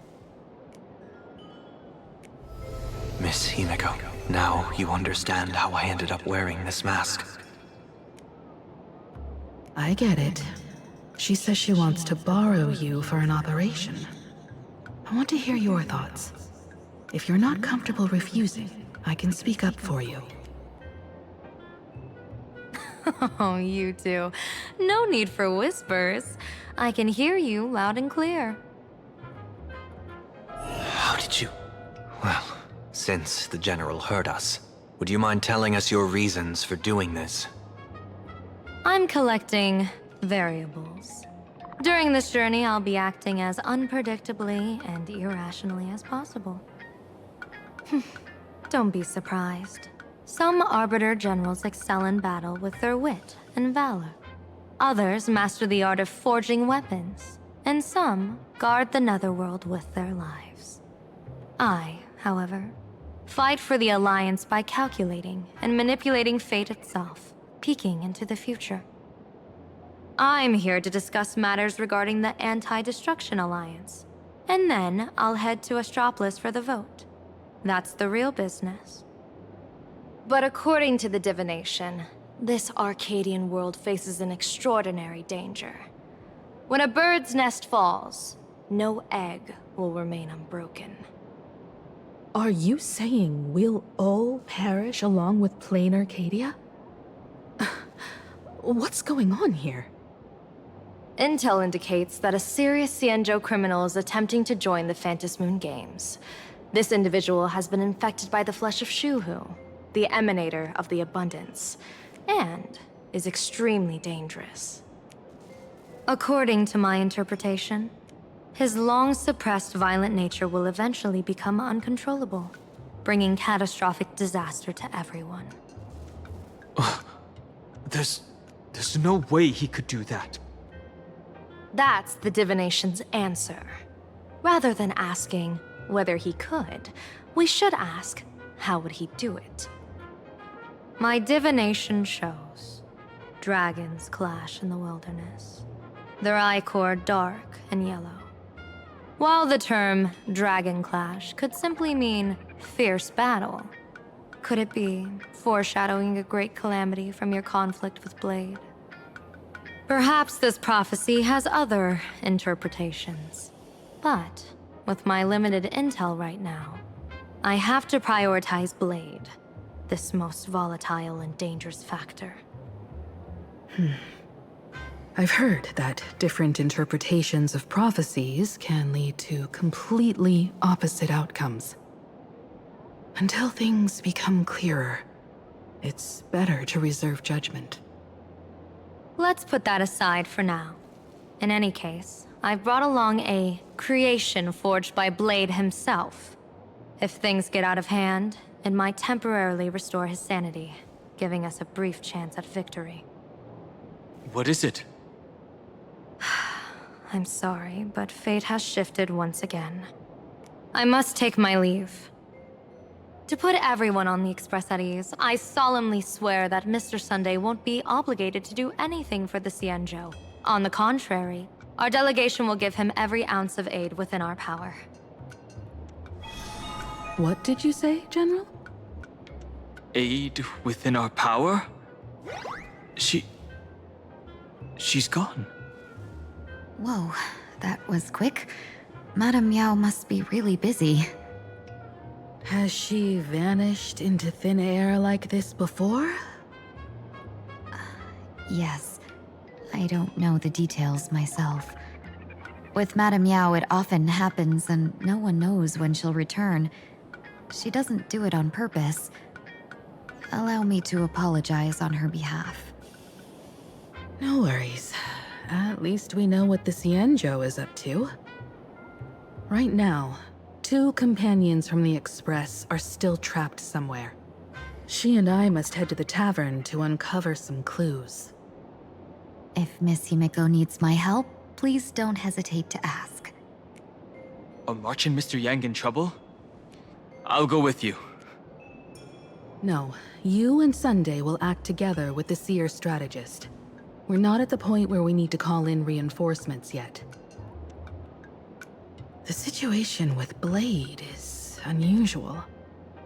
That Seer strategist's concerns aren't just baseless worries. I don't want to see the Phantasmoon games bring catastrophe to my homeland. So this is also my request. To put it in the General's words, please do your best to introduce new variables.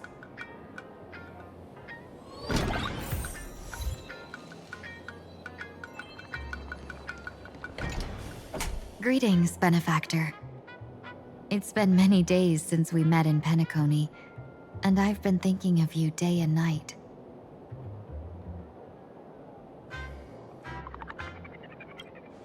Thank you for your concern. I'm doing well. Though my skills are meager, Madame Yao praised my resolve to kill my enemies, saying that was just the variable she sought. That's why she assigned me to temporarily serve under her command for this expedition. And look at that. It's brought us back together again. What fortune. I wished I could travel with you longer back in Penacony, Benefactor. After all, I've yet to reclaim the opportunities Phantilia stole from me. Hard to say. Like the divinations she casts, she's a riddle shrouded in fog. Apart from the ever-absent Patina Justice, she's likely the most mysterious of the Arbiter Generals.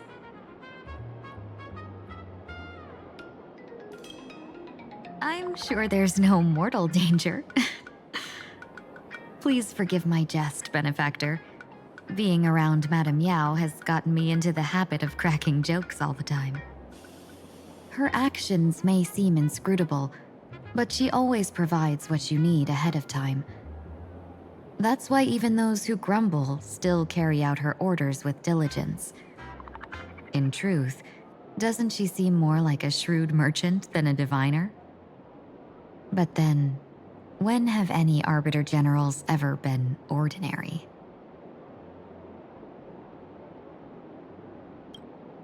Don't go back on your word, Benefactor. We can find a local bar and share a drink while we chat. Madame Yao instructed me to meet her at our agreed spot if she disappears. It's growing late, so I'll take my leave now.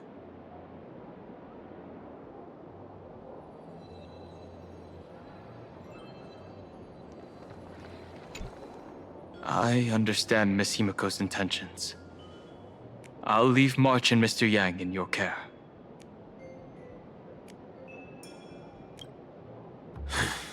Blade's appearance means the Stellaron hunters are also on the move in this world. From everything we've seen, this mission to Plain Arcadia is of the utmost importance. I will accompany General Yao Guang to uncover the Stellaron hunters' schemes. Whatever happens this time, I hope it won't put any of you in danger. I'll do my best to make sure of that. What? Those two are trapped in the school, forced to become a student and teacher? And the security officers are turning a blind eye to all this? Though March and Mr. Yang don't seem in mortal danger for now, who knows what Sparksy is plotting. The longer we delay, the worse it could get. Better to rescue them as soon as possible. The Phantom Moon Games. What a bizarre ceremony. What does this type of elation really mean for the people of this place? Why would AHA promote such a game?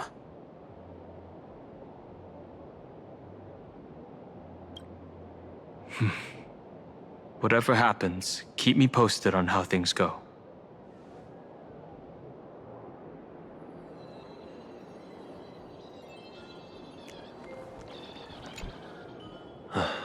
Mask of elation can reflect the shape of one's soul.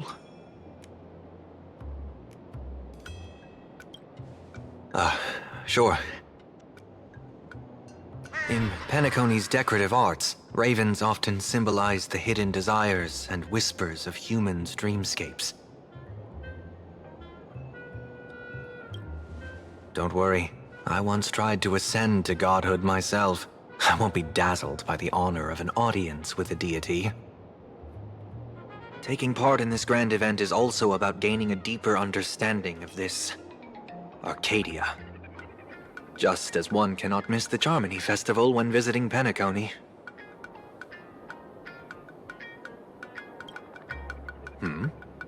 There's no rule saying that supplicants of the Phantom Moon Games have to fight each other, right? On the contrary, for the elation, shouldn't laughter be a resonance that comes from within each other's hearts?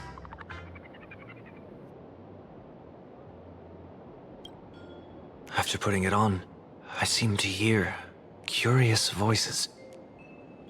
The mask whispers to me, urging me to show my elation to the god, to create miracles that will make the people of the Arcadia laugh with joy.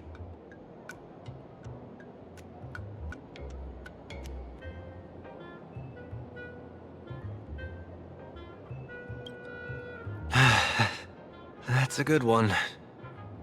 When that general, Yao Guang, shows up again, I should discuss our collaboration plans with her. Good luck.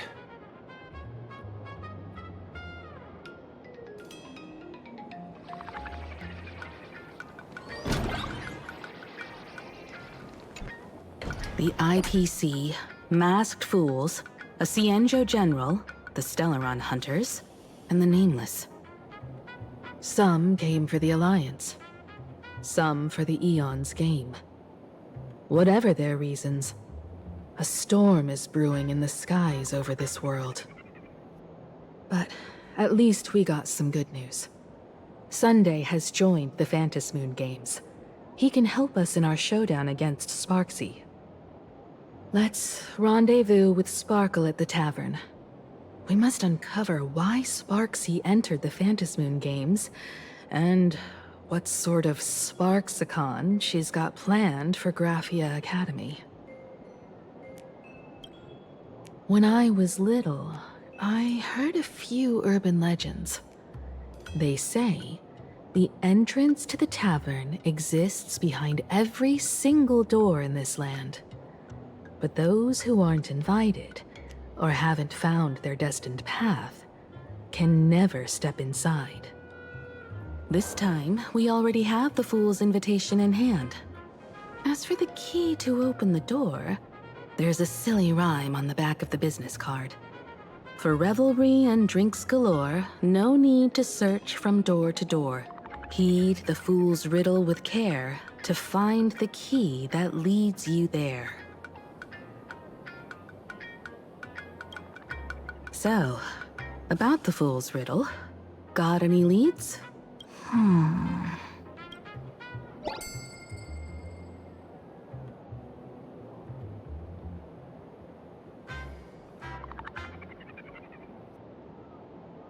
Whether they look up or down, the moon that humanity gazes upon in the sky is always the same Phantom Moon. Looking up makes sense. But looking down, how exactly do you gaze at the sky?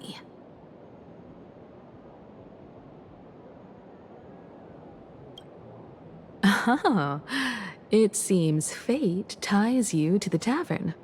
I get it now. The answer is Dovebrook.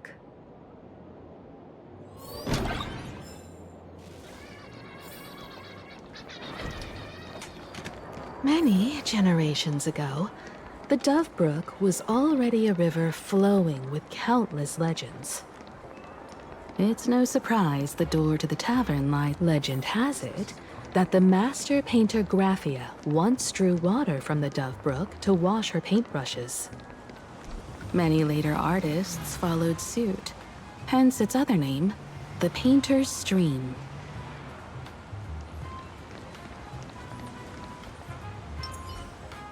A day of peaceful. A will of metal and stone. Looking at Dovebrook's scenery. Memories from my student days just come flooding back. They're not exactly interesting memories. Back then, Dovebrook District was teeming with gangs.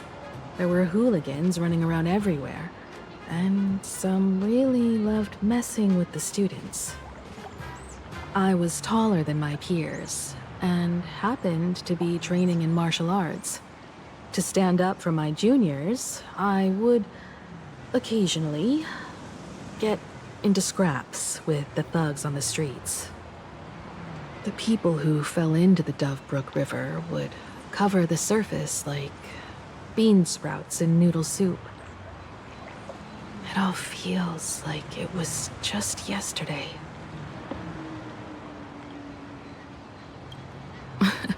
Sometimes the thugs fell in. Other times, I took the plunge myself. Back then, I was a bundle of restless energy.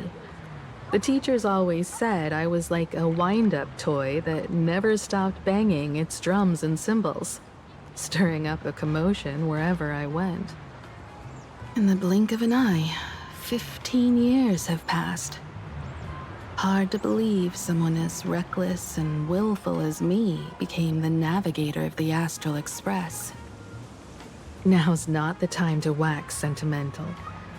We've reached the banks of the Dovebrook. So, where's the tavern entrance hidden?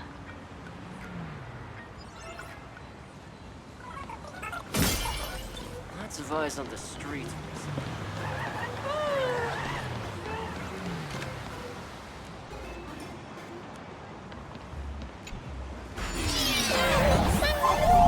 According to the business card, the tavern is near the Sinwish Syndicate headquarters. Let's check the other side of the river.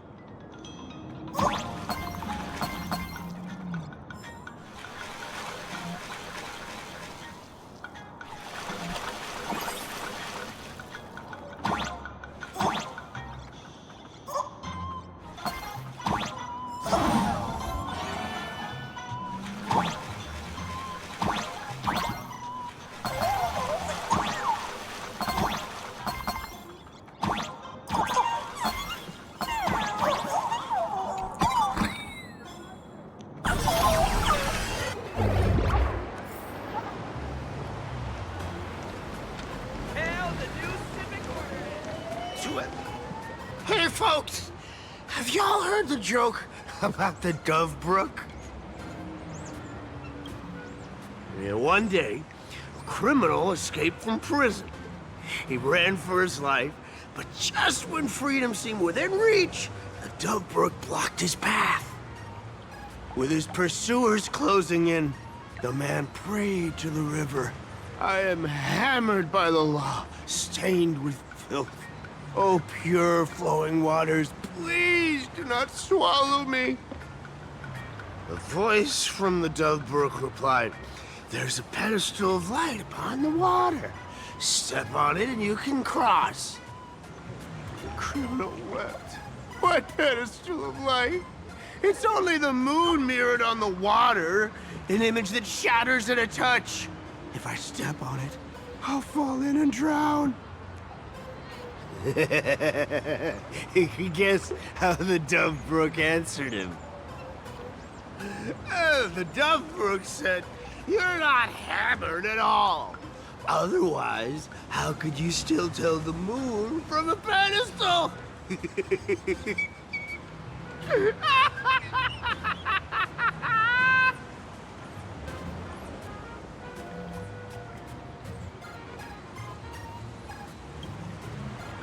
It's fine.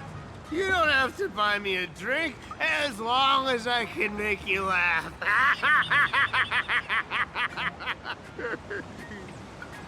That joke sounds like a hint. Could he be a fool from the tavern? Maybe if we find the fragile moon he mentioned, we'll find the way into the tavern. The moon's reflection. So fragile it shatters at a touch.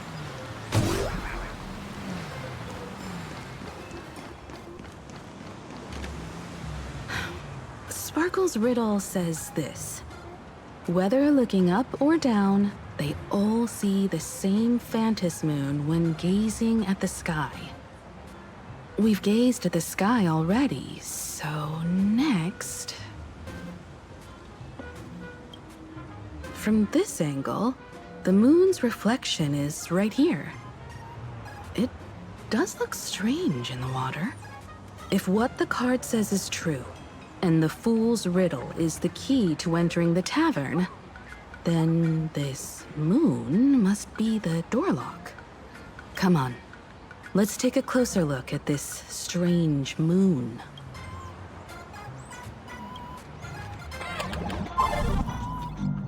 Keep going. Chase that moon's reflection.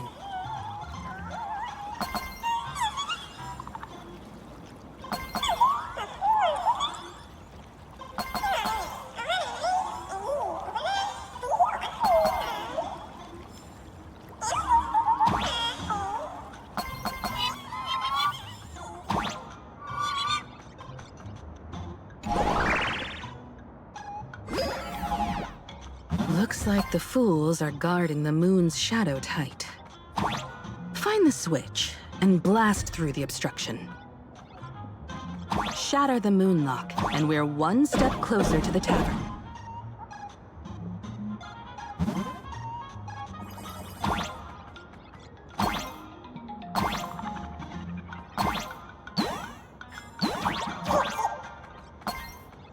Let's try again.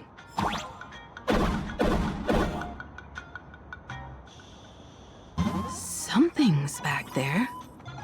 Is that a key?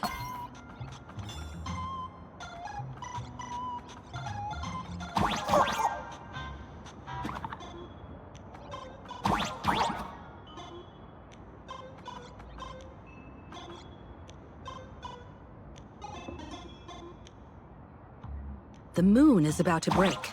Let's try again. The key has dissolved into the water. The water's surface is about to change.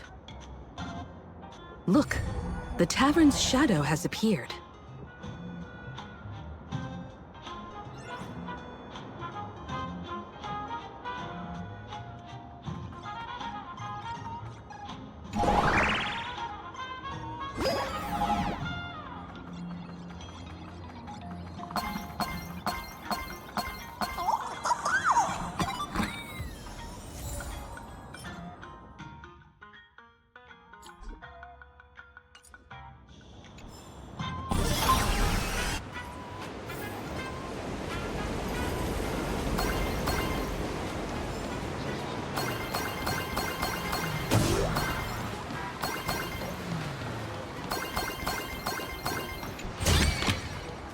Is this also a blessing of the Trailblaze? If we follow this path ahead, we should reach the tavern.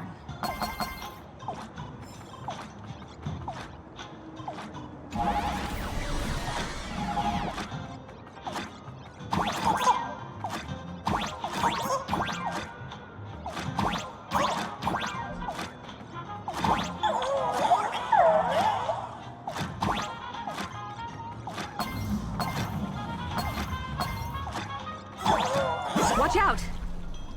I almost forgot. You're a full-fledged Trailblazer now.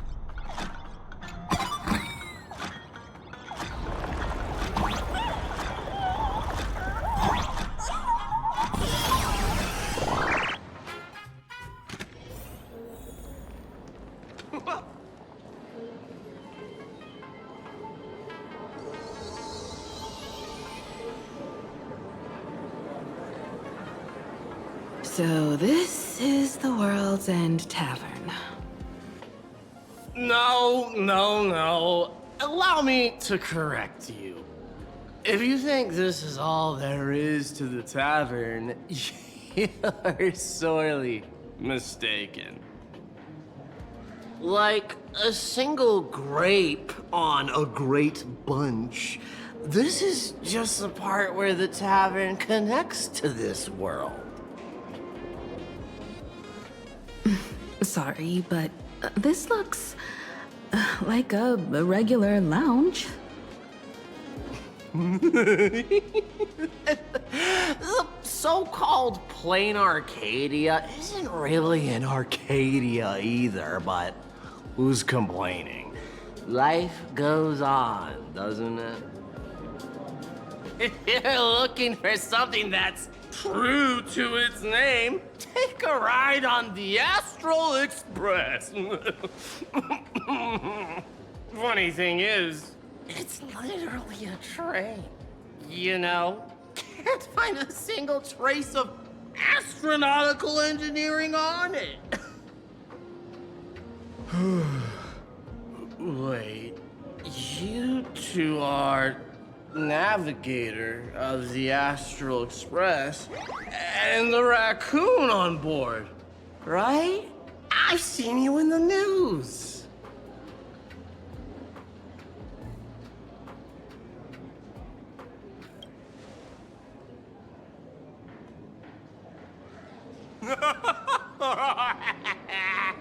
Friends, a big shot is here. A real knee slapper incoming. Really? From the Express? You're not so freaking way enthusiast, are you? Express folks come to the tavern too? Do they even have a sense of humor? Hey, can I get your autograph? Sorry, the sole of my foot. I'll never wash it again. Everyone, curb your curiosity. These two are my guests. Even the most mischievous among you should know when to stop and mind your manners. Well, if it isn't Little Sparkle. We've all heard your joke. Take the mask from a masked fool, and what's left but a fool?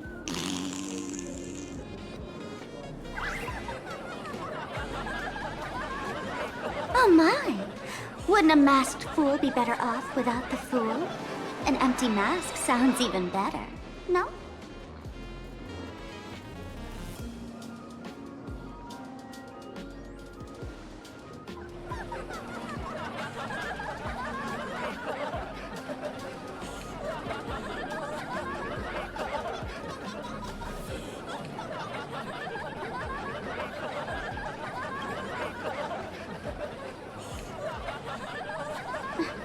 Put him on mute for 2 hours. If no one flushes him down the golden confessional, he'll be back to hassle me again in 2 hours.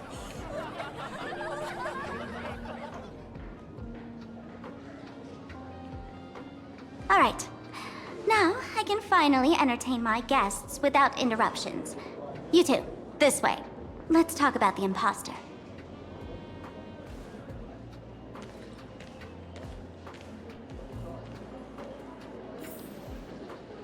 left to your heart's content.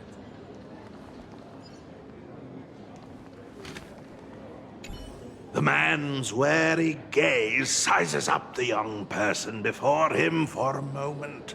He offers a slight nod in greeting. Your curious gaze circles him. Is that thing by his side a talking monkey?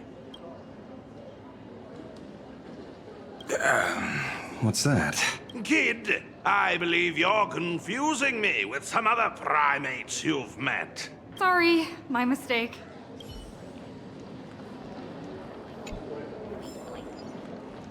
I'm still underage. I can't touch the terrible jokes. Give me the same old. All right, you two. First round's on me. What'll it be?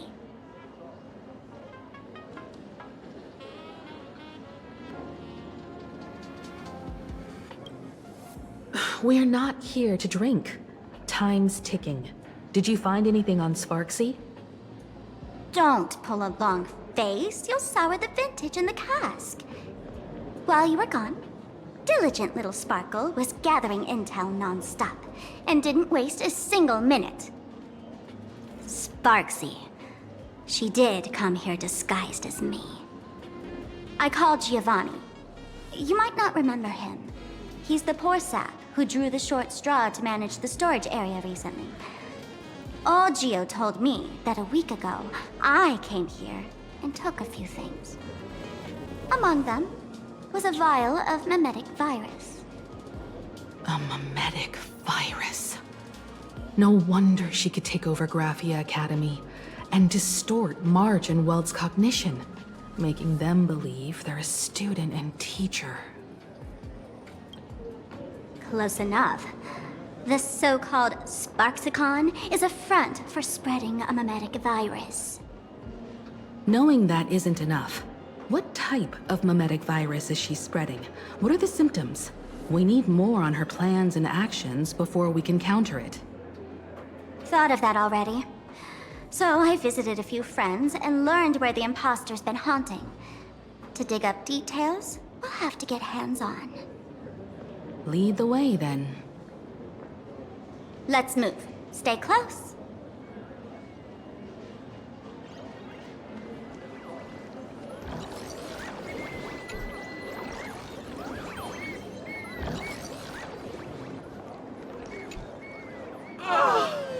Abandon all despair, ye who enter.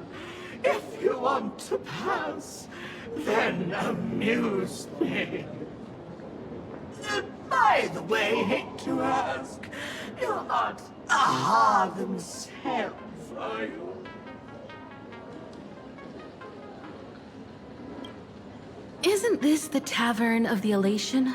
Don't you welcome the laughter, gracing you with their presence? You're wrong. It's not that they are unwelcome. See that? The fools put up a sign over there. Aha and mourning actors stay clear from the door. Stay clear! Ridiculous as it sounds, it's true. After 666 invitations to Aha went unanswered, the younger fools voted to expel the laughter from the path of elation. Oh, I get it. It's like students expelling a teacher from a classroom. The action is meaningless. The message is loud and clear, though. All right, Mr. Doorway. I assure you that none of us three is Aha, and none is a mourning actor. Oh, it's Sparkle. Is it really Sparkle? It's not someone else pretending to be Sparkle. I can't tell, and I don't care. Listen up, gray-haired lass. If you want me to open, pay the toll with saying a joke. I've been waiting for the one joke that can cure my melancholy. Now, amuse me.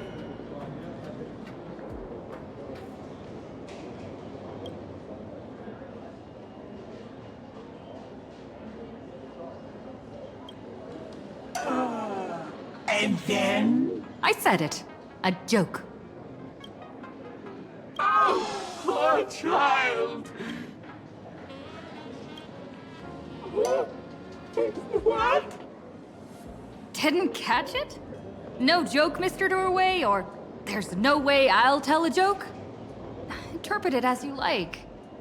By Akaveli above.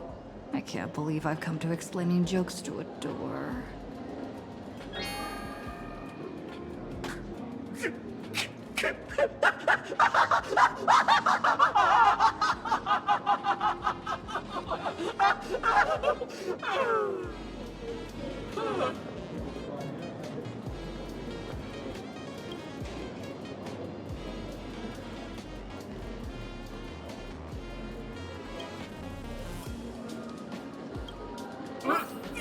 What are you going to do?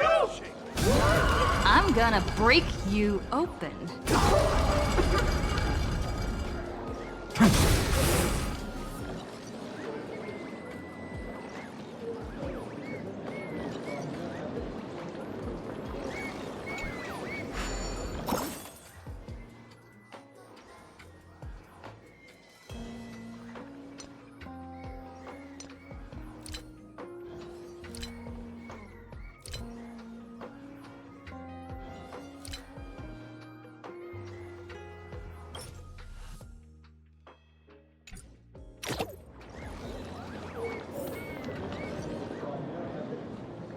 Didn't expect you to have the pull to get me into the tavern. As expected of a detective's assistant.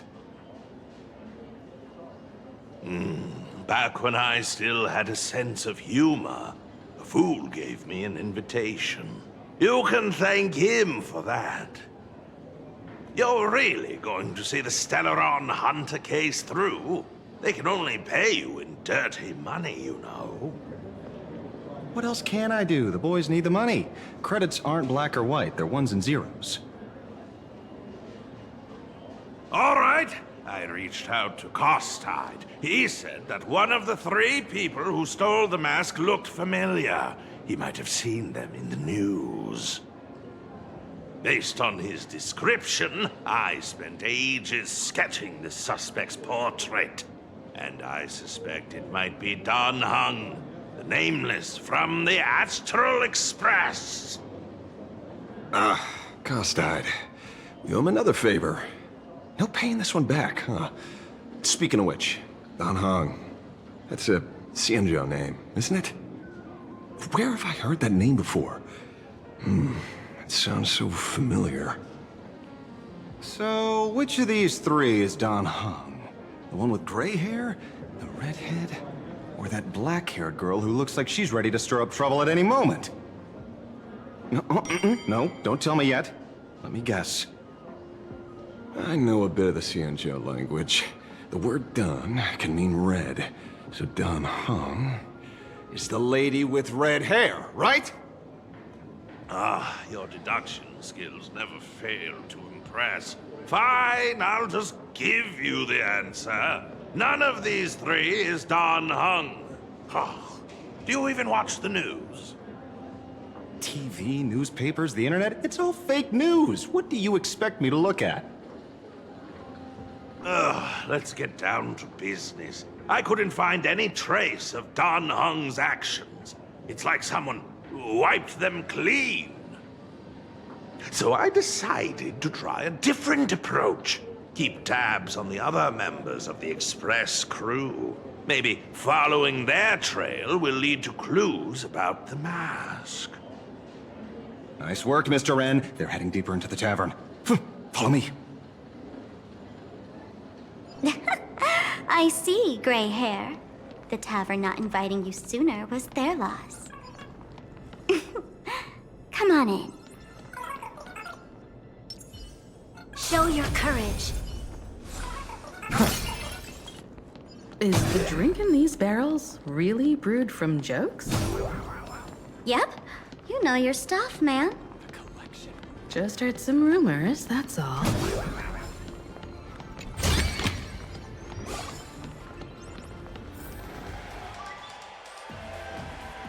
Where's this? Ta-da! Welcome to the dazzling lights of the Bliss Star. The heart of the tavern, Plain Arcadia's dazzling dance floor. There are some tasteless masked fools who consider this place the secret to keeping the laughter going. If life's cruel, don't beg for fairness. Dance! Shake away that sadness until it's all well mixed with the joy in your body.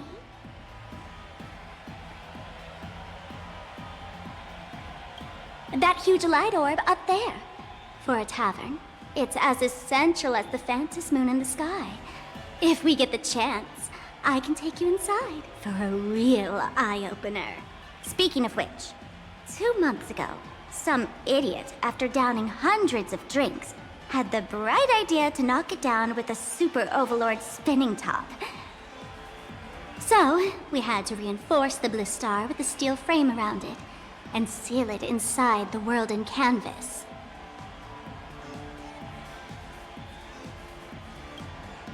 You know how the masked fools are. Spiking drinks with hot sauce and tossing firecrackers down the toilet. Being a drinksmith is a tough gig. No one volunteers. Since Braji vanished, the fools have been drawing lots to take turns as temporary drinksmiths. This fool you're talking about. It wouldn't happen to be Sparksy, would it? If it were, I'd already be tied to that light orb as the scapegoat. Anyway, the next stop is the Golden Confessional. The eyewitness says Sparksy was there. The Golden Confessional? What kind of place is that? A place where you can let go of all your worries. Well, words won't do it justice. Let's go see it for yourself.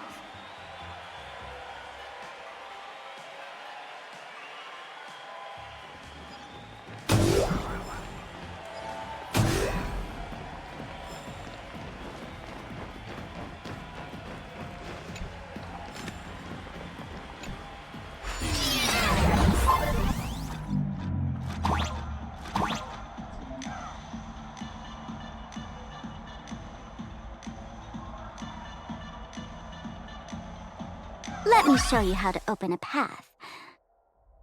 Play according to the sheet music, and the path will naturally open up.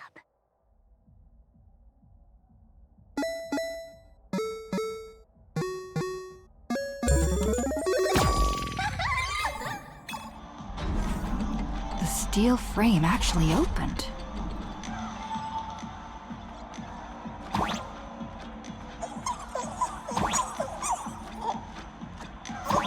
The Wispay here actually changed color with the lights. Just another night at the tavern. Fun, right?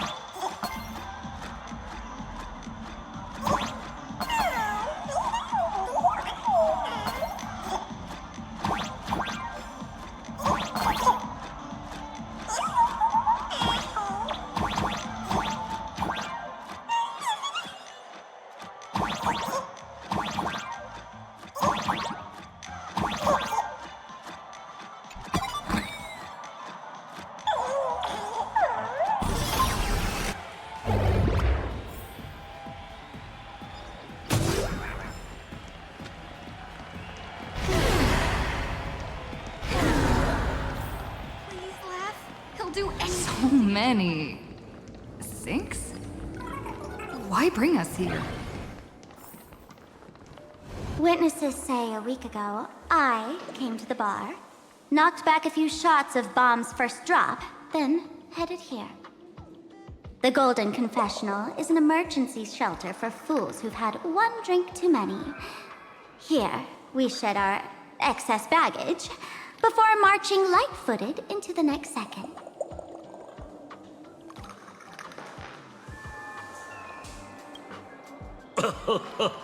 Oh, well, well. Looks like old Sampo's become the king without a crown.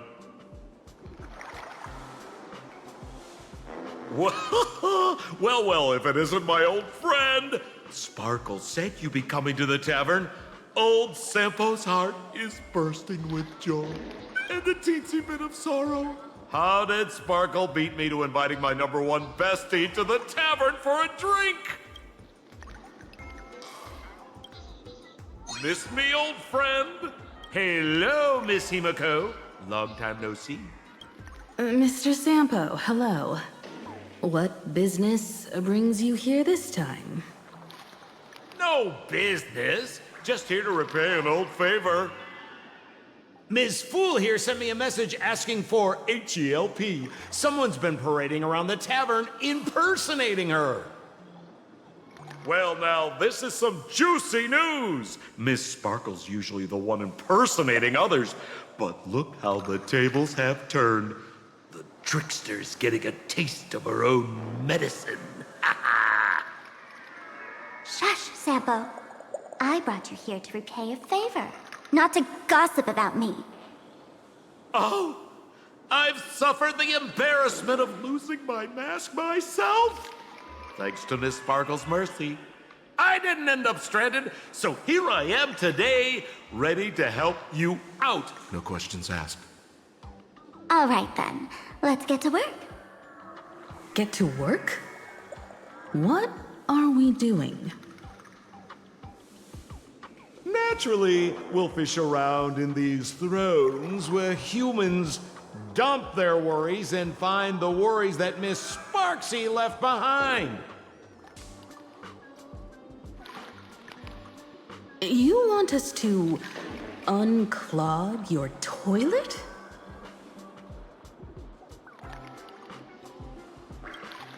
Don't be too shocked, you two. Let me share a little secret about how we masked fools stay mentally healthy. Drink a mood lifter like Bomb's First Drop, and all the harmful memoria in your body, you know, the pain, the worries, gets purged in one go. That's how fools pull pranks and have a blast without a shred of guilt. So, all that memoria has settled under this bathroom. And you want to sift through it to find Sparksy's worries and catch her thoughts before she acts? If luck's on our side, maybe we'll even dig up the secret to beating her. What's wrong, ma'am? You don't look so hot. I've got no objection to the task, but doing this barehanded, I refuse. Oh, don't worry. When has old Sampo ever come unprepared? Trust me, I won't let you get off that easy. Emotional impact drill. Oh, sorry. Wrong gadget. Oh, this one. Hey, have you heard of a dowsing rod? Well, forget it. I'll spare you the theory. Oh, I tuned the drill bit to resonate with Sparkle's temperament. It'll drill out memoria fountains with similar emotions. But fair warning, use it carefully. It's been a week since Sparksy was here. Keep your guard up in case something else comes bursting out.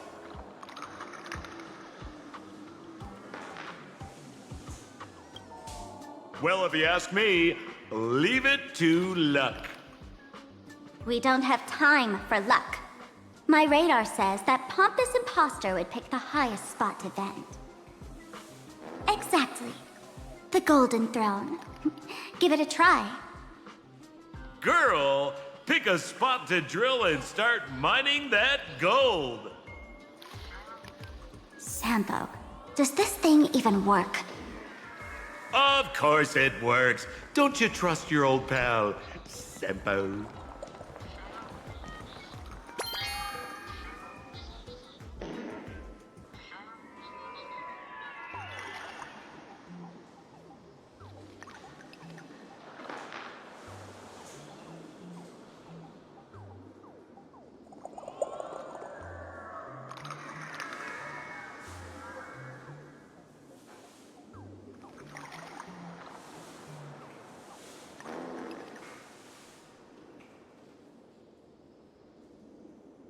Sampo, how did you get up there just now?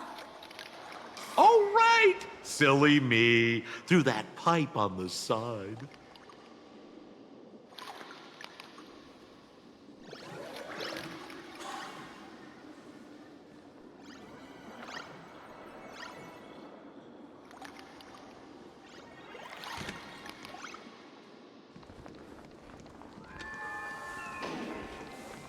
La la land noodles. Have a bladder competition?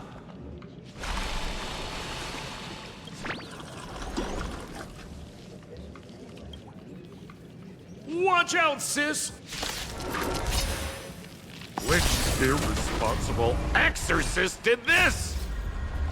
The tavern sewer system is not a dump.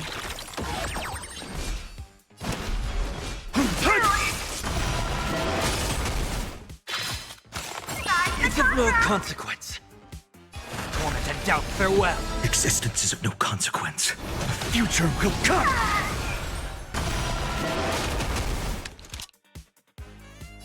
Lend me your strength. No other choice for tomorrow. Are we gonna have a bladder? Amphorius will welcome the true dawn.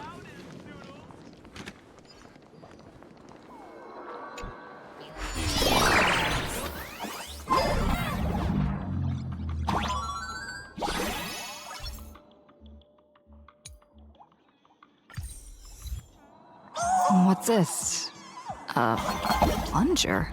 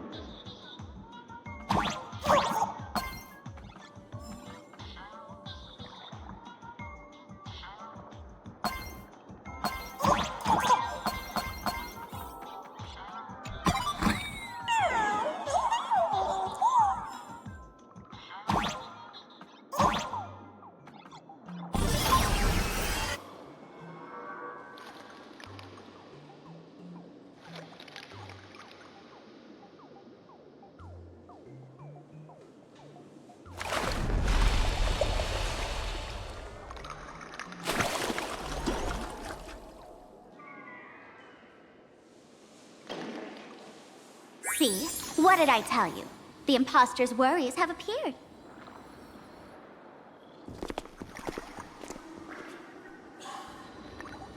What a rare sight. Sparksicle used to always connect with everyone online. But now, for the first time, she's meeting her fans through the sewer network. Sorry, but we're your haters. Come clean now. What are you planning to do with that mimetic virus you stole? Use Sparksicon as a front to turn everyone into mindless zombies or dancing monkeys? How could I ever harm my dearest, most beloved fans? You took an entire school of teachers and students hostage and turned them into your puppets to help you enter the Phantasmoon games. You're going to argue that you did it all for them? Of course I did. From the very first day I was created, I've been doing exactly what my creator asked of me.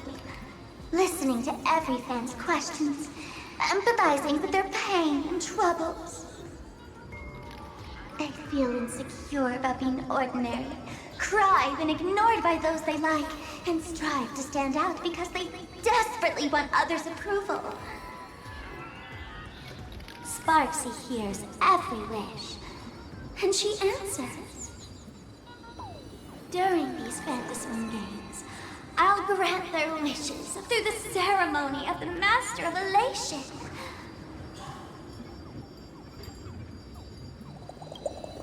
No. choice. The choice to become me. Because deep down, every one of them longs to become Sparksy. To wear this dazzling mask, capture the internet's attention, and bask in praise. You must have heard that saying. In the future, everyone gets their 15 minutes of fame. Now, that moment has come. Sparksicon will turn every spectator into me!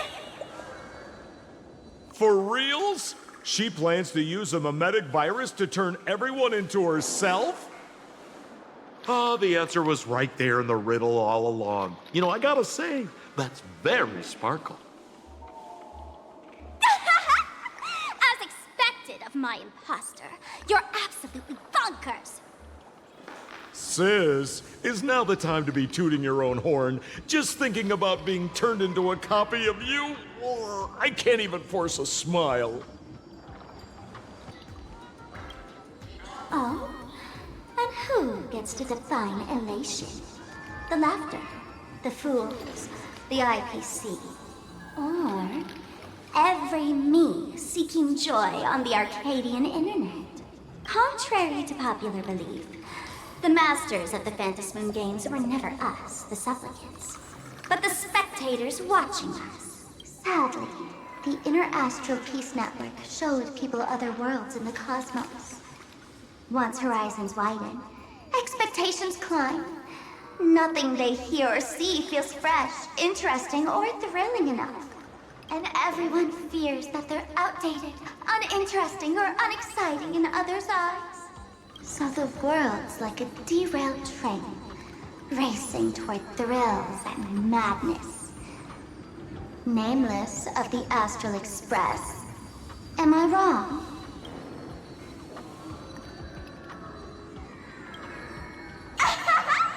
Bingo! You got it. I'm a part of her. Wherever there's a screen, wherever my audience is, my eyes and ears will be there too. I want to see how far you in this outdated model can go. The harder you struggle, the more spectacular it'll be when I live stream the Astral Express cruise derailment at Sparksicon! I'm looking forward to your resistance, Nameless. Oh, heads up, everyone! She's getting serious.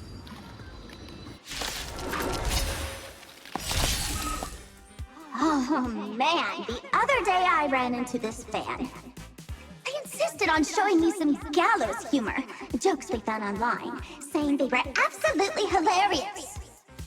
But all he did was show me a video of someone being killed by the Antimatter Legion, then burst out laughing. Come, let's all enjoy this gallows humor together!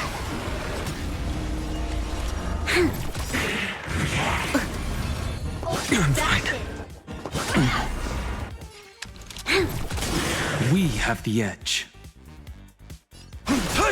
Dragons, soaring above the lands. This is permanence! Seek and you shall receive. In this, I will watch over you and guide you on your path. A future will come. We've entered the storm. To guard and defend, crush them!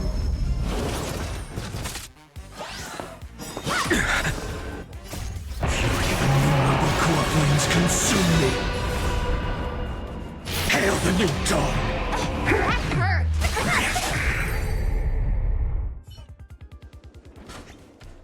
Listen, Sparkle. You only asked me to do your dirty work, but you never said anything about being your thug. You owe me compensation for emotional damage. Everyone's going to become me soon. Sampo, crawl out of your money pit for a moment, will you? To think, plain Arcadia's elation would end up like this. Back when I still lived in this place, the internet was just for sharing information. live streaming and virtual idols. We'd never even heard of them. Coming back now feels like stepping into a foreign land. Like returning home, only to find home isn't where it used to be. It's just madness wrapped in a cheerful shell. She's convinced that we'll be powerless to stop her plan, even if we know what it is. But I'm not ready to roll over just yet. I know. Even I don't want to turn into that phony's lookalike. Though, we're not that different. Since the fools stash dangerous things like memetic viruses in the tavern, I assume they must have also prepared some countermeasures? Ma'am, you give us fools too much credit. This is the tavern, not the well-ordered Herta space station. But I do know a place. With some luck, we might find a memetic virus cleanup expert. All right. Now that you folks have a lead and no shortage of fighting spirit, old Sempo's calling it a day. The Astral Express always has a way of handling crises, doesn't it? With big shots here, a sidekick like me doesn't need to steal the spotlight. Oh, if you run into trouble, you can always ring old Sempo then. I'll even give you folks a special discount, sort of. Well then, farewell, everyone. So, where are we heading next? Let's check out Fatal Joke. Fatal Joke? What kind of place is that?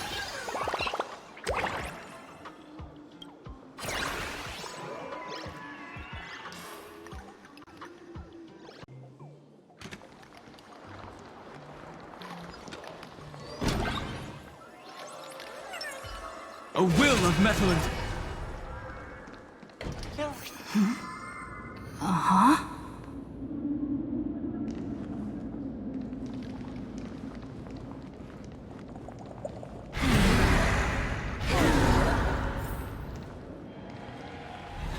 This place feels more like a maze than a tavern. Well, it is a space-time maze, after all.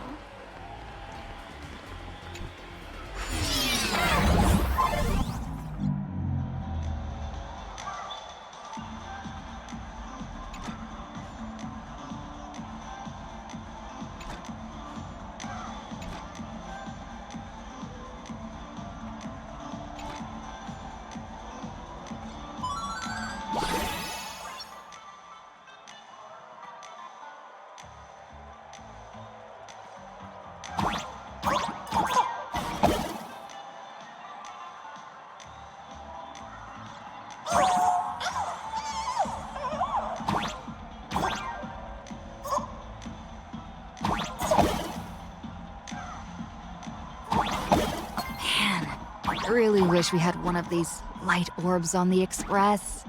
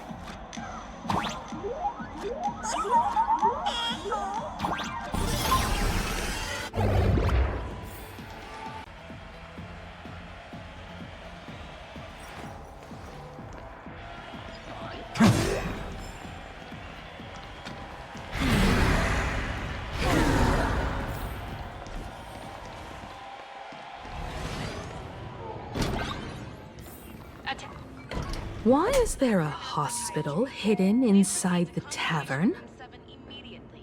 We're one player short for a card game. Thank you. Well, because those who can become fools are all a bit sick in the head.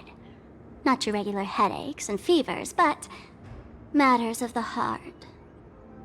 every time someone goes bonkers and stirs up trouble in the tavern, like scattering nosewalker parasite ticks in every corner, or spiking the beer barrels with truth serum that makes people spew insults. For each time the whole place goes topsy-turvy, there's always some fool who, in the spirit of elation, volunteers to treat them. Yep, they get sent right here to Fatal Joke. Strange. Why isn't there even a fake doctor around today?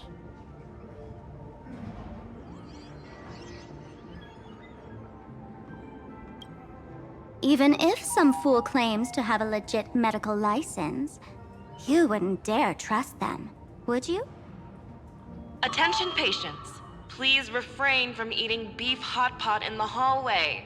If you wish to dine, please invite the hospital director to join you. Thank you. Would Dr. Hartman from Plastic Surgery please report to the director's office immediately? This hospital doesn't even have a plastic surgery department. Who on earth are you? Dr. Zhongshan from Mental Health Care, please report to Exam Room 1. We're one player short for cards. Thank you. Is this a theater or a hospital? Alert. Patient detected ahead. Patient detected ahead. Please line up in an orderly fashion for registration and wait for the doctor to begin consultations. Patient number 01, Akavilli. Is there a Miss Akavilli? Miss Akavilli, diagnosed with Stellaron symptoms per the records. Are you present? Please proceed to exam room 1. They called you by name, Miss Akavilli. You might as well go take a look.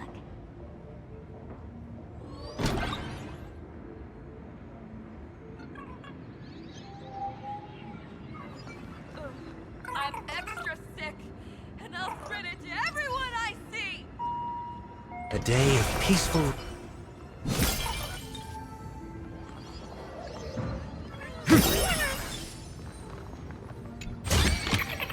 I've appraised it all. No fakes. So funny if you were Mr. not funny. David Day in Ward 4, please complete your discharge procedures as... You're finally back, Akivilli. I've reviewed your clinical records. Your Stellaron symptoms are stable. Continued observation will suffice.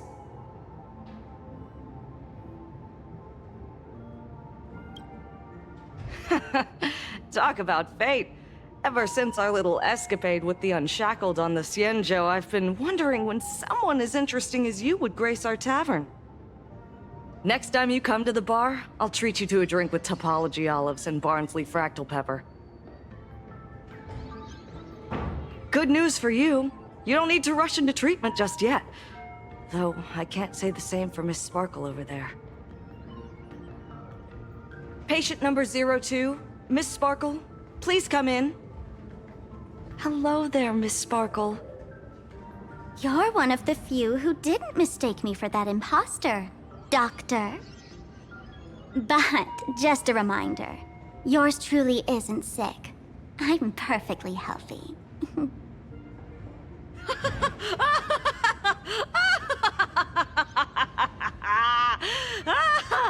Oh, everyone who comes here says they're perfectly healthy.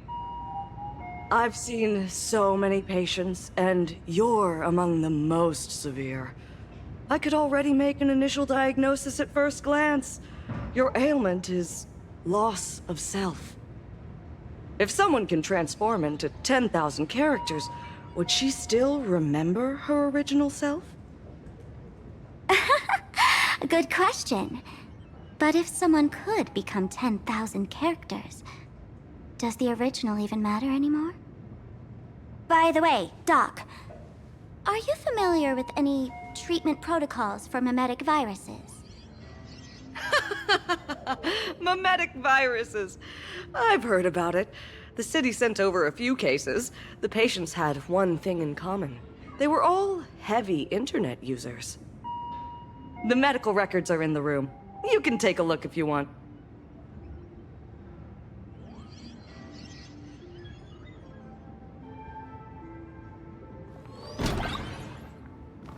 Is this a mentioned city? How is that possible? The tavern's spatial structure is bizarre to begin with. It's not that strange to see Do a mentioned city here.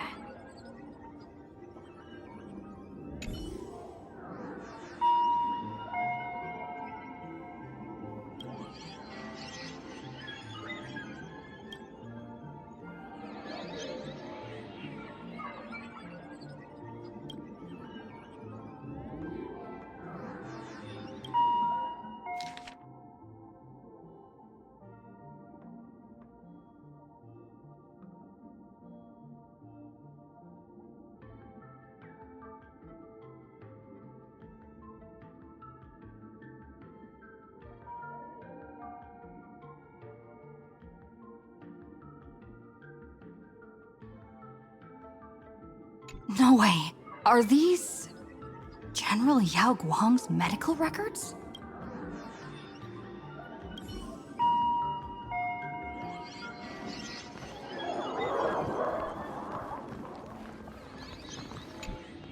The medical records are on the bookshelf. First pile on the left.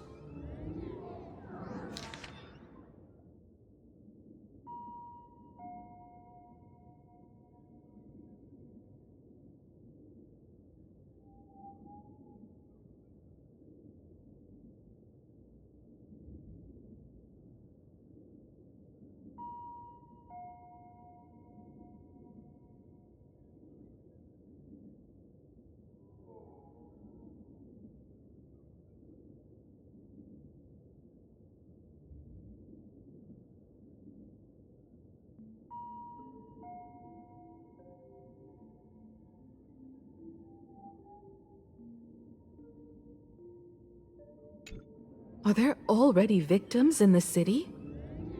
To eliminate the mimetic virus, helping Patient Zero face reality is a crucial phase of the treatment.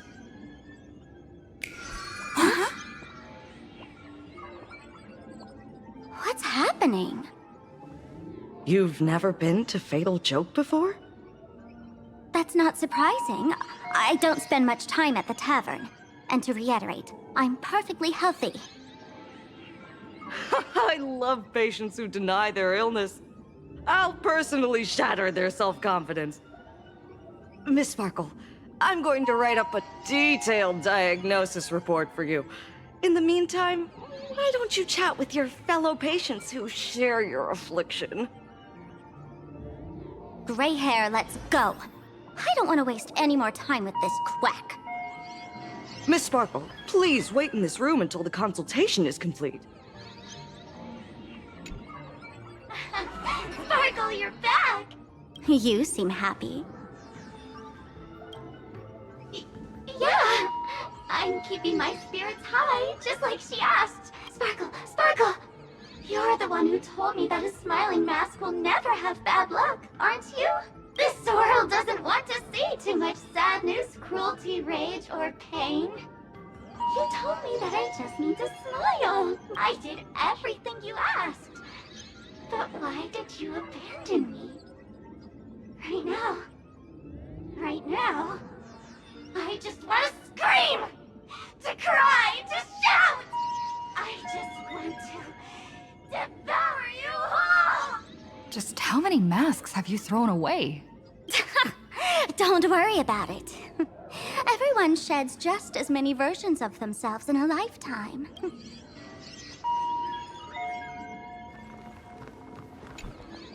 Sparkle, do you still remember me? More people got my name right today than in the past week. I'm so touched. I am your original mask. The Sparkle Roll mask. The archetype of a bright maiden doomed for a short life. The avenger who perishes with her nemesis. The lover who dies for love. The young artist driven to madness. You used me to win fame, applause, and countless eager gazes. So why would you cruelly cast me aside? Please, wear me once more. The worst thing an actor should do is be tied down to one type of role. Do yourself a favor and stay down. The diagnosis results are in, Miss Sparkle. Attention, Professor Skaven from the Department of Psychiatry. Hey there. Are you also troubled by the same illness as me? Thank you. What illness do you have? I once suffered from a disease called Fool.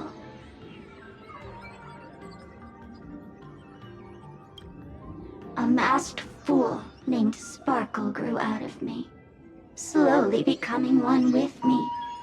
She used me to bear all the pain caused by her performances, left me battered and bruised, while she slipped away from everything.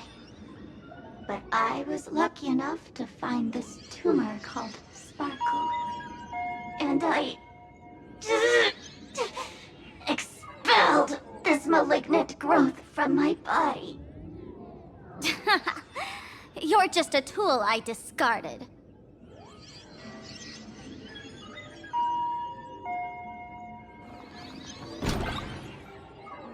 Miss Sparkle, I have your results.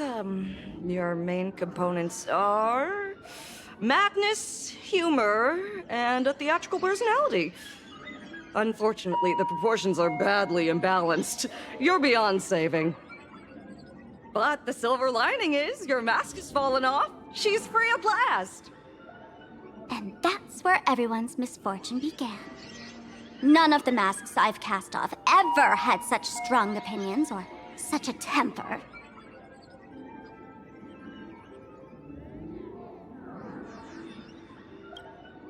She no longer needs to be corroded by your cancer of rationality. Now she can do anything that you wanted to do but didn't dare to do. Ha! As if there's anything Miss Sparkle wouldn't dare to do. For example, you don't dare wear any one mask for too long. Like a butterfly shedding old skin, you keep discarding every mask just so you won't be defined or bound by them. You're afraid to stop, to be stuck in some stereotype. You're afraid that one day you won't be elating enough. That's why you drew Miss Sparksy and became her online. As a dazzling mask, everyone confides in her. Everyone wants to be her. Everyone feeds her their clever ideas. You thought this would inject new life into your elation. But sadly, once the mask is on you, you become its accessory. People care only about the image the mask paints. No one cares about the you beneath. And that is why she came to life. Human recognition and desire will flow through the internet, providing nourishment for her to bloom. She'll become a bewitching flower, conforming to everyone's wishes, letting them wear her, become her, and blossom across all of plain Arcadia. What a beautiful sight. Stop? You mean treat? Yes? Cremate Sparkle. That's the best treatment I can prescribe. And here I thought you had something clever. After all, there's only one radical cure for all suffering. Make oneself disappear, right? Miss Sparkle, don't think I'm joking around with you. I only misbehave outside the tavern. But here, I am a doctor, without quotation marks. My treatment is real and effective. Generally, when a fool vanishes, their mask loses its power and becomes a dead thing. You're two sides of the same coin, after all. But as for Sparksy, I can't say for sure. During SparksyCon, she'll be worn by millions of ordinary people in plain Arcadia, feeding her with sustenance and strength. Your window of opportunity is therefore fleeting. Go on, lie down on that bed and say goodbye to your friends. Press that button and the nurse will come wheel you away. There's a door in the tavern that absolutely positively leads to a still-burning star in Siduni Rama. The nurse will send you there, and that'll be the end of it. And if I say no? Then I'll have to be impolite.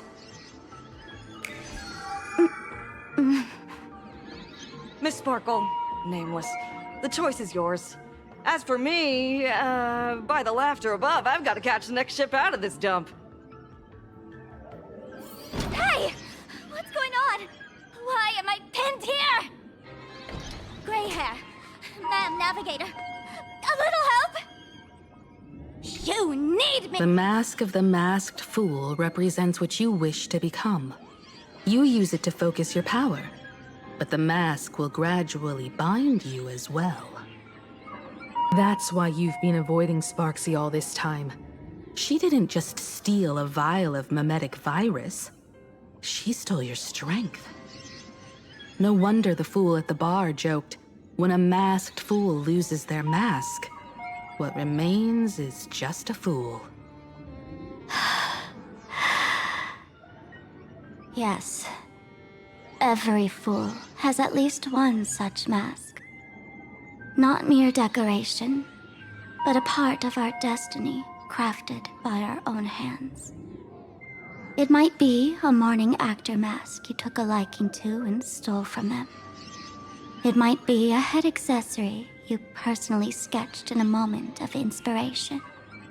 Or it might be something that one day fell from the sky and latched onto your face. To become a fool, one must experience at least one such instance of destiny. The moment of masking one's face. Through the mask's eye holes, we gain a different perspective. Finally seeing how the universe is simply churning with endless jokes and the absurd nature of our existence as living beings. The mask is who we want to be. And now, this imposter is more me than I am. Do it! Press the button. Call the nurse and cremate Miss Sparkle. At least then, the imposter will lose her power for a little while. You should be able to take her down easily, right? You're not actually going to press it, right? Give us a moment to hesitate, to think.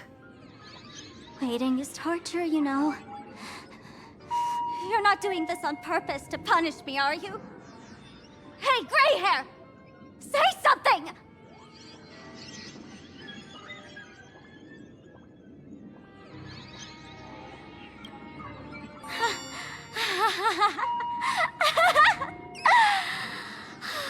I knew it.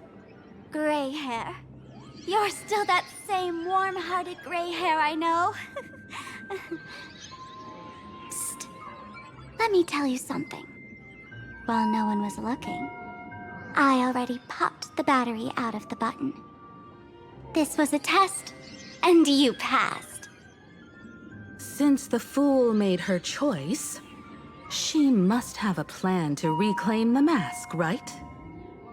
If you dare say no, I'll press this button and let the orbital cannon cremate you for real. Your sticky little fingers aren't fast enough to steal this battery, are they? There's a way. There's always a way. Miss Sparkle will definitely take responsibility and work together with everyone to stop Sparksicon. What's with this applause? Have we been watched the whole time? Bravo! Please complete your discharge procedures as soon as possible. Your appetite has exceeded hospital capacity. That's hilarious!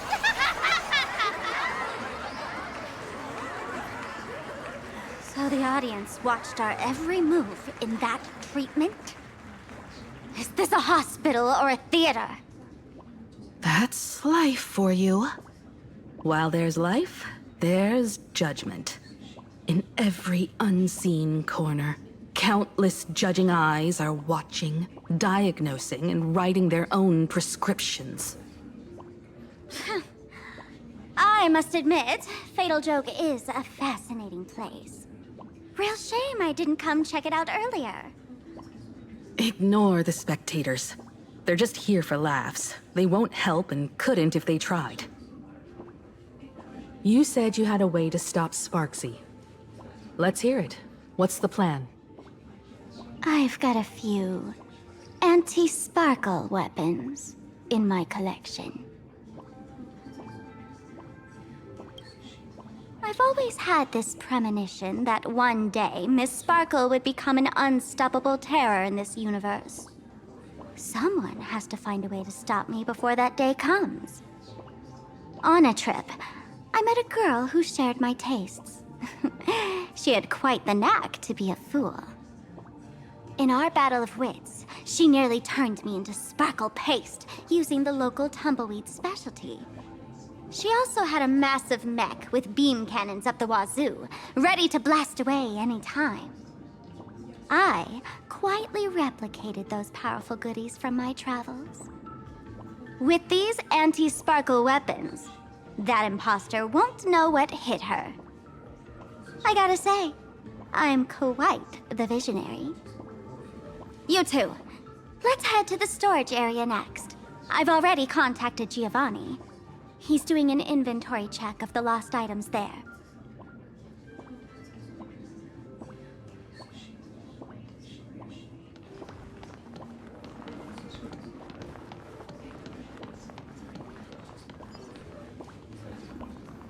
This is too much stage where no one can already. predict.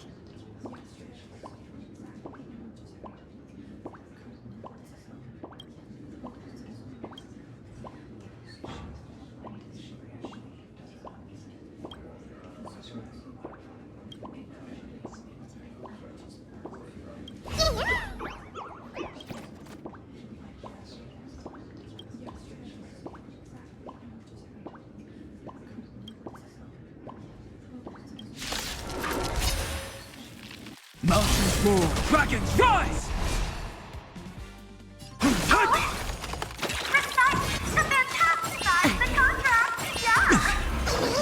It's of no consequence. Torment and doubt, farewell. For tomorrow! You'll pay for this. Lend me your strength. No other choice but for future will come.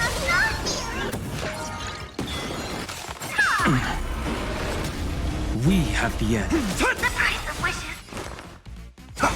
There's always a week. Existence is for tomorrow.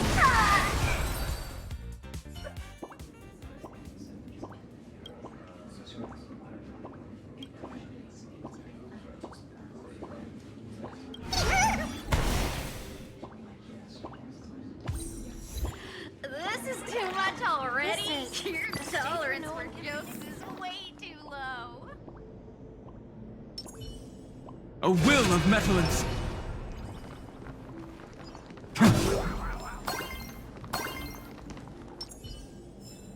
A day of peaceful repose. Show your courage.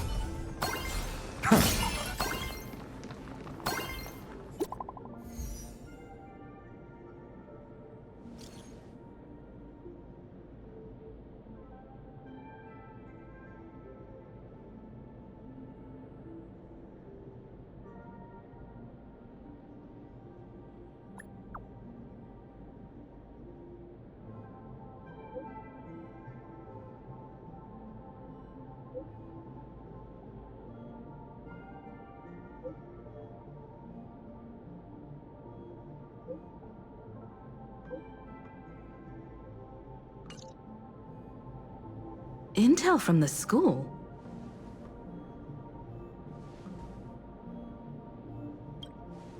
The Furbo journalists couldn't find March or Mr. Yang, but they did spot Sparksy taking down the wave mural in the school courtyard. Oh? That's noteworthy. Looks like Sparksy is busy making preparations too.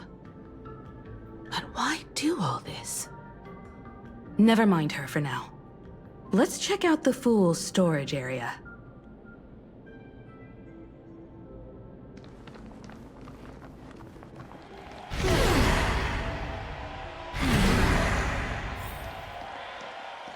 This tavern is huge. It's all right. I just wish there were more fun spots around here.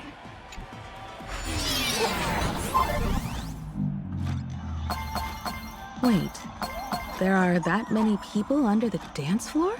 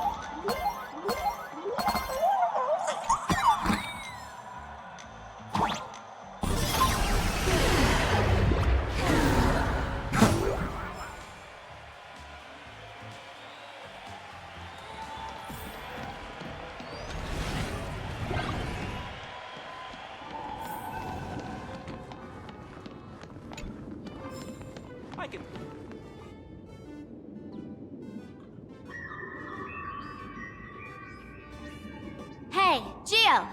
What are you doing up there? Working my tail off for you, tallying the losses. Wait, who'd you bring with you? Oh, it's Miss Trailblazer. I knew you'd step into the tavern and become one of us someday. Those with the makings of masked fools are naturally drawn to one another. You sure know quite a few fools. Ah, and the lovely lady behind you. You must be Miss Himiko, navigator of the Express. A pleasure to meet you. Mr. Giovanni, just call me Himeko. Normally only fools may enter, but since Sparkle brought you, and you are practically an old friend, I can make an exception as the caretaker. Let me show you around. Gio, cut the spiel. Sampo says you recite that intro so often he's grown calluses on his ears.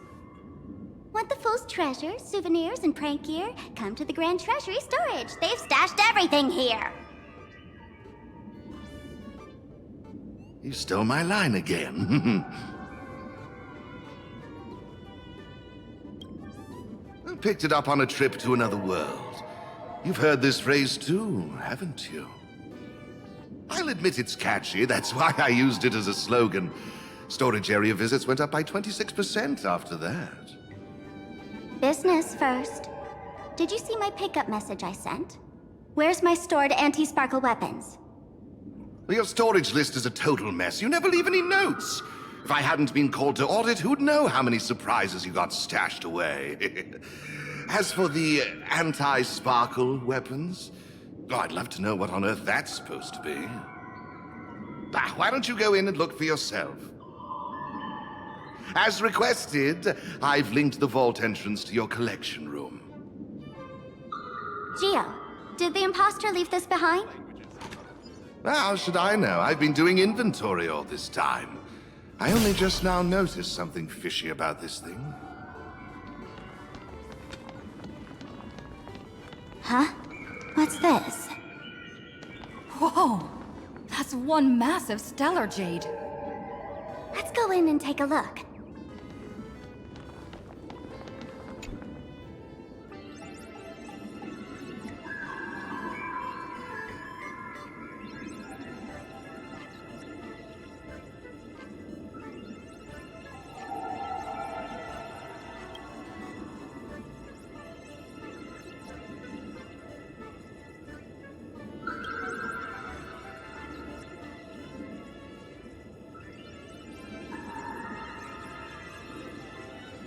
Kid, wake up! This rock is dangerous. Dangerous? I'll smash it with one swing! You got it! Smash every last one and bring them all back.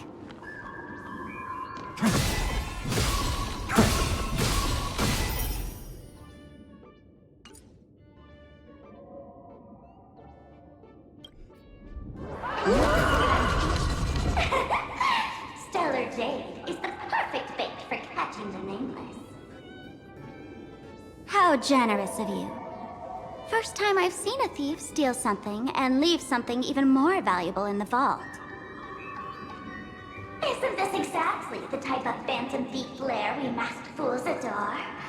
Remove a carefully curated piece and leave a gift in place to soothe the owner.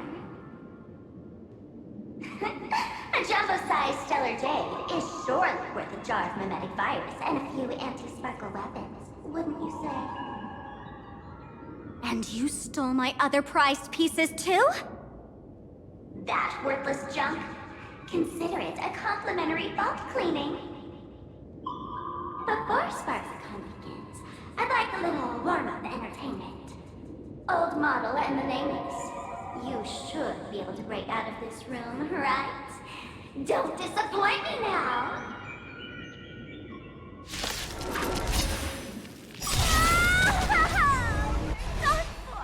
Game over! My anti-sparkle weapon has turned into a failed science project! Dragons, soaring above the lands. This is permanence! I'll overcome the thorns. Serenity is before me. The future will come! Lend me your strength. For tomorrow! We've entered the storm. To guard and defend! Crush them! Purple core flames consume me! Hail the new dawn! Geo! The security here is an absolute mess! You're in no position to talk. Even the drinksmith here is a temp. Count yourself lucky I'm kind enough to help tally your storage. She didn't just steal my power and my collection! She completely destroyed Miss Sparkle's reputation! This is the worst day ever! A correction, Miss Sparkle's worst day so far. Wanna make fun of me? Go ahead. Don't get me wrong. I also don't think gear tumbleweeds and giant mechs would work on someone spreading mimetic viruses. I thought of a way just now that might suppress the mimetic contagion at Graphia Academy.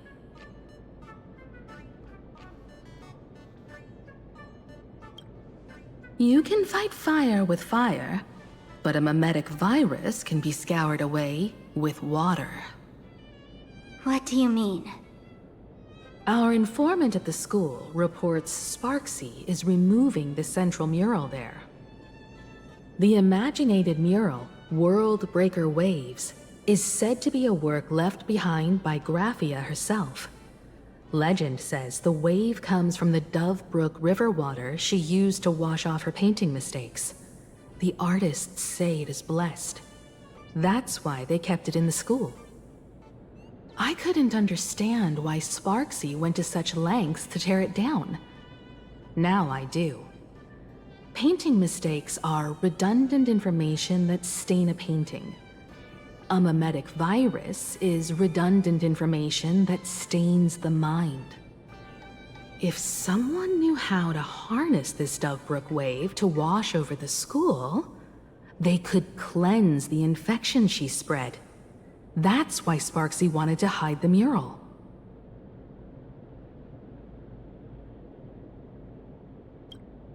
Exactly. As a Graphia Academy alumna, I know a bit of traditional painting. Right now, our most directly effective plan is to break into the school, regain control of the mural, and use it to suppress Sparksy's movements. Let's go. I'll make this imposter pay 100-fold! Looks like our paths must part in haste.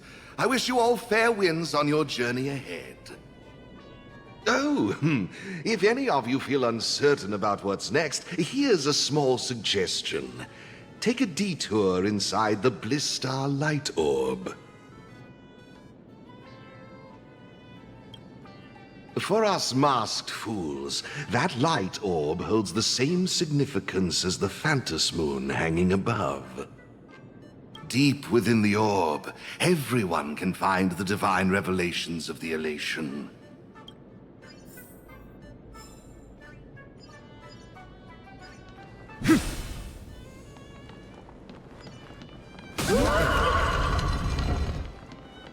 This doesn't look like where we came in. Don't worry. I had old Geo open a shortcut.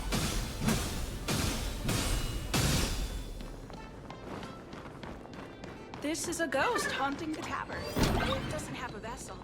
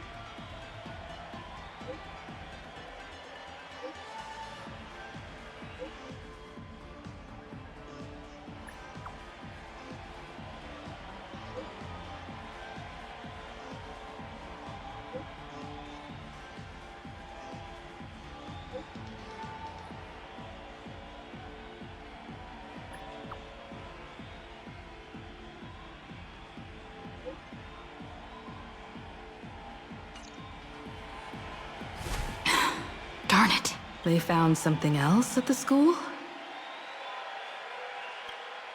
We need to pick up the pace.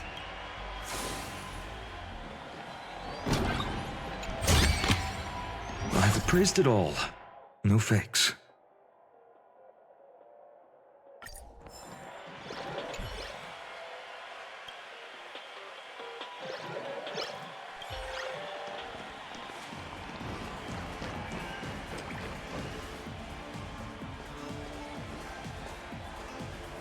Giovanni said we could find the divine revelations of the elation inside the light orb. Don't tell me this orb is another tavern room. Bingo, your intuition's spot on. It isn't just a light-polluting orb. Think of it as a shrine for fools.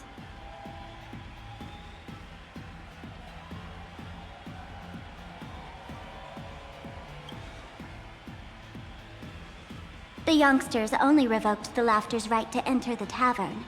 They don't reject things associated with them. Inside this light orb is a miracle tied to Aha. It responds to any fool who approaches.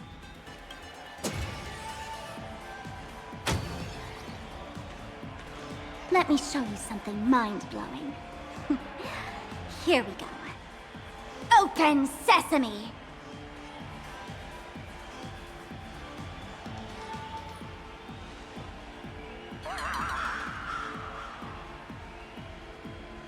I said, open sesame! Open sesame! Sesame? Open?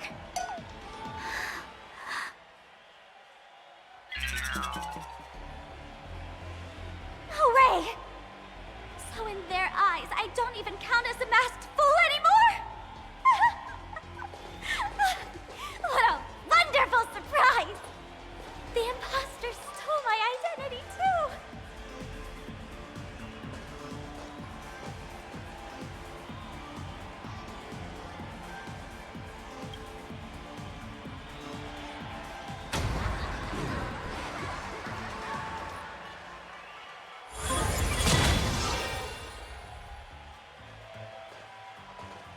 The good news is, at least one of us is still a masked fool. Hey! That's way too harsh.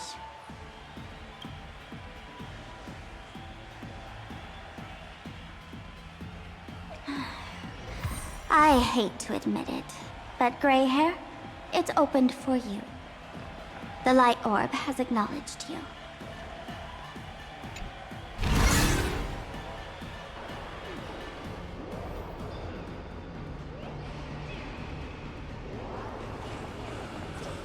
So, this is the miracle you meant? Yes. Among the masked fools, a myth is told. When the Master of Elation climbed the highest boughs of the Tree of Existence, they glimpsed the cold, abhorrent void. The stars turned like machinery, and all meaning yielded to nihility. They gazed further, until they witnessed a newborn fall and cry as if wronged beyond measure. Then they burst out laughing. That crystalline laughter tore through the cold, dead universe, echoing through the realms to this day. Many think the laughter that tore apart the cosmos is just a metaphor. But sadly, it's real. The tavern folks call this thing the echo of primordial laughter. It tore open a spatial rift. They say other tavern branches have this too, in multiple locations. No one knows how many there are, or what their existence means. When we shout into it, there's no echo. Toss in trash, and it merrily swallows it up. No one knows if this thing will keep widening and swallow the tavern whole. Either way, it just sits there, right over there, motionless, grinning at us forever. Just stick your hand in there. It's said, at a turning point of destiny, a fool need only reach into the rift and grasp something. The tavern folks call it the laughter's gift. No one knows what this thing will bring to those who seek it, fortune or otherwise. But one thing's for sure. Your destiny's bound to get much more chaotic. Hey, gray hair. Wanna give it a try?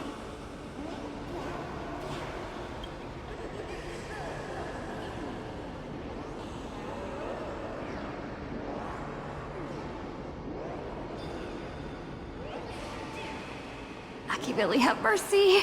In Akivili's name, please don't hurt me. My hand doesn't taste good.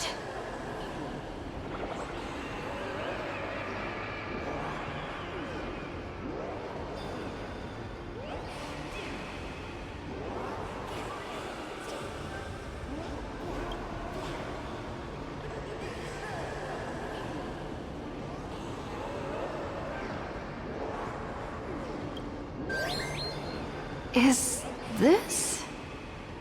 Huh? What's this?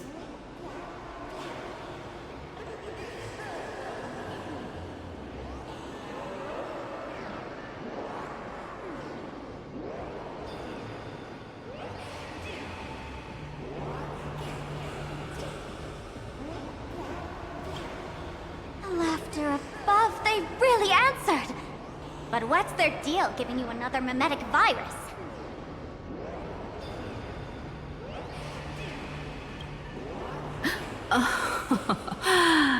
Now I get it. Audiences infected with the Sparksy virus naturally won't be able to resist Sparksy. We'd end up like that soon after breaking into the school. But if we're already infected with another mimetic virus, well, that changes things. And this banana serves exactly that purpose. To buy us some time to resist. The Elation really has a twisted sense of humor, huh? All right, let's move.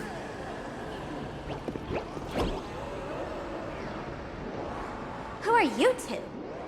Haven't you heard the rule? Only one fool's allowed in here at a time. Who am I? Well, just a passing detective and his assistant. Have I been asleep too long? Or has humanity sunk so low they don't even care if they turn into monkeys? Meanwhile, the ignorant criminals believed they had discovered a treasure that could change their destiny. completely unaware that what they held in their hands could shatter the sanity of the entire world! Hey, Mr. N, cut the narration when it's time to fight. Well, I gotta do something, right? Like this? Whatever floats your boat. Now, listen up, you three. Put that banana down and walk away, and I'll let bygones be bygones. But if you try anything funny... If you want to get to them, you'll have to get through these little toys first!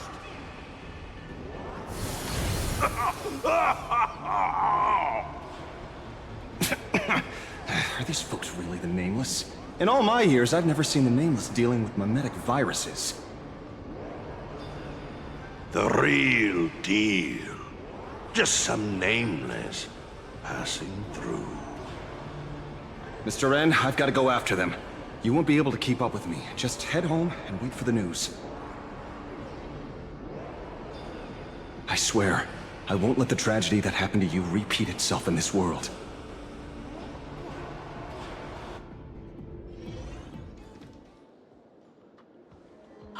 Over here! This way! Run faster! You don't want to get caught by that guy back there, do you? Yo, sis! Just how many troublemakers did you people manage to tick off when you landed?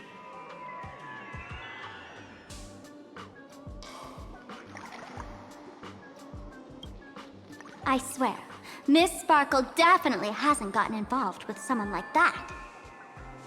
Thank you, Mr. Sampo. Now that we're all set, it's time to head to Graphia Academy for the rescue mission. Mr. Sampo, do you know which door in the tavern can get us back to the city the quickest? You don't even need to ask.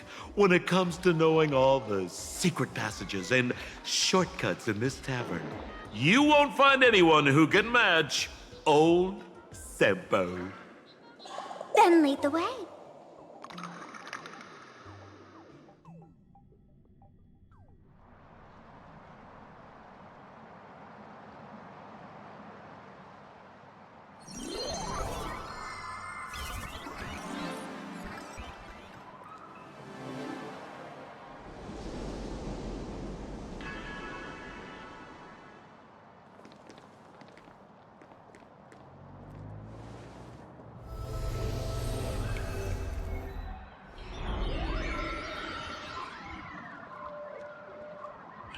Your thoughts tell me that you still have doubts about me. Did you ask to meet here so I could clear up some of your doubts? Greetings, Lady Yao Guang. Being able to hear others' thoughts anytime. This tuning ability sure comes in handy. Compared to the seer strategist's ability to come and go as she pleases, this is nothing but a parlor trick. I've heard that Xianzhou folks are big on etiquette, yet here I am, and you're still playing hide and seek, General. Isn't that a bit discourteous? Sorry. I have this old problem of suddenly disappearing. It's really something beyond my control.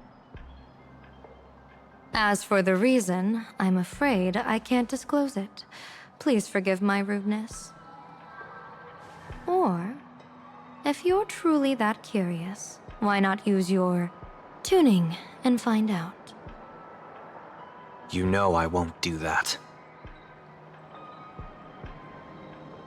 Besides, I couldn't even if I wanted to right now. Couldn't?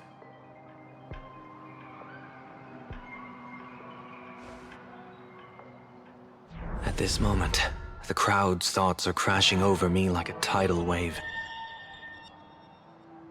I can't block out all this mental noise. Just keeping my own thoughts from getting tangled up in everyone else's is hard enough. I see. So that's why. When you were speaking with Miss Himiko earlier, I accidentally intruded on your private conversation. tuning is spiraling out of control. This mask is distorting my abilities. I see it differently. The loss of control is temporary. That mask is amplifying your power. How is this possible? This tuning power is bestowed by the Harmony. How could the Elation meddle with their authority? Perhaps the Elation simply poured more fuel into this divine authority? In my humble opinion, this mask binds the supplicant to all beings of plain Arcadia, drawing strength from those who share the same path here for your use. That's why you're hearing others' thoughts surge toward you like a tide. Your tuning is steadily expanding, and you've become the center of this melody.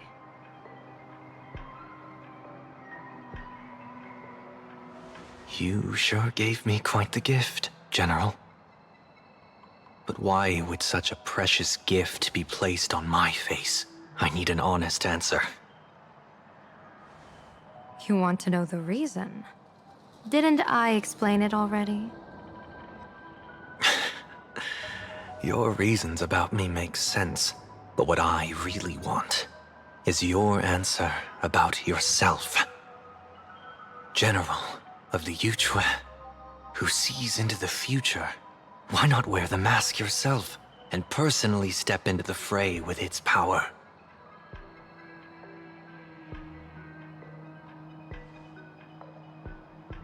Words can deceive, but only tuning lays the truth bare.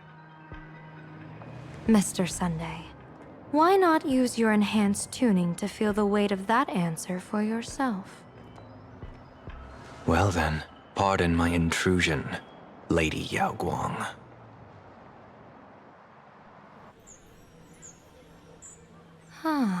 So this bird on my shoulder is the manifestation of the tuning's resonance?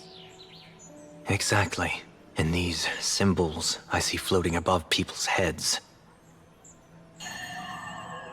would be the wheel and woe signs you mentioned, General? That's right. To become an Arbiter General, one must undergo 3 ceremonies. The Rainbow Ordainment, the Rainbow's Gaze, and the Bestowal of Spiritus. Only then can one truly take up the mantle and live up to the title. When I was appointed as the Yuchue's General, I was bestowed with the Rainbow Spiritus called Kalachakra Sky Plume, which represents the vision of the hunt among the 7 aspects of the rainbow. A symbol of foresight, verdict, and self-discipline. Thanks to that, I gained the Eye of Ishvara, which allows me to read the flow of destiny. Since the day I arrived on this world, every person I've seen bore a crimson woe sign above their head, without exception. Within days at most, a catastrophic disaster will befall this place. So, that red glow rising from the edge of the city is... The blazing light, formed by the convergence of all those woe signs in plain Arcadia. In that case, General, it's all the more reason for you to wear the mask. Once your sight into the future is strengthened, you won't need to fear the deathly omen in your readings. Mr. Sunday, have you heard the diviner's iron law? Never divine the same matter twice. In Penacony, diviners also warn clients beforehand. You can't ask for another spread just because you dislike the result. There's a reason for that, isn't there? Divining the future is, in essence, a form of observation and calculation. It's an interference with the future. Each reading drives the murky future towards a definite outcome. A collapsed quantum state, even if that outcome isn't to one's liking. To be honest, when I set out for plain Arcadia, I had fully intended to personally participate in the Phantom Moon Games. But the moment I laid hands on the mask, I understood the consequences of wearing it. Once this miraculous item is donned, the Eye of Ishvara would transcend mere sight and permeate throughout this realm. The Kalachakra Sky Plume would predict the future of all beings, at tens of billions of instances per second. You're saying that simply by your observation, our future would become fixed. Indeed, just like how the Wisdom Walker expounded the way of destiny, anchoring the fated moments. If I wore the mask, I would become the noose of Plain Arcadia, and I would personally anchor a destiny that drives us all into a bottomless darkness. We will become locked in a dead end, with not a shred of hope for salvation. Close one. I passed the trial. There's still a sliver of hope in this round. Now that makes me even more curious. Pardon my bluntness, but the fate of billions in Plain Arcadia never had much to do with you, General. Your encounter with the Express and the IPC was merely a chance meeting. You are a messenger of the Xianzhou. Since you foresaw the omen, that an Arbiter General will fall here, you could have boarded your ship and left at any time. Why choose to stay and help us? To help this world break free of this death trap? Because I am guided by great compassion. Every life is precious beyond measure. Such diplomatic pleasantries won't fool the former master of Penacony like yourself, would they? Then, how about this reason? The Astral Express has distinguished itself time and again against the destruction, and bears an irreplaceable duty for the future. I can't just sit idly and watch you face annihilation. Give me a break. I really am terrible at all this diplomatic talk. Mr. Sunday, what makes you think that everything I've done is just to save Plain Arcadia? What? Weal is where woe lurks. Woe is where weal leans. The good fortune of some often births the ill fate of others, and a dead end for someone may hide an opportunity for another. This treacherous land where life and death turn again and again, where fortune flips to misfortune, is, in my eyes, the perfect board for a game of wits. A game with whom?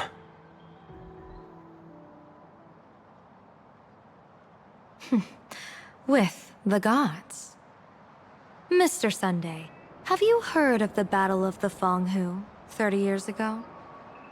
I've heard rumors of that war, but not the details. General, are you suggesting Plain Arcadia is now facing dangers just as perilous as the Xianzhou Fanghu was back then? You got that right. 30 years ago, the Abundance Axis broke our lines and invaded the Fanghu homeland. The abominations awakened a living demonic star, intending to sink the Xianzhou Fanghu. With no other options, the Alliance staked everything on my Junior Soar's plan. To operate the astronomical observation device, the Cloud Peer Telescope, to signal the Rainbow for aid, using their Lux Arrow to strike down the Demon Star. Whoever operated the Cloud Peer Telescope would not return.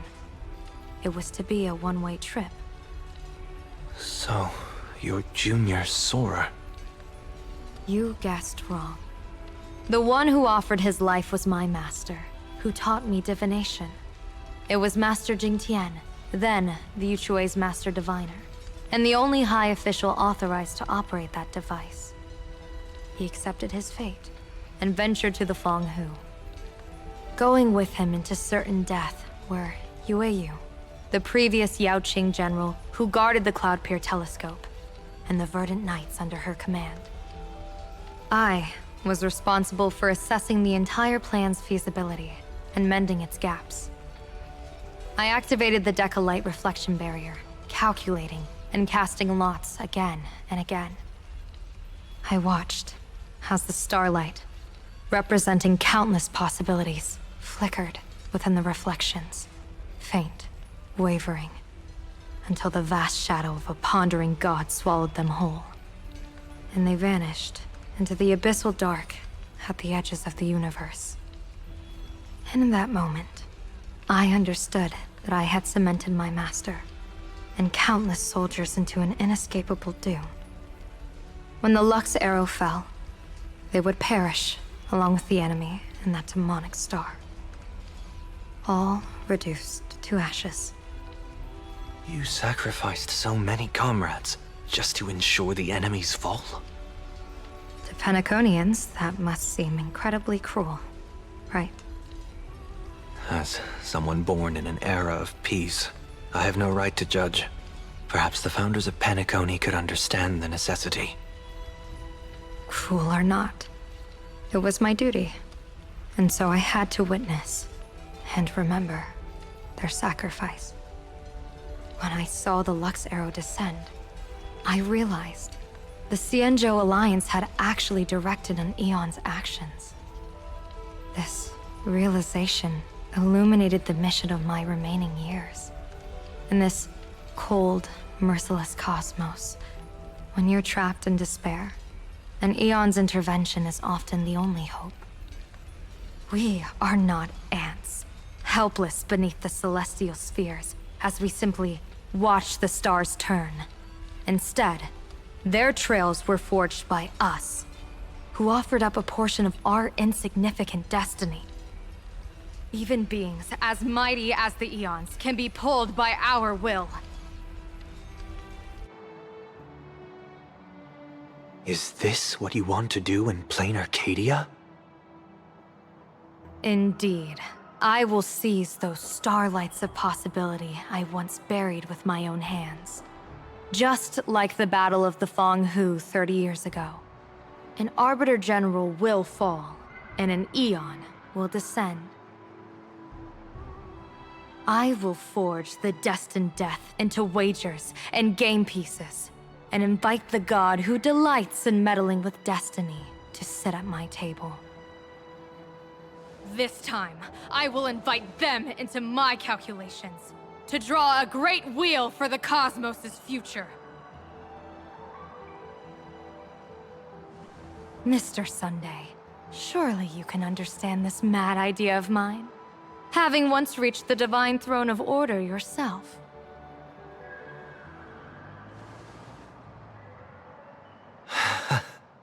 Our common ground goes far beyond mad ideas. But I was reviving a god who already lay dead and buried in the infinite dark. General, how can you be sure that the most capricious Eon would be led by your fancy?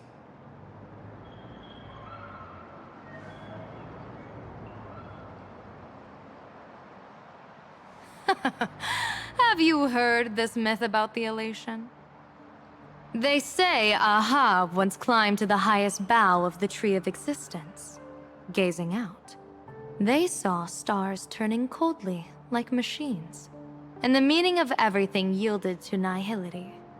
Only the cry of a newborn made them burst into laughter. Mr. Sunday, answer me. Why did Aha laugh?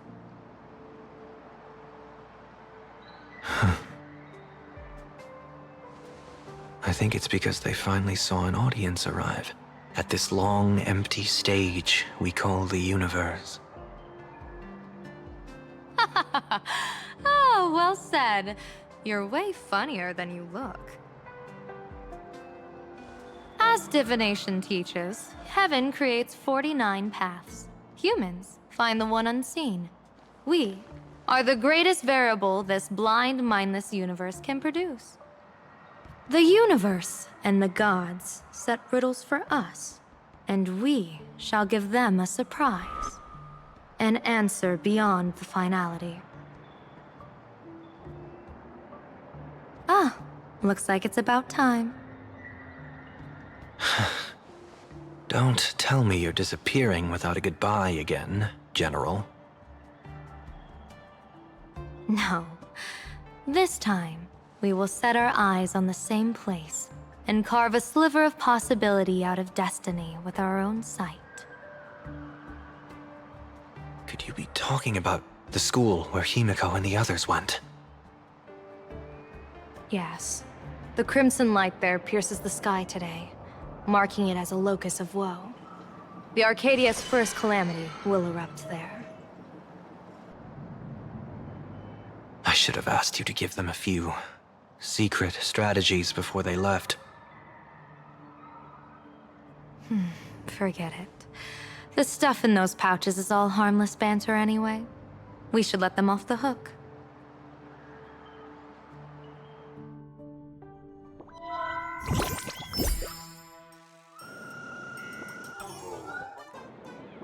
Hello, everyone.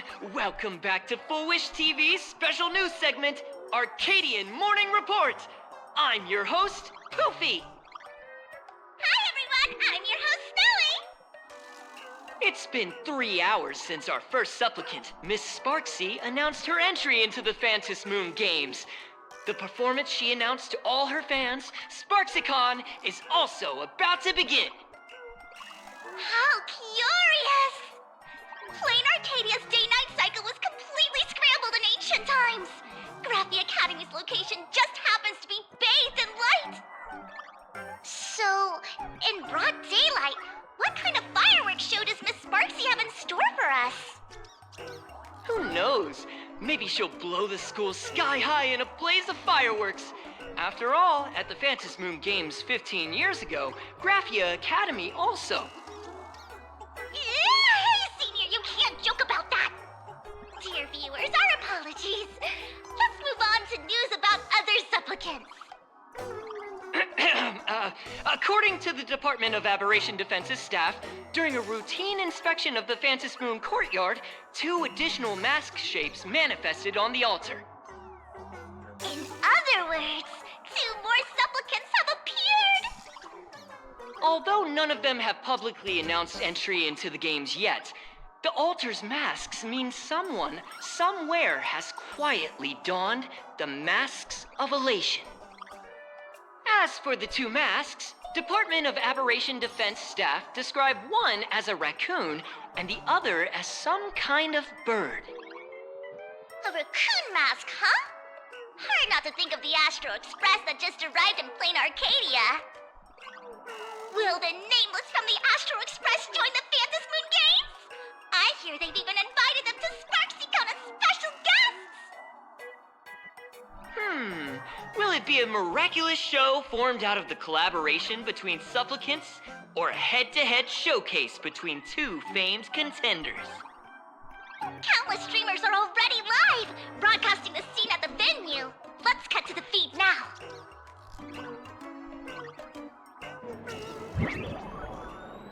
Ah! Look, it's the Nameless from the Astral Express! One girl, 1,000 faces. 1,000 faces, one girl. Welcome to the SparksyCon live broadcast. Dear lovely fans, please be patient. SparksyCon is about to begin. This horror stream is about to end. Time for you all to log off. That woman has Miss Sparksy's face. What a pathetic imitation. What? My face is the original!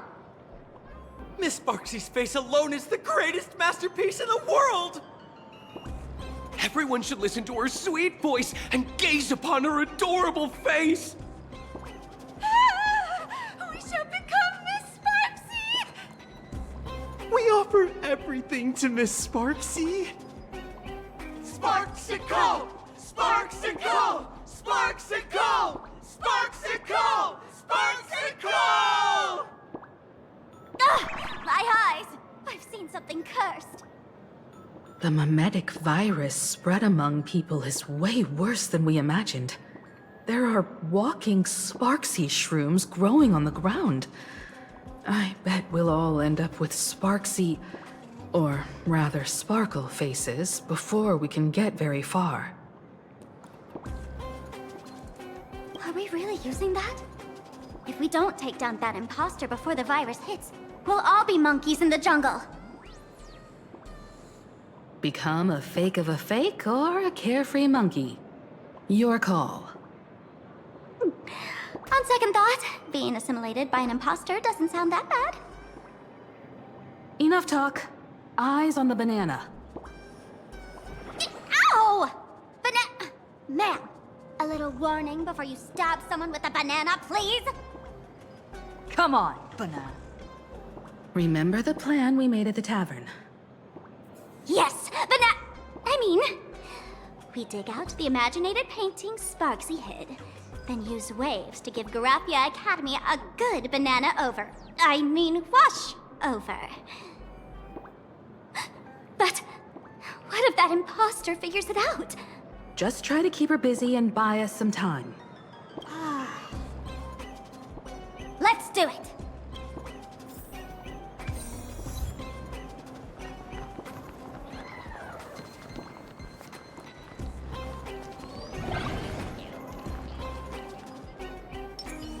A day of peaceful... A will of Methalin. Show your courage.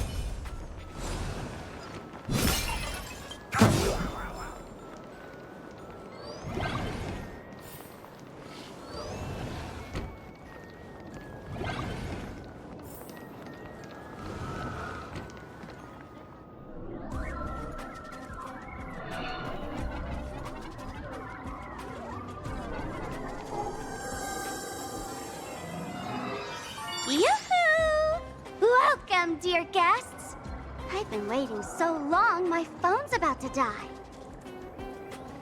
Drop the act, my dear Mask. I shouldn't have called you an imposter. That was harsh of me. Come back to Mama's arms. It's not too late. If the Astral Express crew gets involved, they won't be pulling any punches.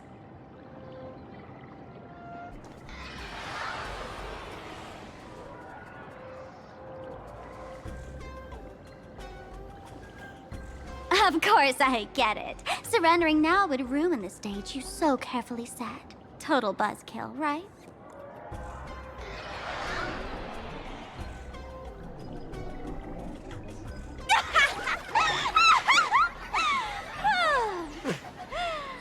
So you still don't get it? The worst thing an actor should do is be tied down to one type of role. Standing before you, the loyal friend who's been by your side all along. The masked fool who never played any tricks.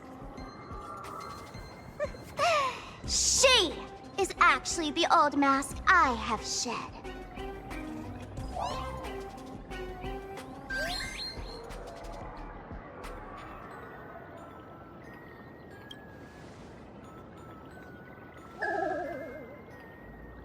Haven't I been telling you all this time? She's just an old model. No wonder the light orb in the tavern didn't react to Sparkle. For real? That explanation is kinda awesome.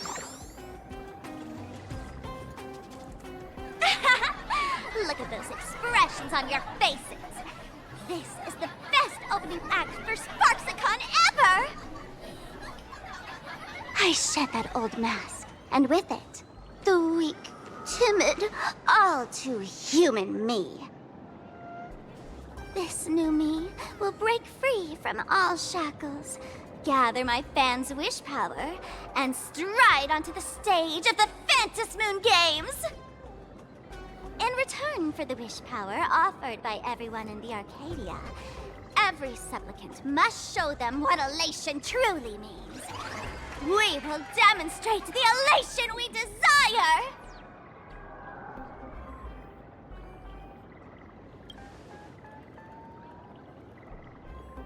There's no coercion involved anywhere in this. It's a simple yes or no, like scrolling to the bottom of the terms of service. Want attention, talent, quick cash, universal praise? Download the Sparksy virus. Ta-da! Click confirm, and you're set. Isn't that exactly what they crave? Elation in 3 minutes flat? Nameless, you're doomed to lose. You can't stop what people desire. We can't stop their desire. But in this stream, we'll show this Arcadia world another possibility. What did you just say? We'll show everyone watching the live stream the elation of the Astral Express.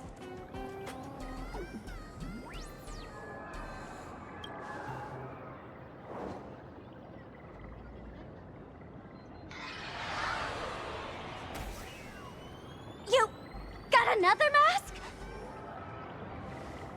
Before Sparksicon begins, the hero of the Express will defeat the villain who tried to spread the virus. And soon, the world will watch it happen live. In their hearts, they'll long for the Trailblaze too. You were never the only option for the audience, Sparksy.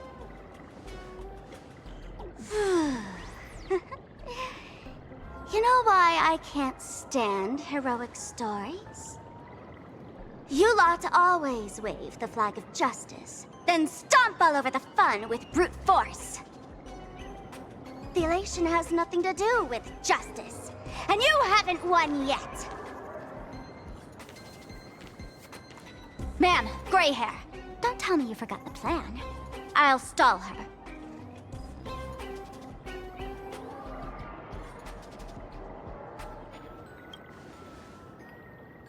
We don't have much time left, do we? I'm trying to give us better odds of winning here. There's one thing I've always wondered. Who's the real Sparkle, and who's just a mask? Shouldn't the last one standing decide that? Then let's settle it, right now! I'll make you the opening firework of Sparksicon!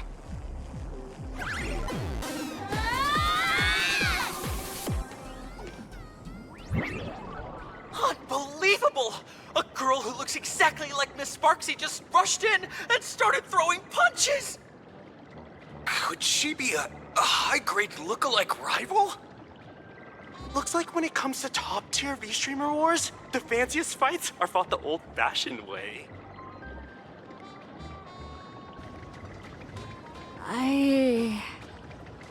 Hey, friends! Over here! Look this way! Is that March's voice? Over here!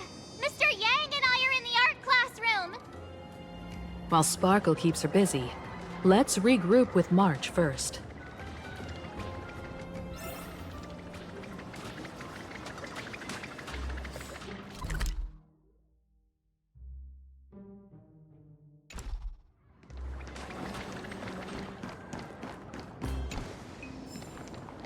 Love the sparks! Guard the sparks! Never fear the dark! What kind of trash rhyming is that?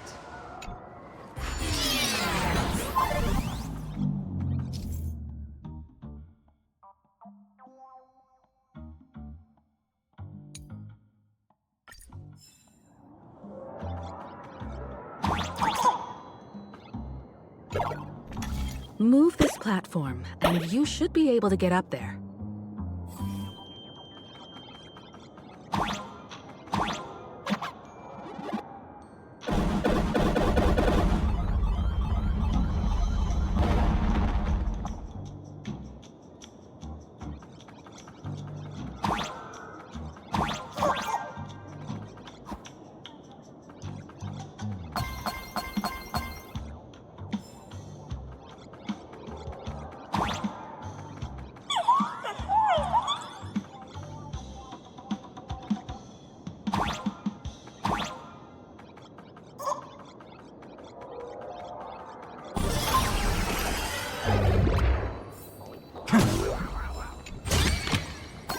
Is this also a blessing of the Trailblaze?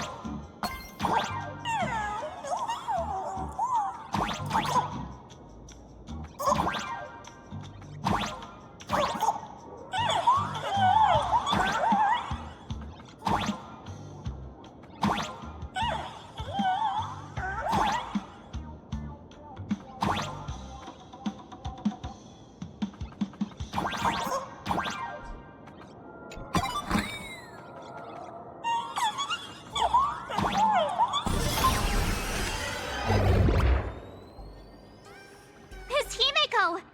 Oh, you're finally here!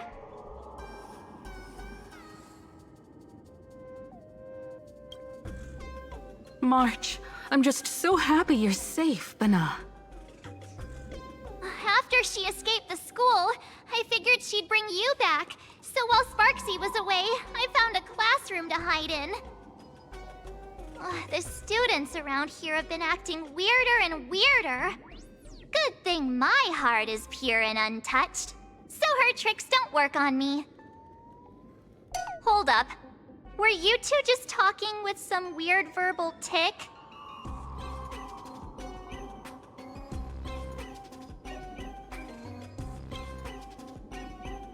What?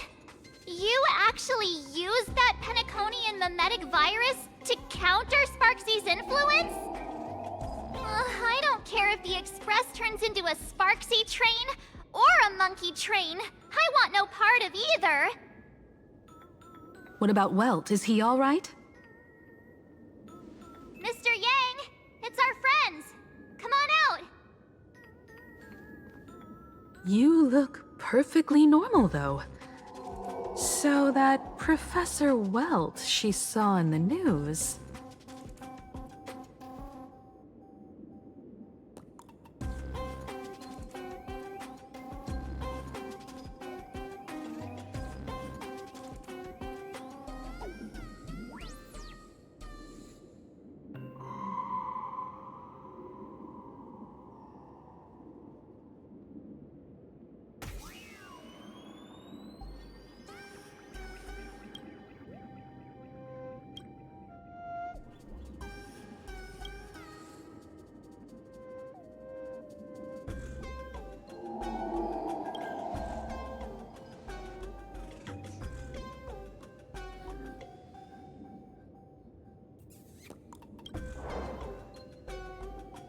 As expected from Teacher Yang.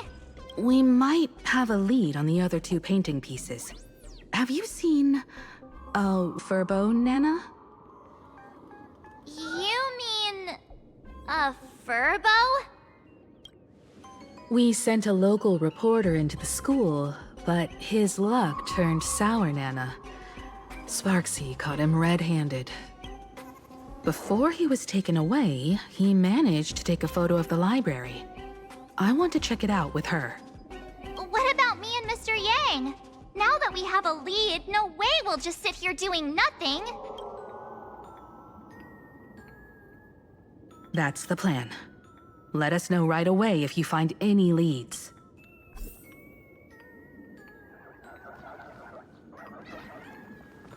Himeko, where's the library? I know the way. I just hope they haven't renovated the academy in the past 15 years.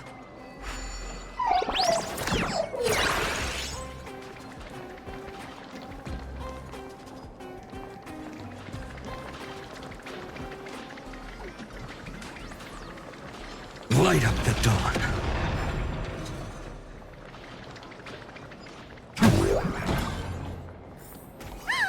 The Express crew is here! Please follow my livestream channel. Please give Miss Sparksy lots of likes!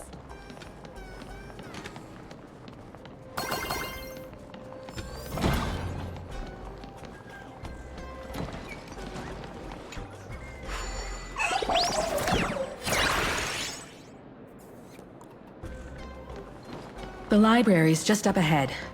Finally, I can get away. We're here, Bana. But I don't see any waves or moon. Where could it be? Like I'd ever tell you. Miss Sparksy herself ordered us to guard this place with our lives. Hey, get that stream running. Ugh, kids these days. They ignore their studies just to focus on the internet. As an alum of Graphia Academy, it's my duty, as tradition dictates, to give you all a proper extracurricular lesson. Hey, juniors, ready to roll? Earth shatters, heaven trembles!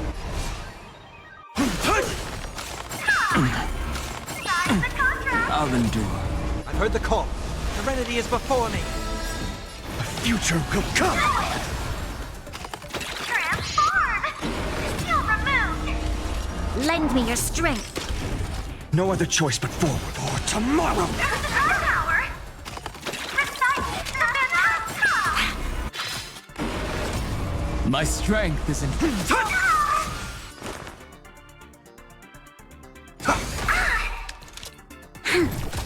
Existence is of no good. Future will come!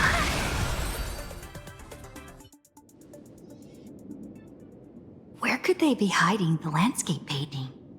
After all, it's an image Nana'd thing. Once sealed in a scroll or something, it'll be a pain to retrieve, Bana. Oh, right. Let's check out that photo Nana the reporter left us. Maybe we can find some clues.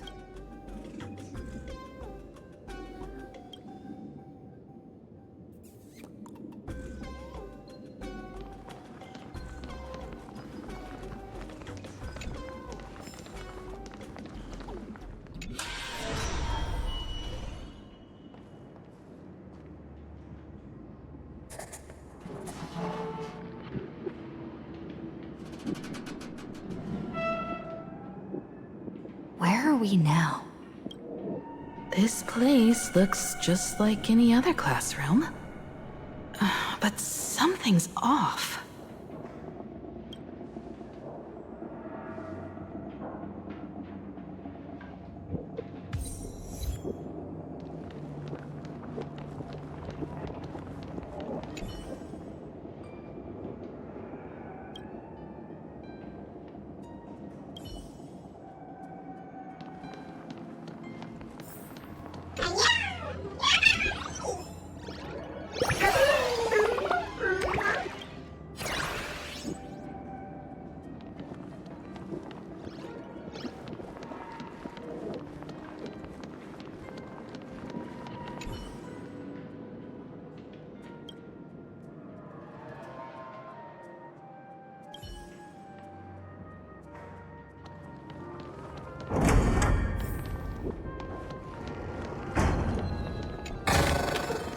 I've appraised it all. No fakes.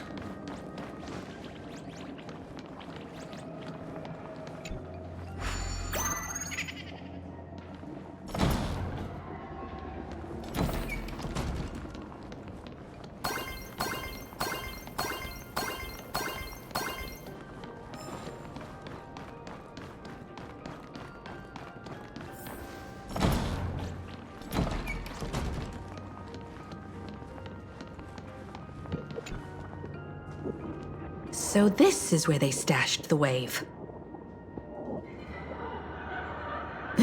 Did you hear something? I think I heard someone laughing. Something's not right. Is there something hidden here?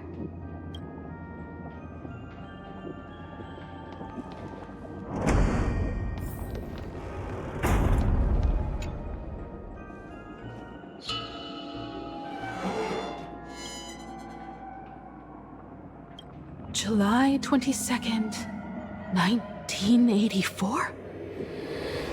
Belle? Could this classroom be... Senior? You're back!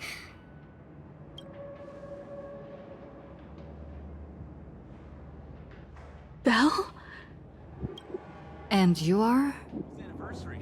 But how is this possible? Yo, boss! It really is you, Senior! You look so different. We almost didn't recognize you. Still, that dashing aura of yours simply can't be obscured. And so many of us, we've been here, waiting all this time. I'm so sorry. I was gone too long. It's unforgivable that I never came back to visit you all. You apologizing so seriously? That's not like you at all, Senior. Yeah. After all this time, the least I can do is smile. But all of you are already dead. Himiko, these students, who are they? They're the shadows cast by my past regrets. Young lives buried here by a tragic accident. What? Oh no, Senior, he's here! That thing is coming! Wait, what did you just say? Everyone, hide! We mustn't let that monster find us! Run, Senior! The Herald of Death is back! No!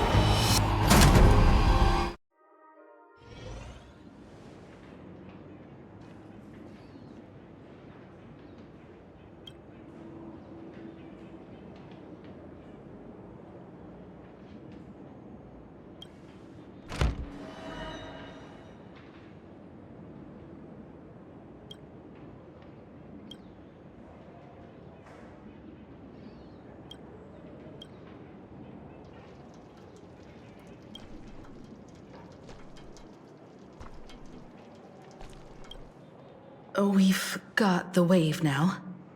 Time to regroup with Welt and the others. You can't save them. They're already ghosts. It wasn't Sparksy who attacked them, but something far more cruel. And they didn't die in the present, but during a certain twilight 15 years ago. We can't change their fates. However, this definitely isn't some kind of time travel to the past. Someone created this space for unknown reasons, only to reenact before an eyewitness the bloodbath at Graphia Academy from the Phantasmoon games 15 years ago. That's right. But that has nothing to do with the enemy we're facing right now. I know you have a lot of questions now, but we'll have time to talk about all this in detail after we deal with Sparksy. Come on. It's time for us to meet up with Welt. He just messaged and said he and March found the missing Furbonana reporter, Bana, and the final landscape painting piece.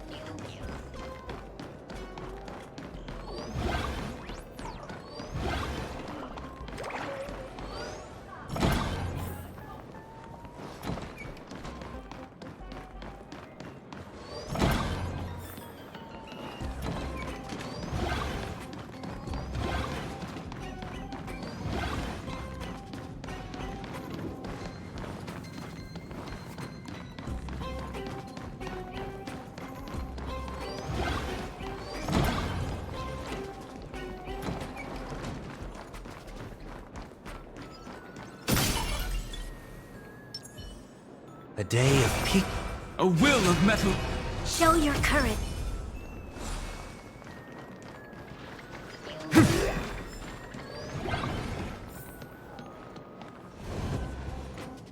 Good thing we got here in time, or you would have ended up as a target practice dummy.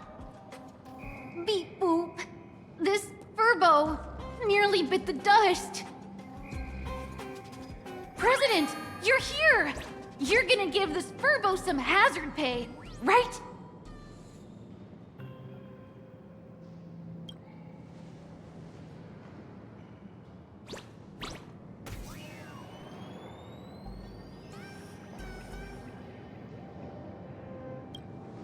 Wispe called emotes. Sparksy must have given the moon to one of the emotes to look after. She really went all out, didn't she? The whole gym's full of moons. Now what? Be it Sparkle or Sparksy, both are equally just as headache-inducing. All right, everyone. Let's round up these emotes and take a look.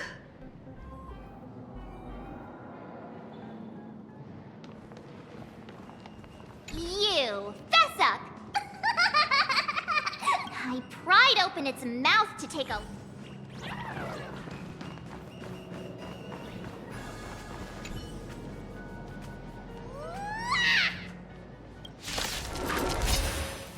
Earth shatters, heaven trembles! I'm fine. Dragons soaring above the lands. This is permanence! I'll overcome the thorns. Serenity is before me. Future will come! You'll pay for this. Lend me your strength. For tomorrow! Amphorius will welcome the true dawn.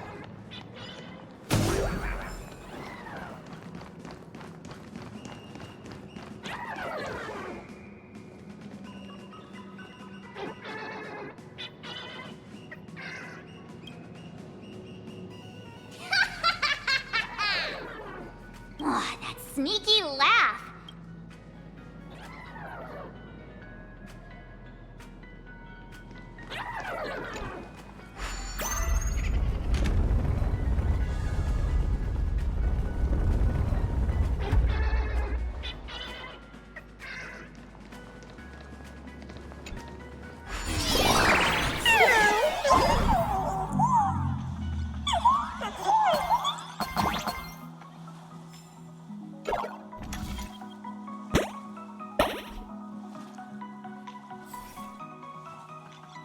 The gym. I've missed this. There was a time when I really envied those classmates who could sprint across the field, giving it their all.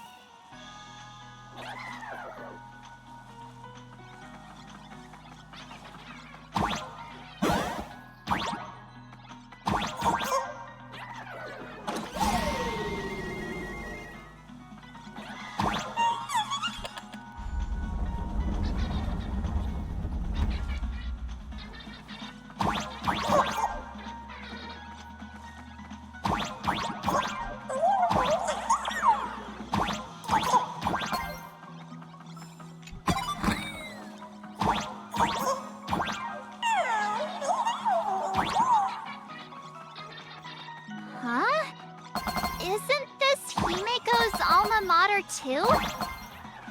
Aw, don't tell me Himeko was the quiet type who stayed far away from the gym back in school.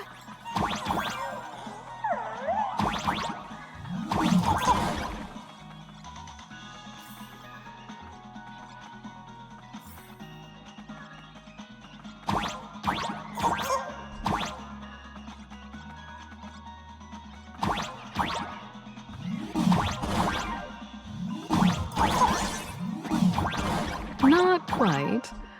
I'd already graduated by the time I started feeling this way. Due to some circumstances, I went back to my father's school to work.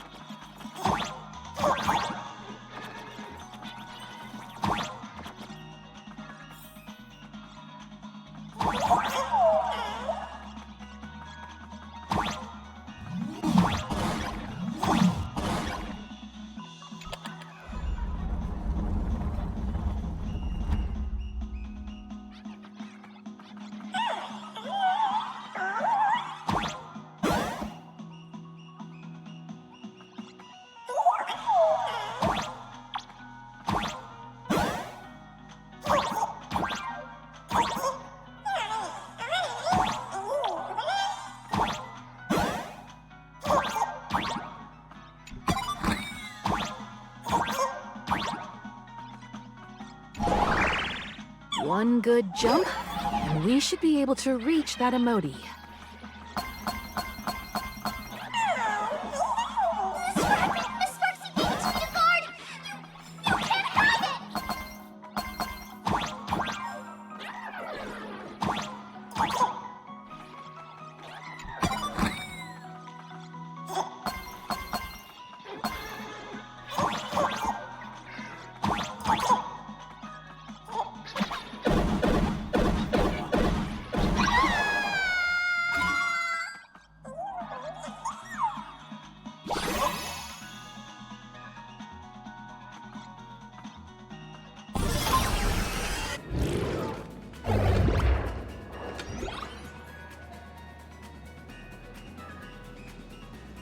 All right, time to settle the score with Sparksy.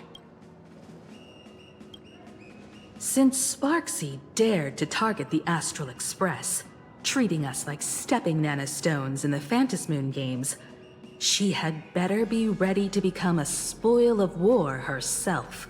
She and I will head to the atrium next, piece the imaginated landscape back together, and help Sparkle take down Sparksy. Welt, March, I'm counting on you to protect the students at the Academy.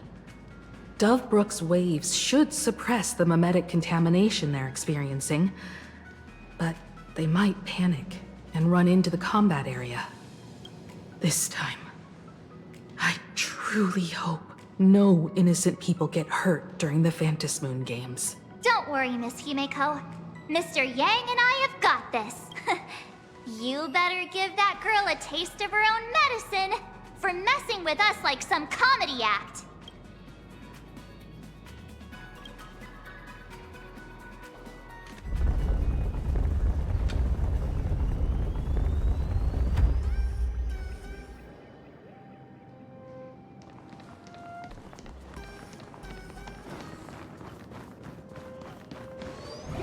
What does everyone think?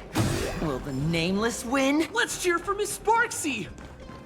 Who will emerge victorious? Miss Sparksy or the Astral Express? Stay tuned to... Sparkle and Sparksy are gone? And the students too? If you think you've got this in the bag, you're in for a rude awakening. Sparksicon hasn't even started! Time for your SparksyCon grand finale! Because I, the Nameless of the Astral Express, will challenge you as a fellow supplicant and crush your elation. Challenge me? I'd love to fight you. Hurry up and put the scenery pieces together.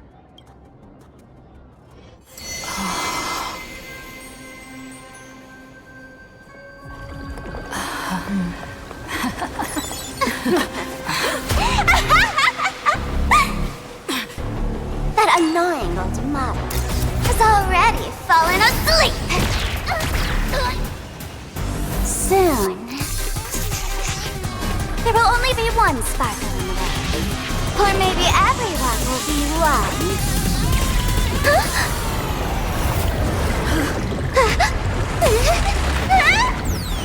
Don't attack during my transformation! Despicable! Too bad. The options have all arrived. Our heroes play the first battle of the Phantasmoon supplement has commenced!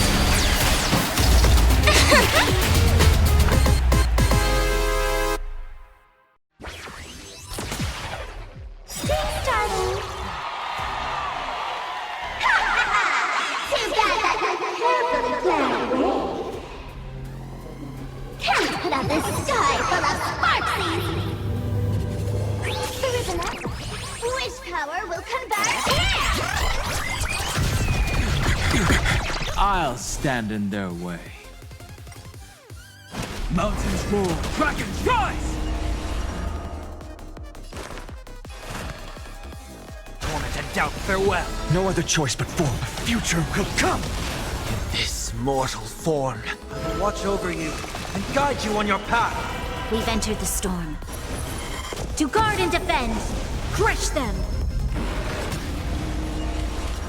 Lend me your strength. For tomorrow! Cyberbully!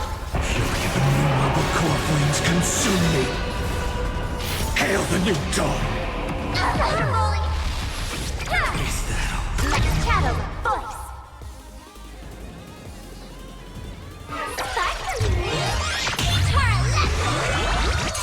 Where the heck did she drag me to?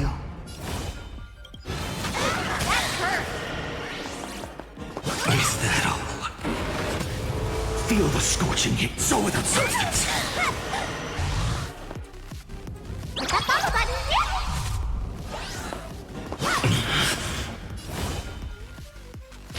Sun, tear the sky! Still hanging on? Did everyone really take good care of Sparksicle?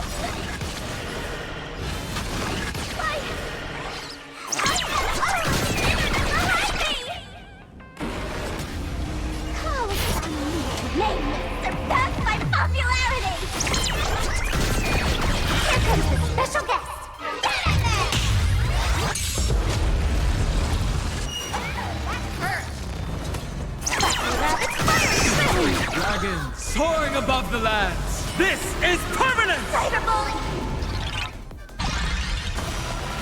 That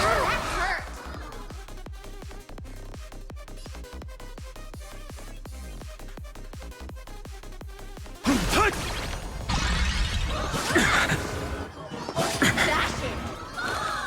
Serenity is before me. Existence is of no comfort. Tomorrow! I'm gonna quit! Support spectacle! Lend me your strength. Future will come! Fury of innumerable core flames consume me! Empty shell! I understand. Everyone did their best. Later, bully! Not everyone wants to be you. I'll show them. My elation.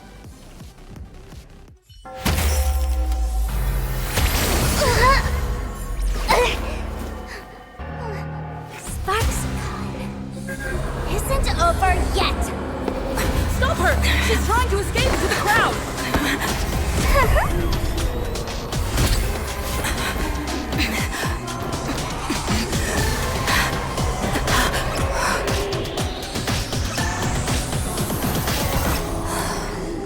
No need to panic, you two. Sunday will share my vision with you. Let my eye of Ishvara see through it all. Weal and woe, clear as day.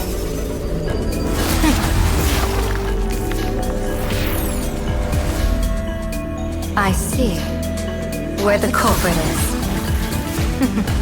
Thought you.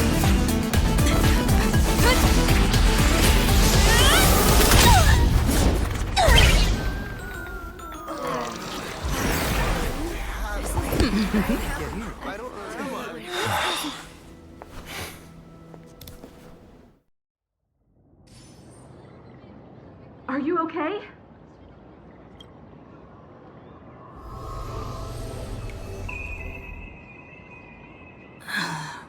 Where did everyone go? Look over here. General Yao Guang? Am I seeing things? We're just attuned to each other, that's all. Oh, feeling dizzy? Don't worry, it's just a minor side effect. When I first opened my eyes, I couldn't even conduct basic self-care for nearly a month. Don't worry though. With my reinforcement, you'll be back to normal in a moment. Thank you, General. By the way, above your head... Can you see the sign above my head? So, whether it brings weal or woe, whether it changes or not, please keep this secret safe from me. Don't let me know, and don't let anyone else, okay?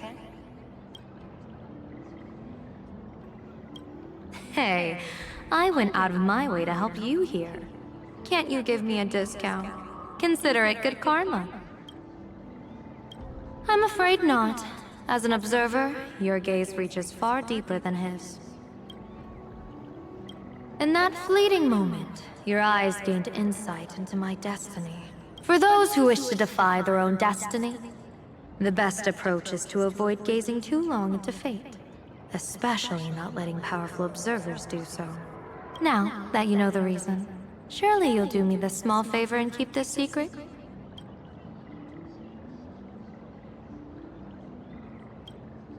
If you dare to spill the secret, I'll tell everyone all about your true identity.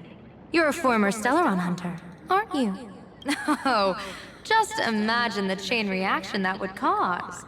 I don't even want to think about it. Doesn't this feel like the opening scene of a comedy? Two people who barely know each other, yet they're keeping each other's destiny a secret. I guess you could say we're now partners in fate. No surprise there. After all, both comedy and fortune-telling thrive on unexpected twists and turns of fate. All right, looks like the side effects have worn off. Time for us to say goodbye. And you? Are you okay? What just happened? I was so confused. I couldn't see a thing. All I remember is... I saw everything! The Nameless from the Express smashed Sparksy right into the wall with one swing! That strength was unreal! That was such an epic fight, as expected from a cosmic hero. That was seriously awesome! Astral Express!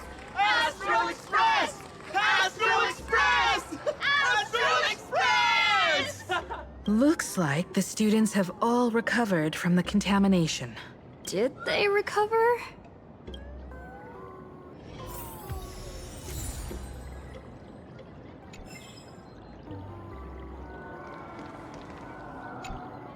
When she absorbed me, I thought it was all over.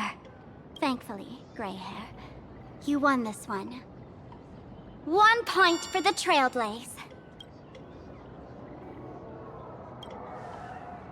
Who knows? But come on, doesn't that sound insanely cool? I'm totally adding this to Miss Sparkle's 132 origin stories. Maybe we're all just masks that someone else has shed. The tavern? They might kick up a fuss about Sparksy's defeat for a few days. Maybe some foolish hotheads might even come knocking to fight you. But trust me, give it a couple days and the tavern will act like none of it ever happened. If I really am a mask, then naturally I should return to my wearer's face. But if I'm not, then maybe I need to reclaim the mask I've lost. I understand.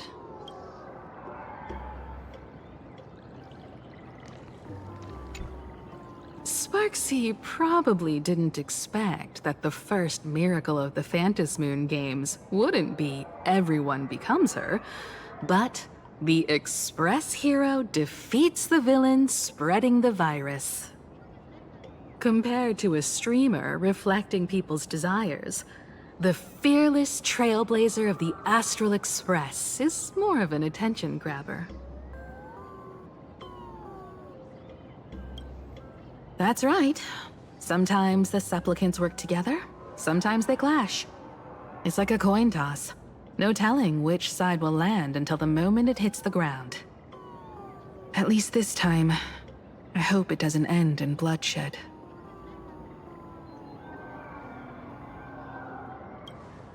You're one step closer to an audience with Aha. Right now, all of Plain Arcadia is watching you, and all of their attention's flooding over you, and the mask you wear. Make the most of that attention. From now on, you'll represent the Trailblaze to show this world of elation what elation is.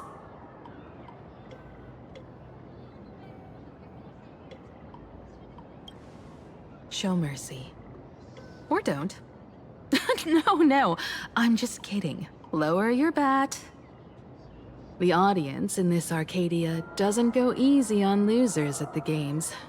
She'll lose her wish power soon enough, and the Sparksy virus will fizzle out. You can hand her over to the Department of Aberration Defense for imprisonment, or set her free. As a supplicant who's become the focus of all, I'm sure you've already made your decision, right?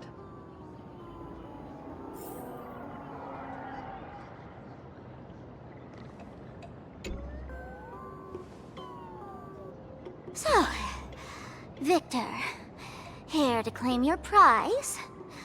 Very well. Sparksicle has no objections to that. So what'll it be? Gonna hand me off to the Department of Aberration Defense? Lock me up as a hardened criminal? But knowing you, you're not that heartless, are you? Or maybe you want to take away my streaming account as punishment. I'll livestream 24/7 and sing praises of your valor. All right! Let what belongs to the Graffia family return to the Graffia family. But don't let this little win get to your head. You've still got a long, long way to go before you meet the laughter. We can keep working together. Better to have a friend at the Phantom Moon Games than another enemy, right? What? No parting words?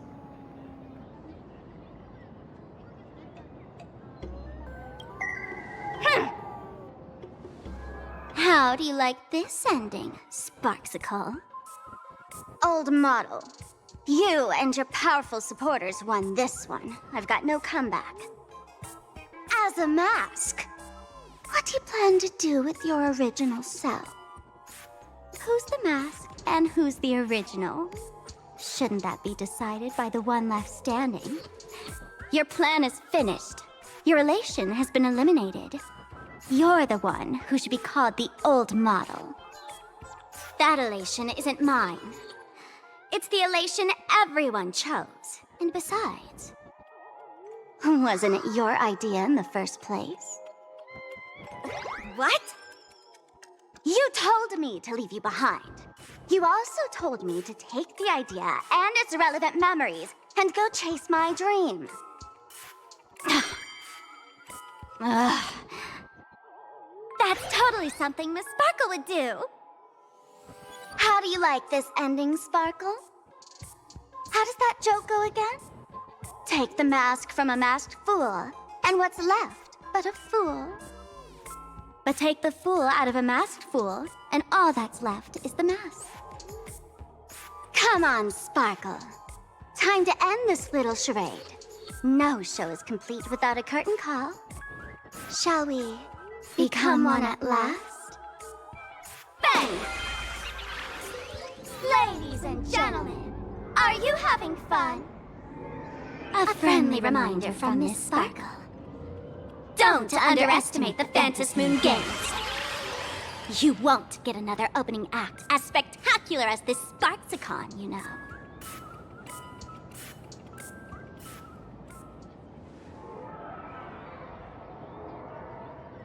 Sparksy!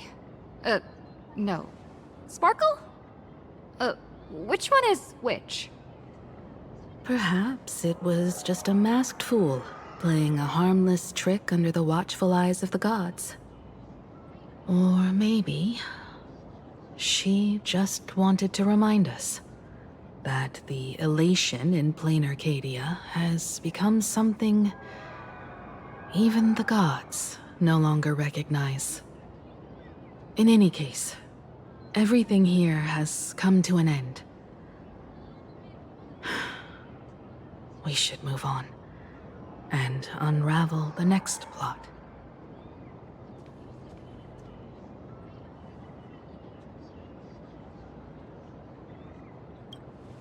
Indeed. I want to investigate and find out who exactly created that place and why. Let me know when you're ready to head out.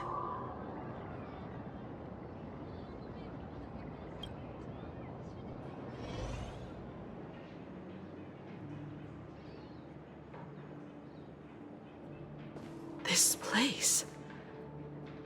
it's like nothing ever happened. The ghosts are gone.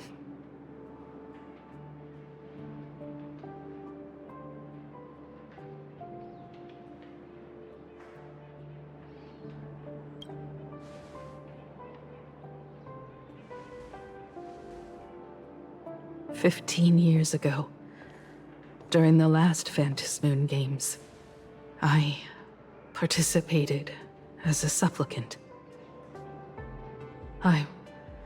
I once believed that all it took for a supplicant to win was to show the people a magnificent miracle. And then I'd have an audience with the Eon of Elation. How foolish. How naive I was.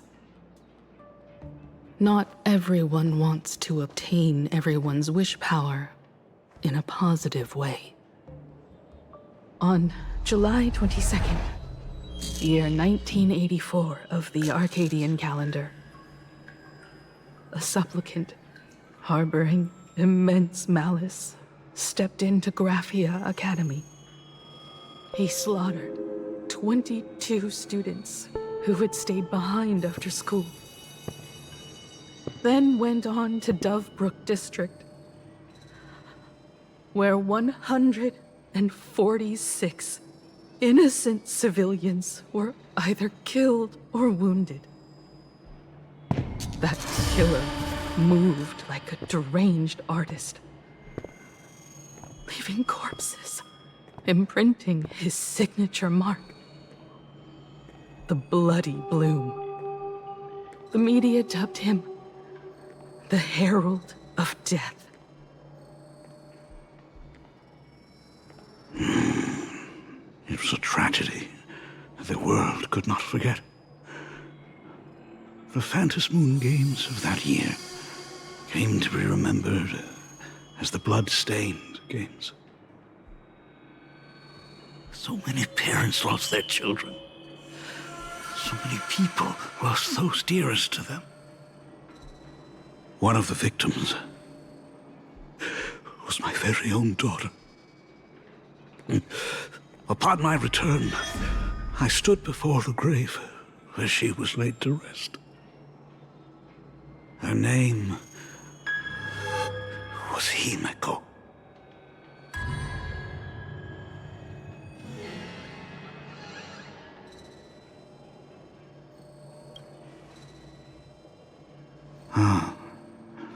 Forgive me.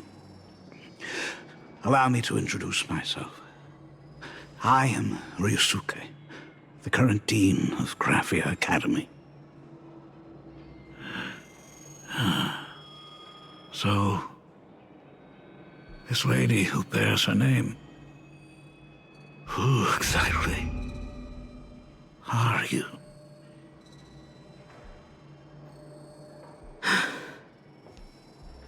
"15 years ago, when I made up my mind to join this Phantom Moon Games, my father wasn't with me.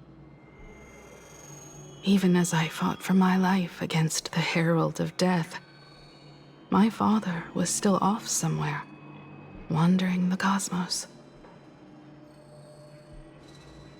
Strictly speaking, ever since I can remember, his presence in my life has been as thin as the air in space. So, I would ask you, who bears his name, who exactly are you?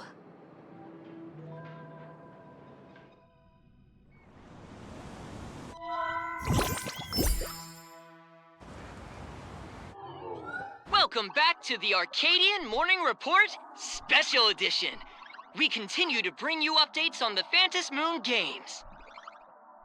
The SparksyCon hosted by Supplicant Sparksy came to an abrupt end less than an hour after it began! Under the watchful eyes of the entire network, the Nameless from the Astral Express went head-to-head with streamer Sparksy in a spectacular showdown. Unbelievable! I used to think all of the Trailblazers fight scenes in director Rekka's latest film, Holy Grail Stay Night, were just special effects. Turns out she's got real moves. We'll continue following the Astro Express's activities and bring you... Breaking news! Around 4 p.m. today, the Security Bureau uncovered multiple corpses at the Sinwish Syndicate's headquarters in Dovebrook District. Initial reports suggest violent infighting among gang members as the cause. Even more shocking, an IPC employee was found dead at the scene. According to the investigation, the victim was identified as Lyndon Scott. Lyndon Scott, age 34. Field operative in the Strategic Investment Department. Ring any bells, Mr. Ashvale? Never heard of him.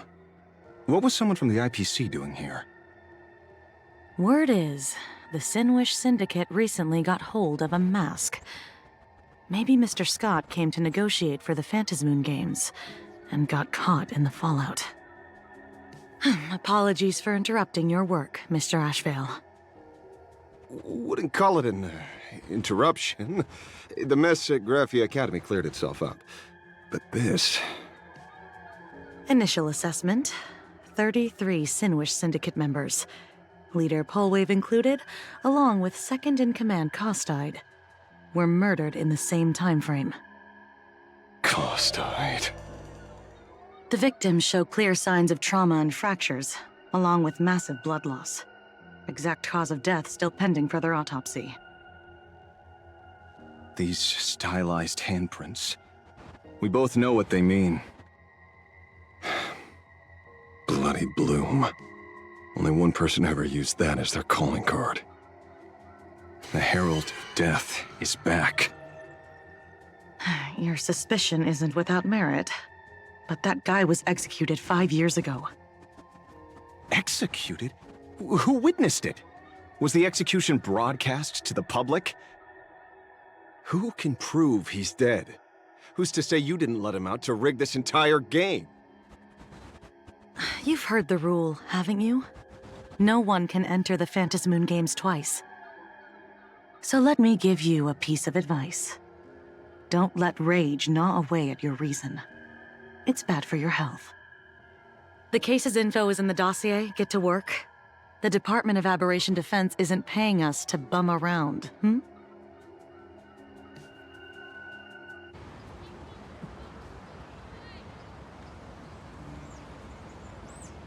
Rage sparked quietly in the detective's chest, and not even the wind from Dovebrook could dispel the metallic tang of blood clinging to his nose.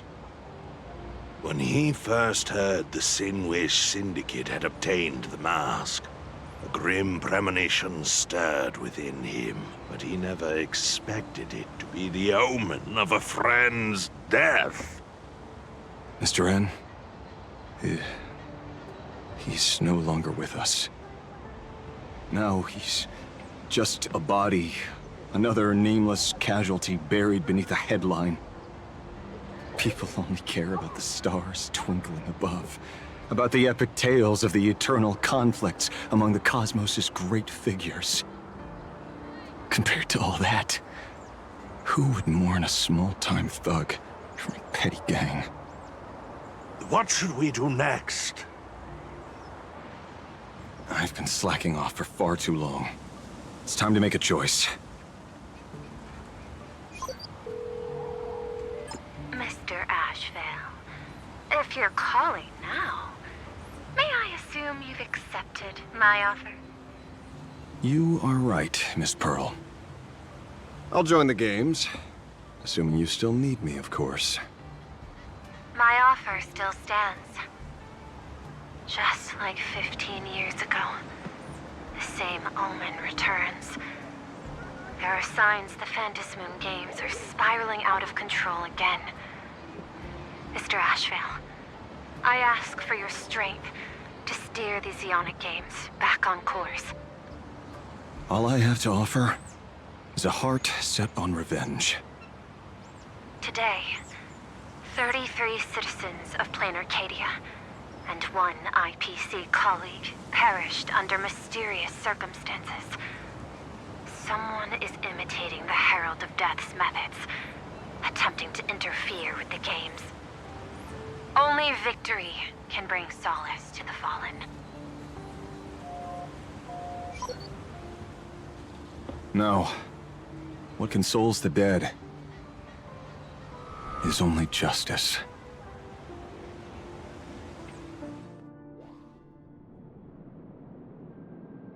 What's the matter? Found a better candidate? Don't I even make the short list? This is a game shaped by the most capricious Eon. Surprises and twists are its very nature. It's only right I choose the strongest players. Even so, I have to ask, what makes you so sure that I'd hire a wanted criminal to fight in the Phantasmoon Games, instead of tossing you into an IPC cell? Throw me in prison?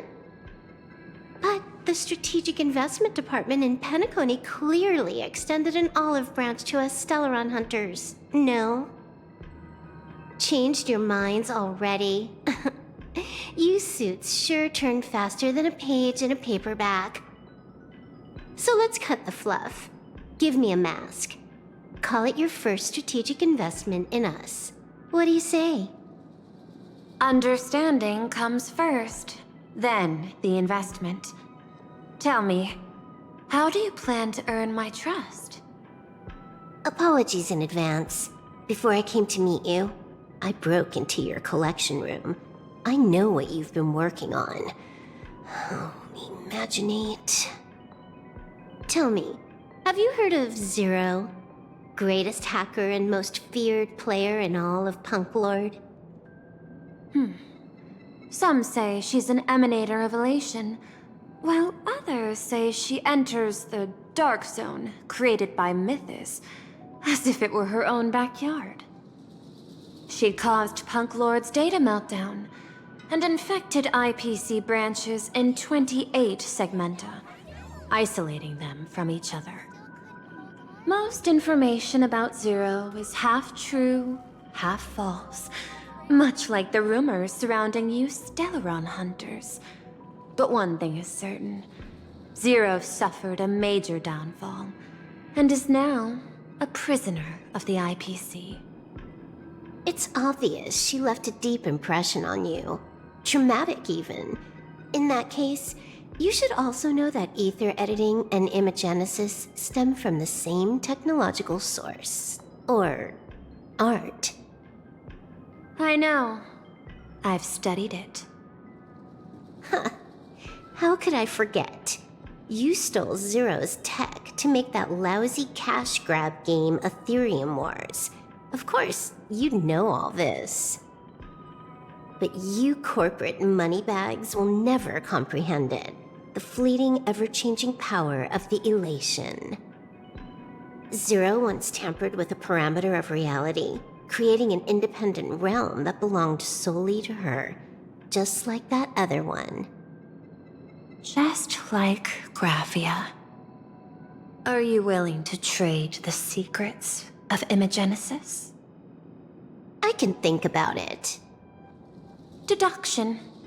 You may be lying. I've heard that those who join the Stellaron Hunters have long since abandoned the path they once walked. Who knows? You're in the Arcadia of Elation. Wouldn't it be a waste not to test your luck? Deal, Ether Hacker. And to seal it with confidence, let me show you a little trick of the trade. A hacking trick?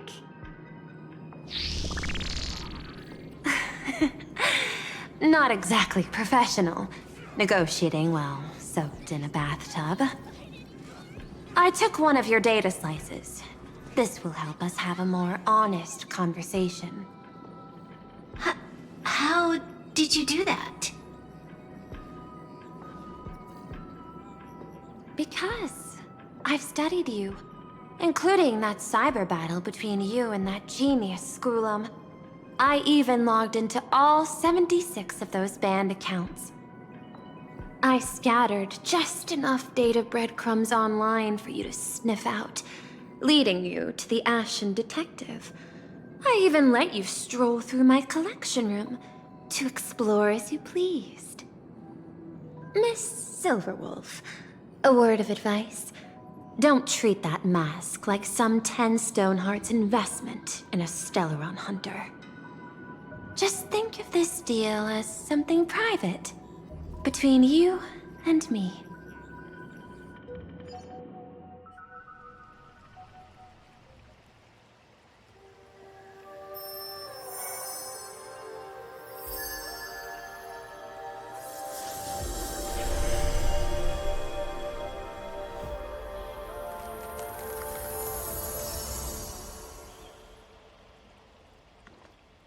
What the heck? I just blinked and suddenly half the supplicants are wearing masks? I was hoping the show would get better. Streamers clashing with cosmic heroes. A flashy brawl without anyone getting hurt. Wouldn't that have been nice? But now we've got a crow, a shell, a cat, a wolf? How many more mystery guests are crashing the stage? And this thing? When did it sneak in?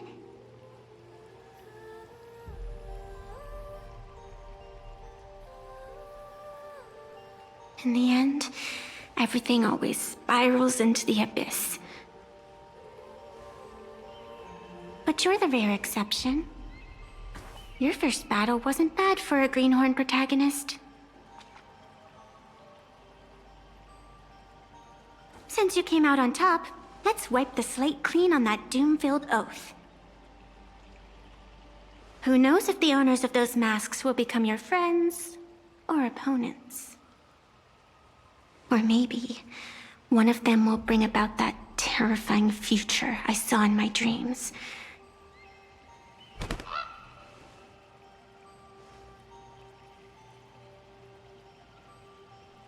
Little one, how'd you find your way here?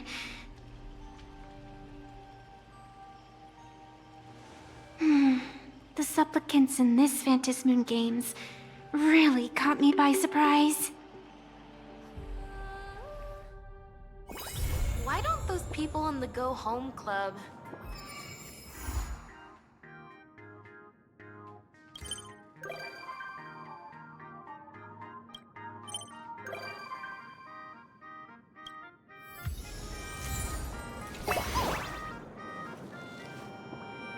So this was my childhood dream, huh?